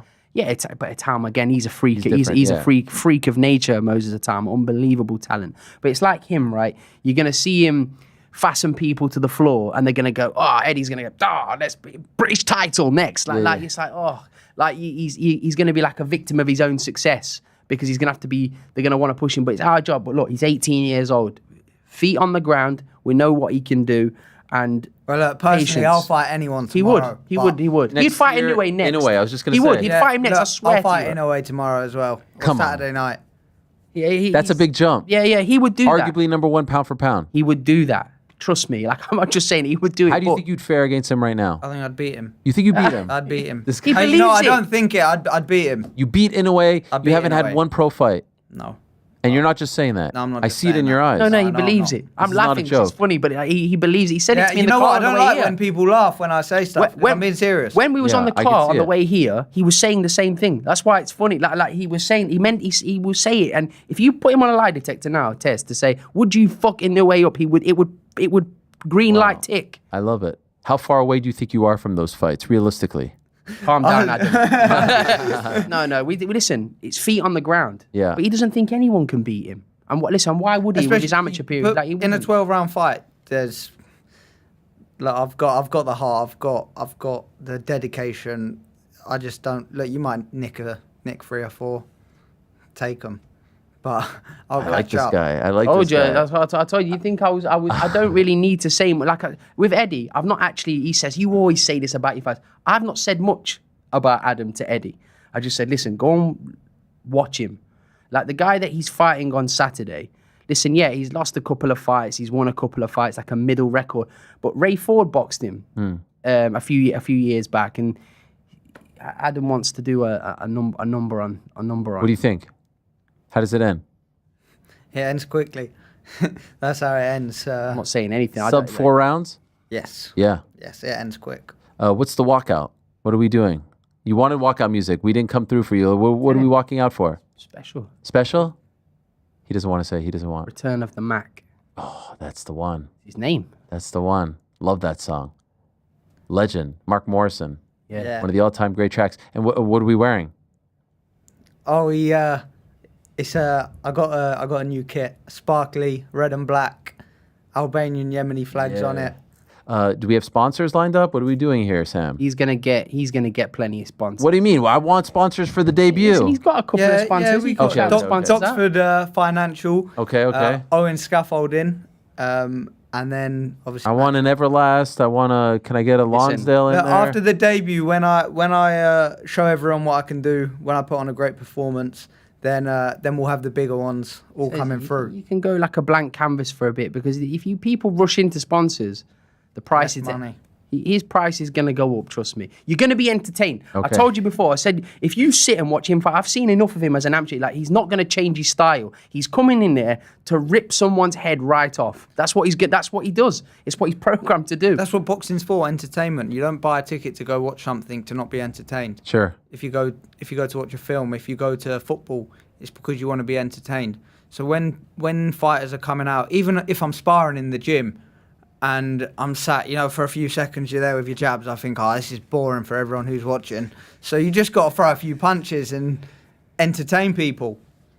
Well, this is what people want, right? This is what Turkey was tweeting about yesterday.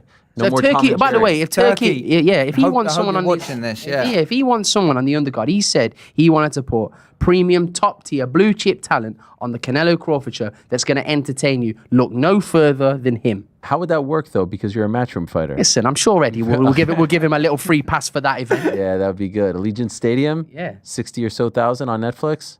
Yeah. No problem. Yeah, no problem. All right. Well, good luck to you. I'm looking forward to it. We will be watching on Saturday, and you've set the bar very high. Make sure you tune in and watch. And we'll play this after you get the knockout and be like, they told you Said it. first. Yeah. I love it. Good luck. Thank you for coming in. Can't Thank you. wait. Thank you for coming in. Appreciate it, Sam. Keep up everything that you're thank you doing. so much. And you can watch that fight, by the way, on DAZN. Is that going to be on before the bell? I don't know. Actually, I don't There we are. know the running order just yet. But I think he'll be on around 7 o'clock local time. Local time, which Yes. is 12 in the Yes. UK. Yes. All right. Can't wait. And great main event. Who do we have in the main event? Hitchens I'd like to see Kambosos I'd win. like to see Kambosos win as well. Yeah. Good guy, can fight everybody. tough as a pub He's steak. getting under his skin a little bit. I saw the face-to-face today where he was making fun of his belt. And all the pressure's on Hitchens, Richardson yeah. Hitchens because he's the young up-and-coming talent. homecoming. Yeah, but I'd like to see Kambosos like kind of rewrite history a little bit. I'd like to see him do it. He's done it twice. Yeah. Come here, done it twice. Same place, yeah. All right. I look forward to it. Thank you, guys. All the best. Appreciate we'll you take a quick having break. us. We'll say bye to the guys, and we'll be back to wrap up the show. Don't go anywhere. Thank you. Congratulations. Congratulations on the win. In the post-fight interview, it seemed like you were like happy, but also like a little bit bummed that you didn't stop him. How do you feel 3 days later? I think I was pretty bummed just because I didn't get the finish, and I hold myself to a high standard. I think I'm a guy that has the power to finish anybody. Mm-hmm. You were close. I was pretty close, but he recovers really well, and I think I think a lot of the negativity from the fight is just you have to fight Calvin a certain way. I don't think you can ego fight him and be in a, like a power for power, like let's just exchange. He thrives. He's a guy that thrives when you do the film study of getting hit and then returning fire. And so that's why we were like super patient. And I really expected him to come at me a lot more. It's what we based our game plan off of. And he didn't do that. So I feel like part of the reason why he didn't do that is because he felt your power in the first round, and that would change someone's attack. But then right? that's why we kind of were like waiting for each other. Yeah. But the only thing I'll say is I just don't understand how anybody could see how that fight was close. So, okay, so the judges gave him two of the judges gave him the third round. Yeah. Do you agree with that? I could see their case for that for the third round only, just because he had a big 1-2 that he hit me with, which was his most significant strikes of the fight. But, I mean, ultimately, he landed 6 shots on me. I think he landed 1 jab, 1 check right hook, 1-1-2, and 2 body shots. That's my recollection of the fight, watching it back. Like, I just don't understand in the second round how they could say he was landing anything. Who's saying that? Who's saying that? Just like the people on the scorecards, like with the stats. We just showed the scorecard right here. Everyone gave you the second round. Okay. It was just those 2 judges that Eric Colon and Chris Lee. Yeah, I would agree with that. I would say I won the first 2 for sure, and then maybe I would say the third round was 50-50. In my opinion, I believe I won it, but yeah. I know I hit him with like a good 1-2, just as hard as he hit me with his 1-2. But then I got the takedown. How much of a takedown was it? Because he rolled through, so I didn't really have control. But yeah, I mean, I wouldn't be mad with that. Yeah, so I think I was just hard on myself because I wanted to finish and I wanted to be the first guy to knock him out, and I didn't get that. And it is what it is, man. But, I had back surgery. I came back after a year. I think I had a good performance. I had back-to-back weight cuts just like he did. They're pretty hard for me to make. So, I think I handled everything well. I got to fight in front of my president. Yes. So it's, Did you talk to him? Yeah, I mean, just like briefly, like hitting the cage until I got his attention, and I was like, "Yo, this is USA, motherfucker," and that was it. So and he like pointing at me, and it was cool. And then obviously Mike Tyson was there, who's one of my favorites. So yeah, it was pretty cool. I felt really relaxed in there. When we talked before the fight, you said you were still kind of dealing with some of the stuff from Mexico, like health-wise. Stomach, man. Still now. Still. Yeah, still. So basically, how did it affect you with the weight cut and everything? It was painful. Really? It was painful. It's just I just feel like I have like something with the acid in my stomach got really messed up, and like I guess just like what I'm really used to, like regular, like instead of going to your normal, I still have my normal times of like when I go to the bathroom type things, but like I'll get this acid feeling like burn in my stomach, and it's just. That was Joe Pyfer yesterday. Check that out. That was Sam Jones and Adam Maca. I thoroughly enjoyed that. It's lovely to meet a young man who's just about to commence his life, his career, new chapter, and have that kind of confidence. In case you missed it, he said that he would F up Naoya Inoue today. That's a different level of confidence. Now, you say that, and you lay an egg in your debut, they're going to come after you. So let's see what he translates into, but got to give props to Sam. We were joking about it, but he hits me up. He says, "This is the guy, you got to get him on. We're in New York." So I said, sure. I'll be honest, I wasn't terribly familiar with him. In fact, I was talking to Ade about him yesterday. Not terribly familiar with him as well, but I remember when they announced him. I remember seeing the videos. I remember thinking like, golly, they're really putting a lot into this young man. And at the time, he was 17. Now he's 18. Let's see what it translates into. I'll be watching on Saturday. I am very interested to see if he could back all of this up. So hope you enjoyed that. Hope you enjoyed Aljamain Sterling. Let's answer some Super Chats, shall we? Super Chats. We shall. What we got, Frankie? Cosmo Kramer asks, question for GC, favorite fight card, July 19th? Favorite fight card, July 19th. What else is happening other than 319 or 318? So is he asking you? No, I think he's asking you, is the July 19th pay-per-view your favorite fight card? Of the summer? I don't know. Maybe of all time? Oh, We'll definitely await his not. next question. Definitely not. Are we sure that he's not also referring to PFL Digiva fighting that day? Oh, I thought he was talking about your birthday because your birthday is the 17th, right? Or the 16th? 16th. Or could he be referring to July 2019? That's a good question. If he's asking my favorite fight on that card, it's got to be Dustin Max. Loke Dogs fighting. You can't pick the main event. Yeah, like you did earlier with PFL. What did I do? The one I'm looking forward to most.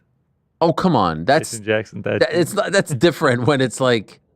All right, Jimmy Crude, Marcin Thank you. Prochnio. I appreciate that. Yeah, I appreciate no problem. That. Thank you. Thank you. What else? Cosmo Kramer writes again. Oh. We love the post shows. Thank you, boys. I appreciate that. Yeah, the post shows are fun. I mean, there's a part of me that feels like my soul dies a little bit every time I do one of those. And I'm sure you guys feel the same because you're up and Adam. But no one suffers more than Pizzi. I mean, it is 6 a.m.-ish when the show starts, let alone when it ends. Yeah, I'm sure he's suffering the most. Yeah, I'd say he is. I'm agreeing with you. Gosh. What else? California Driving, or Mick Jagger, says, shout out to all the fans. Yeah. Shout out. What else? Gabriel, Ariel, longtime listener, first-time commenter. Appreciate the work you and the boys and Andy put in for our entertainment on a week-to-week basis. That's very nice of you, Gabriel. Thank you. We are working hard. We've got some fun things coming up. Very excited about Fanatics Fest. Got a couple of guests lined up for that, which I am supremely excited about, but I don't want to jinx it just yet. Excited to be out in Vegas. We haven't been out there since September, and we weren't really a thing. We did the shows back in April of last year, UFC 300 shows. But to be honest, this is going to be way better. We've got an amazing studio, the plans, the setup, and I'm very interested to see how the Monday after thing works. It may not work. We may fall flat on our face, and we may not get a single guest. But we'll be in Vegas, so we'll get someone. But the thought was, all right, we love to get the post-pay-per-view Monday guests. Well, if we're in the city, let's see if we can get them on the Monday after in person, right? The UFC released the guest list for UFC X, and it is stout. Yeah, so maybe we can tap into that as well. Or maybe we'll have a booth at UFC X. What do you say? Yeah, I think so. It's tough. I'm thinking we're going to have a booth there. What else? Nate says, loved your appearance on The Bonfire. And thank you. RIP to Jordan Breen. Rest in peace, Jordan Breen. Thank you for having me, Mike Bond. And please do yourself a favor and read Ben Folks's feature on Jordan Breen, which came out either yesterday or 2 days ago. No, I'm pretty sure it was yesterday. Phenomenal stuff. And it's one of the many reasons why I love what we're doing at Uncrowned. I was talking to someone about this today. Like, we have given, and Shaheen in particular, have given, especially the OGs, if you will. You know the guys that I'm talking about. They have the green light to write about whatever they want. And so an article like that may not have a home at other places, but we have the people who could do it, and we have the home for it. And so, yes, uncrowned.com is your home for all things combat sports. And we ain't going anywhere. And dare I say, as far as combat sports are concerned, we're the only one that has no real allegiances to any promotion, promoter, broadcaster. We're down the middle here. And I love that. What else? Mason Bickner writes, happy 7th month, guys. Oh, thanks. Keep up the great content. Has it been 7 months? It has, because he's been a member for 7 months. Oh, okay, well, shout out to him. What else? Rojos, Ariel, sir, you may be suffering from fructose malabsorption. I'm no doctor, just a first-time writer, long-time lister. Jones is an official quack. Why does he? Probably about your fruit after dinner. Oh. But he's no doctor, so take it with a grain of salt. Although I'm not a doctor either, you do what you want. All right. What else? Jake from Windy City, are we entering a golden period for the welterweight division? Been a fan for 15 plus years, and this is the most excited I've been for a division. Go JDM. I don't know if it's a golden period. I mean, there was a great stretch there when GSP was fighting the likes of Johnny Hendricks, Carlos Condit, Nick Diaz, BJ moving up. But I would say welterweight has become infinitely more interesting, and right now to me it's the most interesting weight class. And there's a slew of young fighters coming up that have never fought for gold that I think are going to be absolute beasts. And the fun thing is, like, who's going to be the champ that's reigning supreme for a while? Or is it going to get passed around? Is it going to be JDM for a while? Is it going to be Islam? I mean, you just got the pound for pound best fighter just enter the weight class. Is it going to be Ian Machado Gary? Is it going to be Sean Brady? Is it going to be Rakhmonov? Is it going to be Praches? You know, it's a great time. It's a really great time. So yes, definitely up there. What else? Dion Warren, what are some questions you stay away from with fighters? Oh, that is a good question. I don't know. I always find, can I say something? I always find, speaking of that Derek Lewis interview, I always find it very weird when I ask fighters how many fights you have left on your deal, and they'll say, how much do you make? Do we not realize that those are two completely different questions? I do, boss. It's very weird to me. And they're like, I'm like, if you want me to answer the same question that I just asked you, I have a 3-year deal with almost 2 years left. Who cares? I don't think I've ever said to a fighter, like, tell me exactly. Now, athletics are different, right? Like, we know to the penny what Kevin Durant makes, what Jalen Brunson makes. But in fighting, it's a little bit more hush-hush, and that's fine. I try not to be disrespectful. I try not to cross any lines. Do I always get it right? No, I'm sure there are people. Like, people bring up that old Masvidal interview and they splice it up. Masvidal had no issues talking about any of that stuff. Why? Because he had already talked about it. It's like I unearthed some old stuff about Masvidal's dad. He's talked about it. He's had other issues since then, and he's talked about them. Fighters are different. Sometimes you'll see people like get offended on behalf of fighters. Like, these guys, they're a little bit different. So anyway, you just kind of have to know who you're talking to, read the room, read the situation, and try to be as respectful as possible, but also ask pertinent questions. Ask questions that are interesting, not just like, how's your training camp, how's life, etc. What else? XO, thanks for the advice last time, Ariel. I think I'm going to pull the plug today for my job and start my business. I'm 22 for context, and I love you and the boys. And Frank, put video on Spotify. God damn. I really have been seeing that a lot. Can I just say, as a Spotify podcast user, I actually find it a little bit annoying when the video pops up. Fucking hell. If I want to see the video, I go to YouTube. If I want to hear the audio only, I go to Spotify. Why do people want the video on Spotify? I don't get it. They like what they like. Do they not like YouTube? Is that why? Possibly. Maybe it's convenient for them. Anyway. Maybe they feel like it is. It's all right there. Yeah, that we're. You're listening to something. Or maybe you're listening, you're like, oh, let me see what that looked like. Right. Or they think it's like, we just need to like check a box and now all of a sudden it's done. It just doesn't work like that. Yeah. No, definitely not. I so am very before aware. you quit your job, maybe consider. No. All right. Good luck. 22, young man. You got this. Real quick, he actually wrote back. Oh.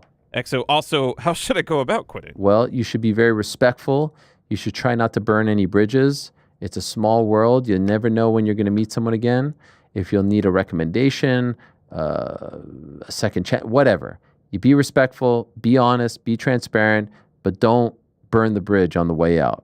Number one rule. There have been a couple of times that I wanted to burn a bridge.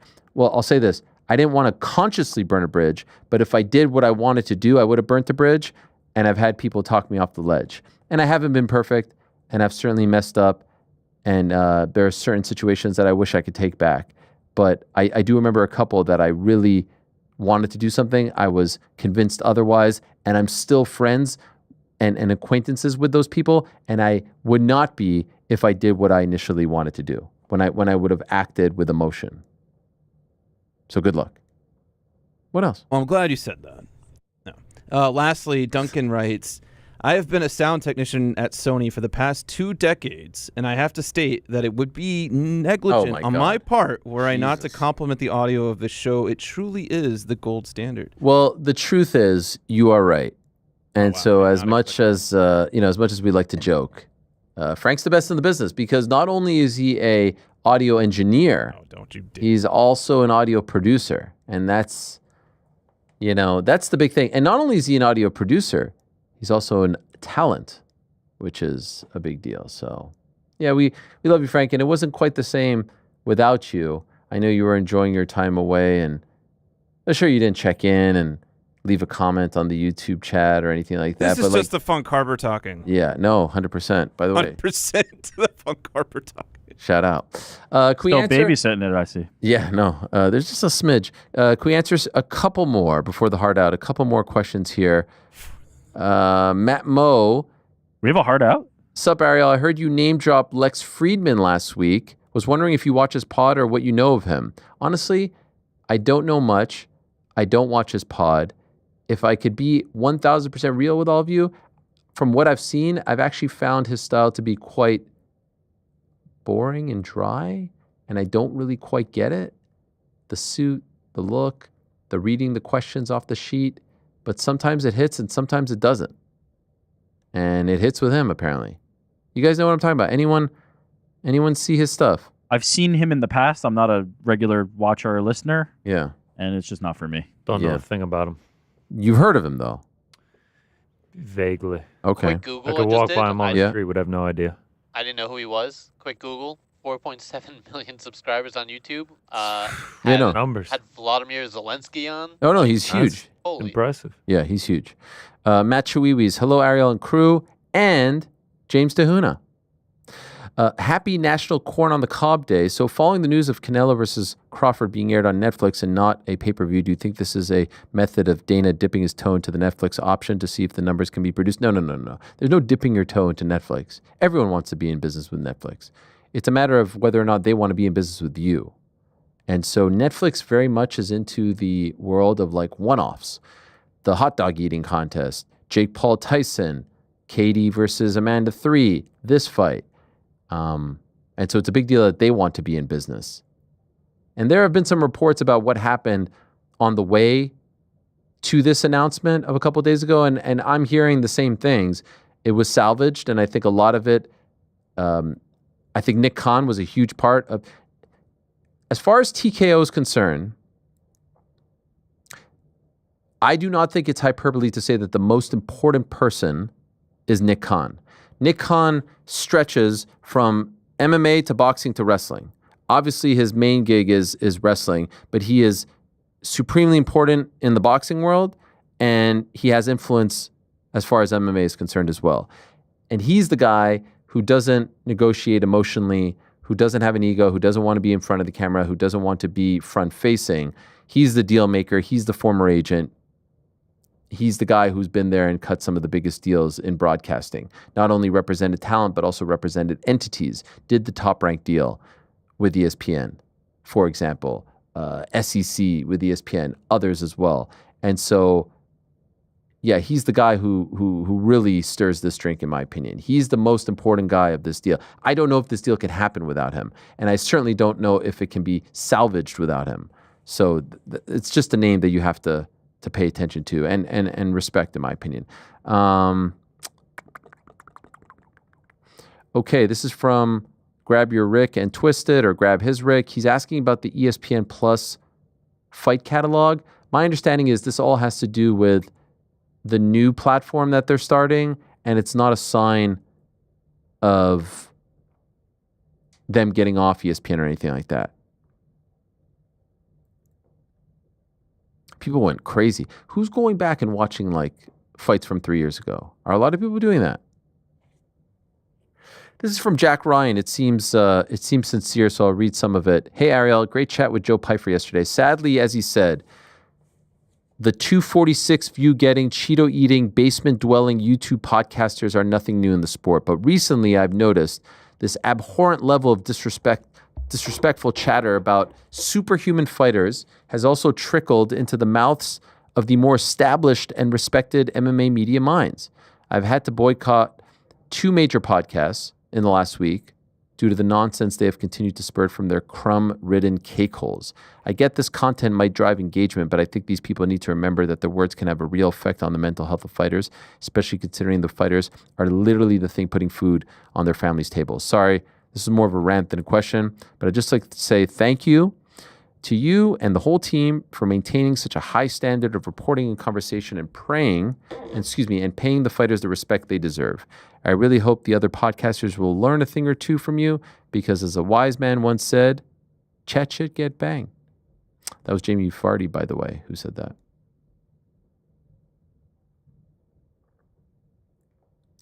This is from Chris, and I couldn't have said it better myself. This is from Chris Rem to Andy. You said that you didn't know much about MMA before taking the job. How much of it is interesting to you now? I love the fighters' stories a lot. I think I've mentioned this to you before, Ariel. Like, what I love most about the interviews that you do is hearing their stories. And that's what gets me into watching them, right? Like, I'm more into the story first and then the fighter. And there's a few that I've like started following because of it. So that's the thing. If you get emotionally invested in them as people, right, then it's like it doesn't matter if they're doing hopscotch or tennis, or that to me is what ultimately like attracted me to fighting. It was the fighters, the characters. And so the promotions that don't tell the stories of, if they all just look the same, then it just becomes all noise. But like now I want to watch that young man fight because now I'm invested in his success, his story, his journey. That's when you know you've got someone. And that's the beauty of fighting, because when you truly fall in love with a fighter and their story and you want them to succeed so badly, you will stay up till 1 a.m. and be like, come on, man, you got this. That's the best. That's the best. So yeah, that's what I hope that we try to do on the show. Less X's and O's here. There's other great places for that, but more like, can we touch your heart, for lack of a better word? I think you do. Well, thank you, Andy. Hey, crew. Got a little brown right here, if you want to. It's so inappropriate. That Duncan note was a paid actor. I wasn't going to say it before, but the one saying that Frank did a good job, paid actor. Coming from Bootlegger Lens, of all people. Hey, crew, for Ariel, what is the backstory of how you and your wife Jacqueline got together? I know you both knew each other in grade school, 7th grade, August of 1994, but was there romance from the start? Well, if I'm being honest, what has been told to me was perhaps the romance was one-sided, her end. And I was a little late to the game as far as like, oh, girls, 7th grade, 7th, 8th, 9th. I was still very much into like the NBA, sports. You know, I was just kind of figuring it all out. 10th grade, though, that's when I remember one of my brother's best friends in 7th grade telling me like, yo, man, like, when are you going to get a girlfriend? And I was like, what girlfriend? I don't want a girlfriend. I'm in 7th grade. Or as we say in Canada, grade 7. He's like, yo, the one to go after is Jacqueline. I'm like, what? Are you crazy? No way. And I kind of knew in the back of her, like her friends would tell me and all this. We had this thing called Last Will and Testament in our yearbook.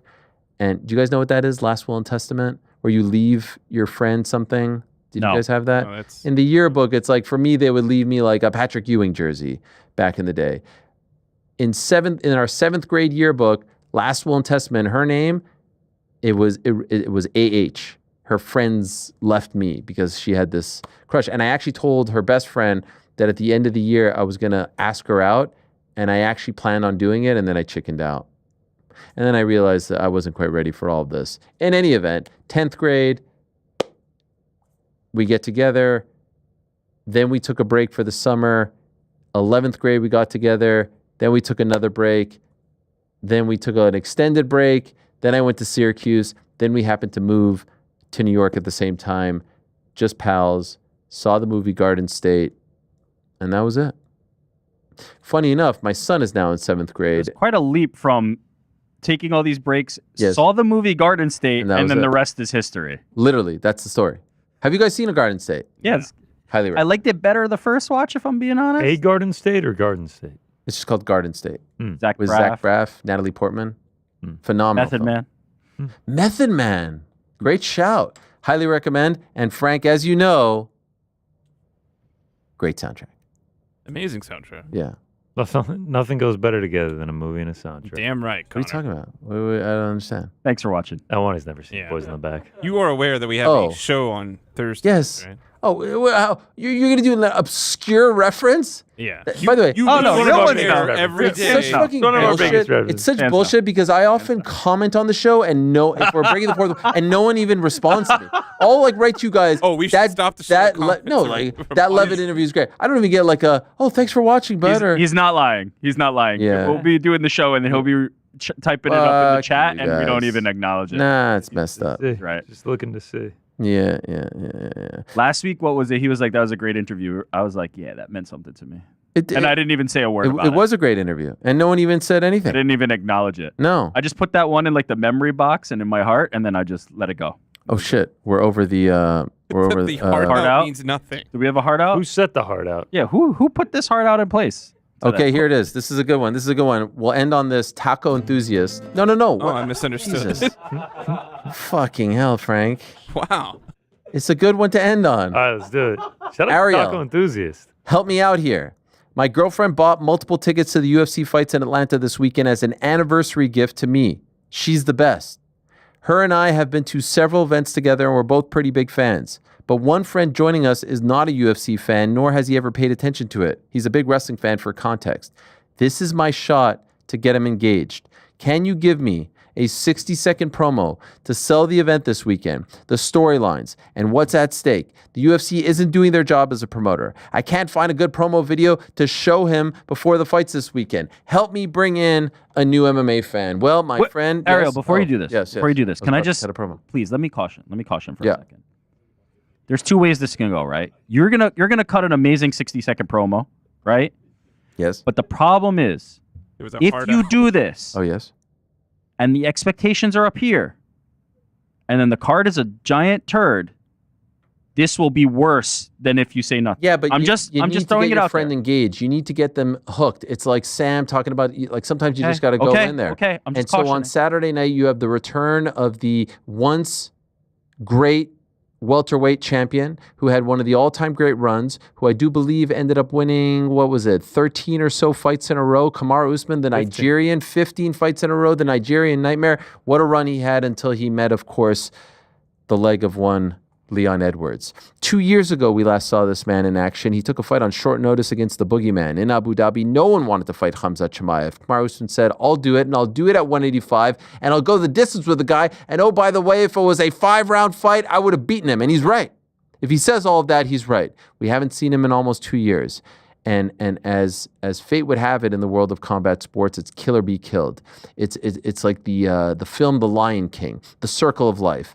The young always wants to eat the old, and the old tries to stick around as long as possible. And so in this case, you've got the young upstart, Joaquin Buckley, who's had some stops and starts in his career, has had some great moments and some low moments, but he's figured it all out. He's coming off a huge win over a once foe of Kamaru Usman. He's on a winning streak. He's trying to be what Kamaru Usman once was. All of this is gravy for Kamaru Usman. And so you're going to see a guy in Kamaru Usman try to go on one last run, one last hurrah, one last sail off into the sunset. Or you're going to try to see a guy in Joaquin Buckley take his soul, take everything that he worked for, take his spot and cement his place and punch his ticket as the number one welterweight contender in the world. And oh, by the way, if that's not enough for you, you've got the return of the former champion, the former two-time champion, Thug Rose Namajunas, one of the most beloved fighters of all time, an inspiration, going up against a former training partner of hers, Miranda Maverick. Where else would you rather be than A-Town down on Saturday night? And oh, by the way, he says, GC, beer on me if you're coming back to the A and I run into you in the arena. Sounds like a plan. Can't wait for this one. Yeah, it's going to be great. What's that? I'm on a bad streak of cards I go to aren't really great. Yeah. Hopefully this one is changes. why I wanted to exercise caution. GC is going to be in the building. I don't know. Well, at least it's not TST because he's got the worst luck. Oh, isn't he coming? Oh, he is coming. Uh-oh. Oh, for fuck's No, he's not. Oh, he's not coming. TST really does have the worst luck. It's, I think 3 straight events he's gone where one of the fighters in the main event has gotten in. I'm half joking, but truly, I can't think of more of statistically there's times that you go, you cannot miss this. They always bomb. When you tell your friends you got to see this, you got to see this, you got to see this, they always bomb in MMA. It's like tried and true. You can never get it right. Well, I had to do it for my boy. No, of course. TE, Taco Enthusiast. So not only are we getting the UFC back in Atlanta, site, of course, of two great pay-per-views, UFC 201 and what was it, 236? Tremendous. Matchroom, Madison Square Garden. Great card. PFL returning, Thad Jean versus Jason Jackson, one of their more intriguing matchups and rivalries. My son's bar mitzvah. I mean, that's a big deal. You're also getting Glory 100 this weekend on DAZN pay-per-view. Shout out to the man himself. I mean, you throw around the word GOAT a lot in combat sports. There's only one GOAT of kickboxing, and that's Rico Verhoeven, the most decorated champion in Glory's history, the most decorated heavyweight champion of all time. What a poster that is. And he's going up against Artem Vakitov. You may recall a couple months ago on the program, Artem came on to say, you know what, Contender Series, you know what, UFC, you could take your contract and you could shove it where the sun don't shine. I'm going to go up against the GOAT, Rico Verhoeven, at Glory 100. Vakitov, by the way, with a win over Alex Pereira in kickboxing. Look at this lineup. Look at this card. Rick's going to be locked in. I will be watching. Prelims on Facebook and YouTube. Main card on DAZN pay-per-view. Glory 100, Saturday afternoon here in the United States, Saturday evening in Amsterdam, and then that rolls right into the UFC event. There'll be much to talk about next week on the program. But for now, it is time to say goodbye. Tomorrow, Boys in the Back, previewing all the great action this weekend, and in particular, the UFC in Atlanta. What's the pound for pound? What are we doing? Go ahead, GC. Fight cards in Georgia. I went to school at the University of Georgia. Dogs, DAWGS. Yeah. Biggest dogs in MMA. Okay, now who's got that dog in them? Okay, so not like underdogs. Correct. Not like Matt Serra. Somebody thought that. That's not it. Biggest dogs. Brandon Royval. He might be on there. Okay, so who's got that dog in him? Hey, Dustin Poirier. Okay. Dog. Okay. I like it. Also, PFL action tomorrow as well. Tomorrow, We'll much be to reviewing discuss. Where can people leave a voicemail? My favorite segment of the week. It's a good question. It's 415 SUP BITB. 415 SUP BITB. That's 787-2482. Frank does it in a great voice. Tell us the number, One more Frank. time. It's 415-787-2482. That's Call it. now. That's it. That's the voice. What's up, baby? I love it. It's my favorite segment of the week. I tried to actually get Don Davis on the show this week. Perhaps he'll show up on your show. He'll be there tomorrow. He'll be there tomorrow. I think he'll be there tomorrow. I laugh out loud whenever that guy shows up. He's going to cut a promo on this Jason Jackson Thad Jean. Oh my God! Perfect, right? On a third. Are you guys doing? Are you doing a pre-show rolling into the? No, it's 11. Nah, we'll do our Straight into preview. it. We'll do our preview, but then. No. We're going 10 hours straight into PFL main card. Love it. It's been a fun week for me. What is that? 5 or 6 in-studio guests this week. A busy week. I passed the baton over to the guys for tomorrow's program. Thank you to Sam Jones. Thank you, Adam Maca. Thank you, Aljamain Sterling, for coming in. Thank you to Josh Fan. Thanks to all of you. Thanks to all that. Back tomorrow, same time. Peace. I'm out here.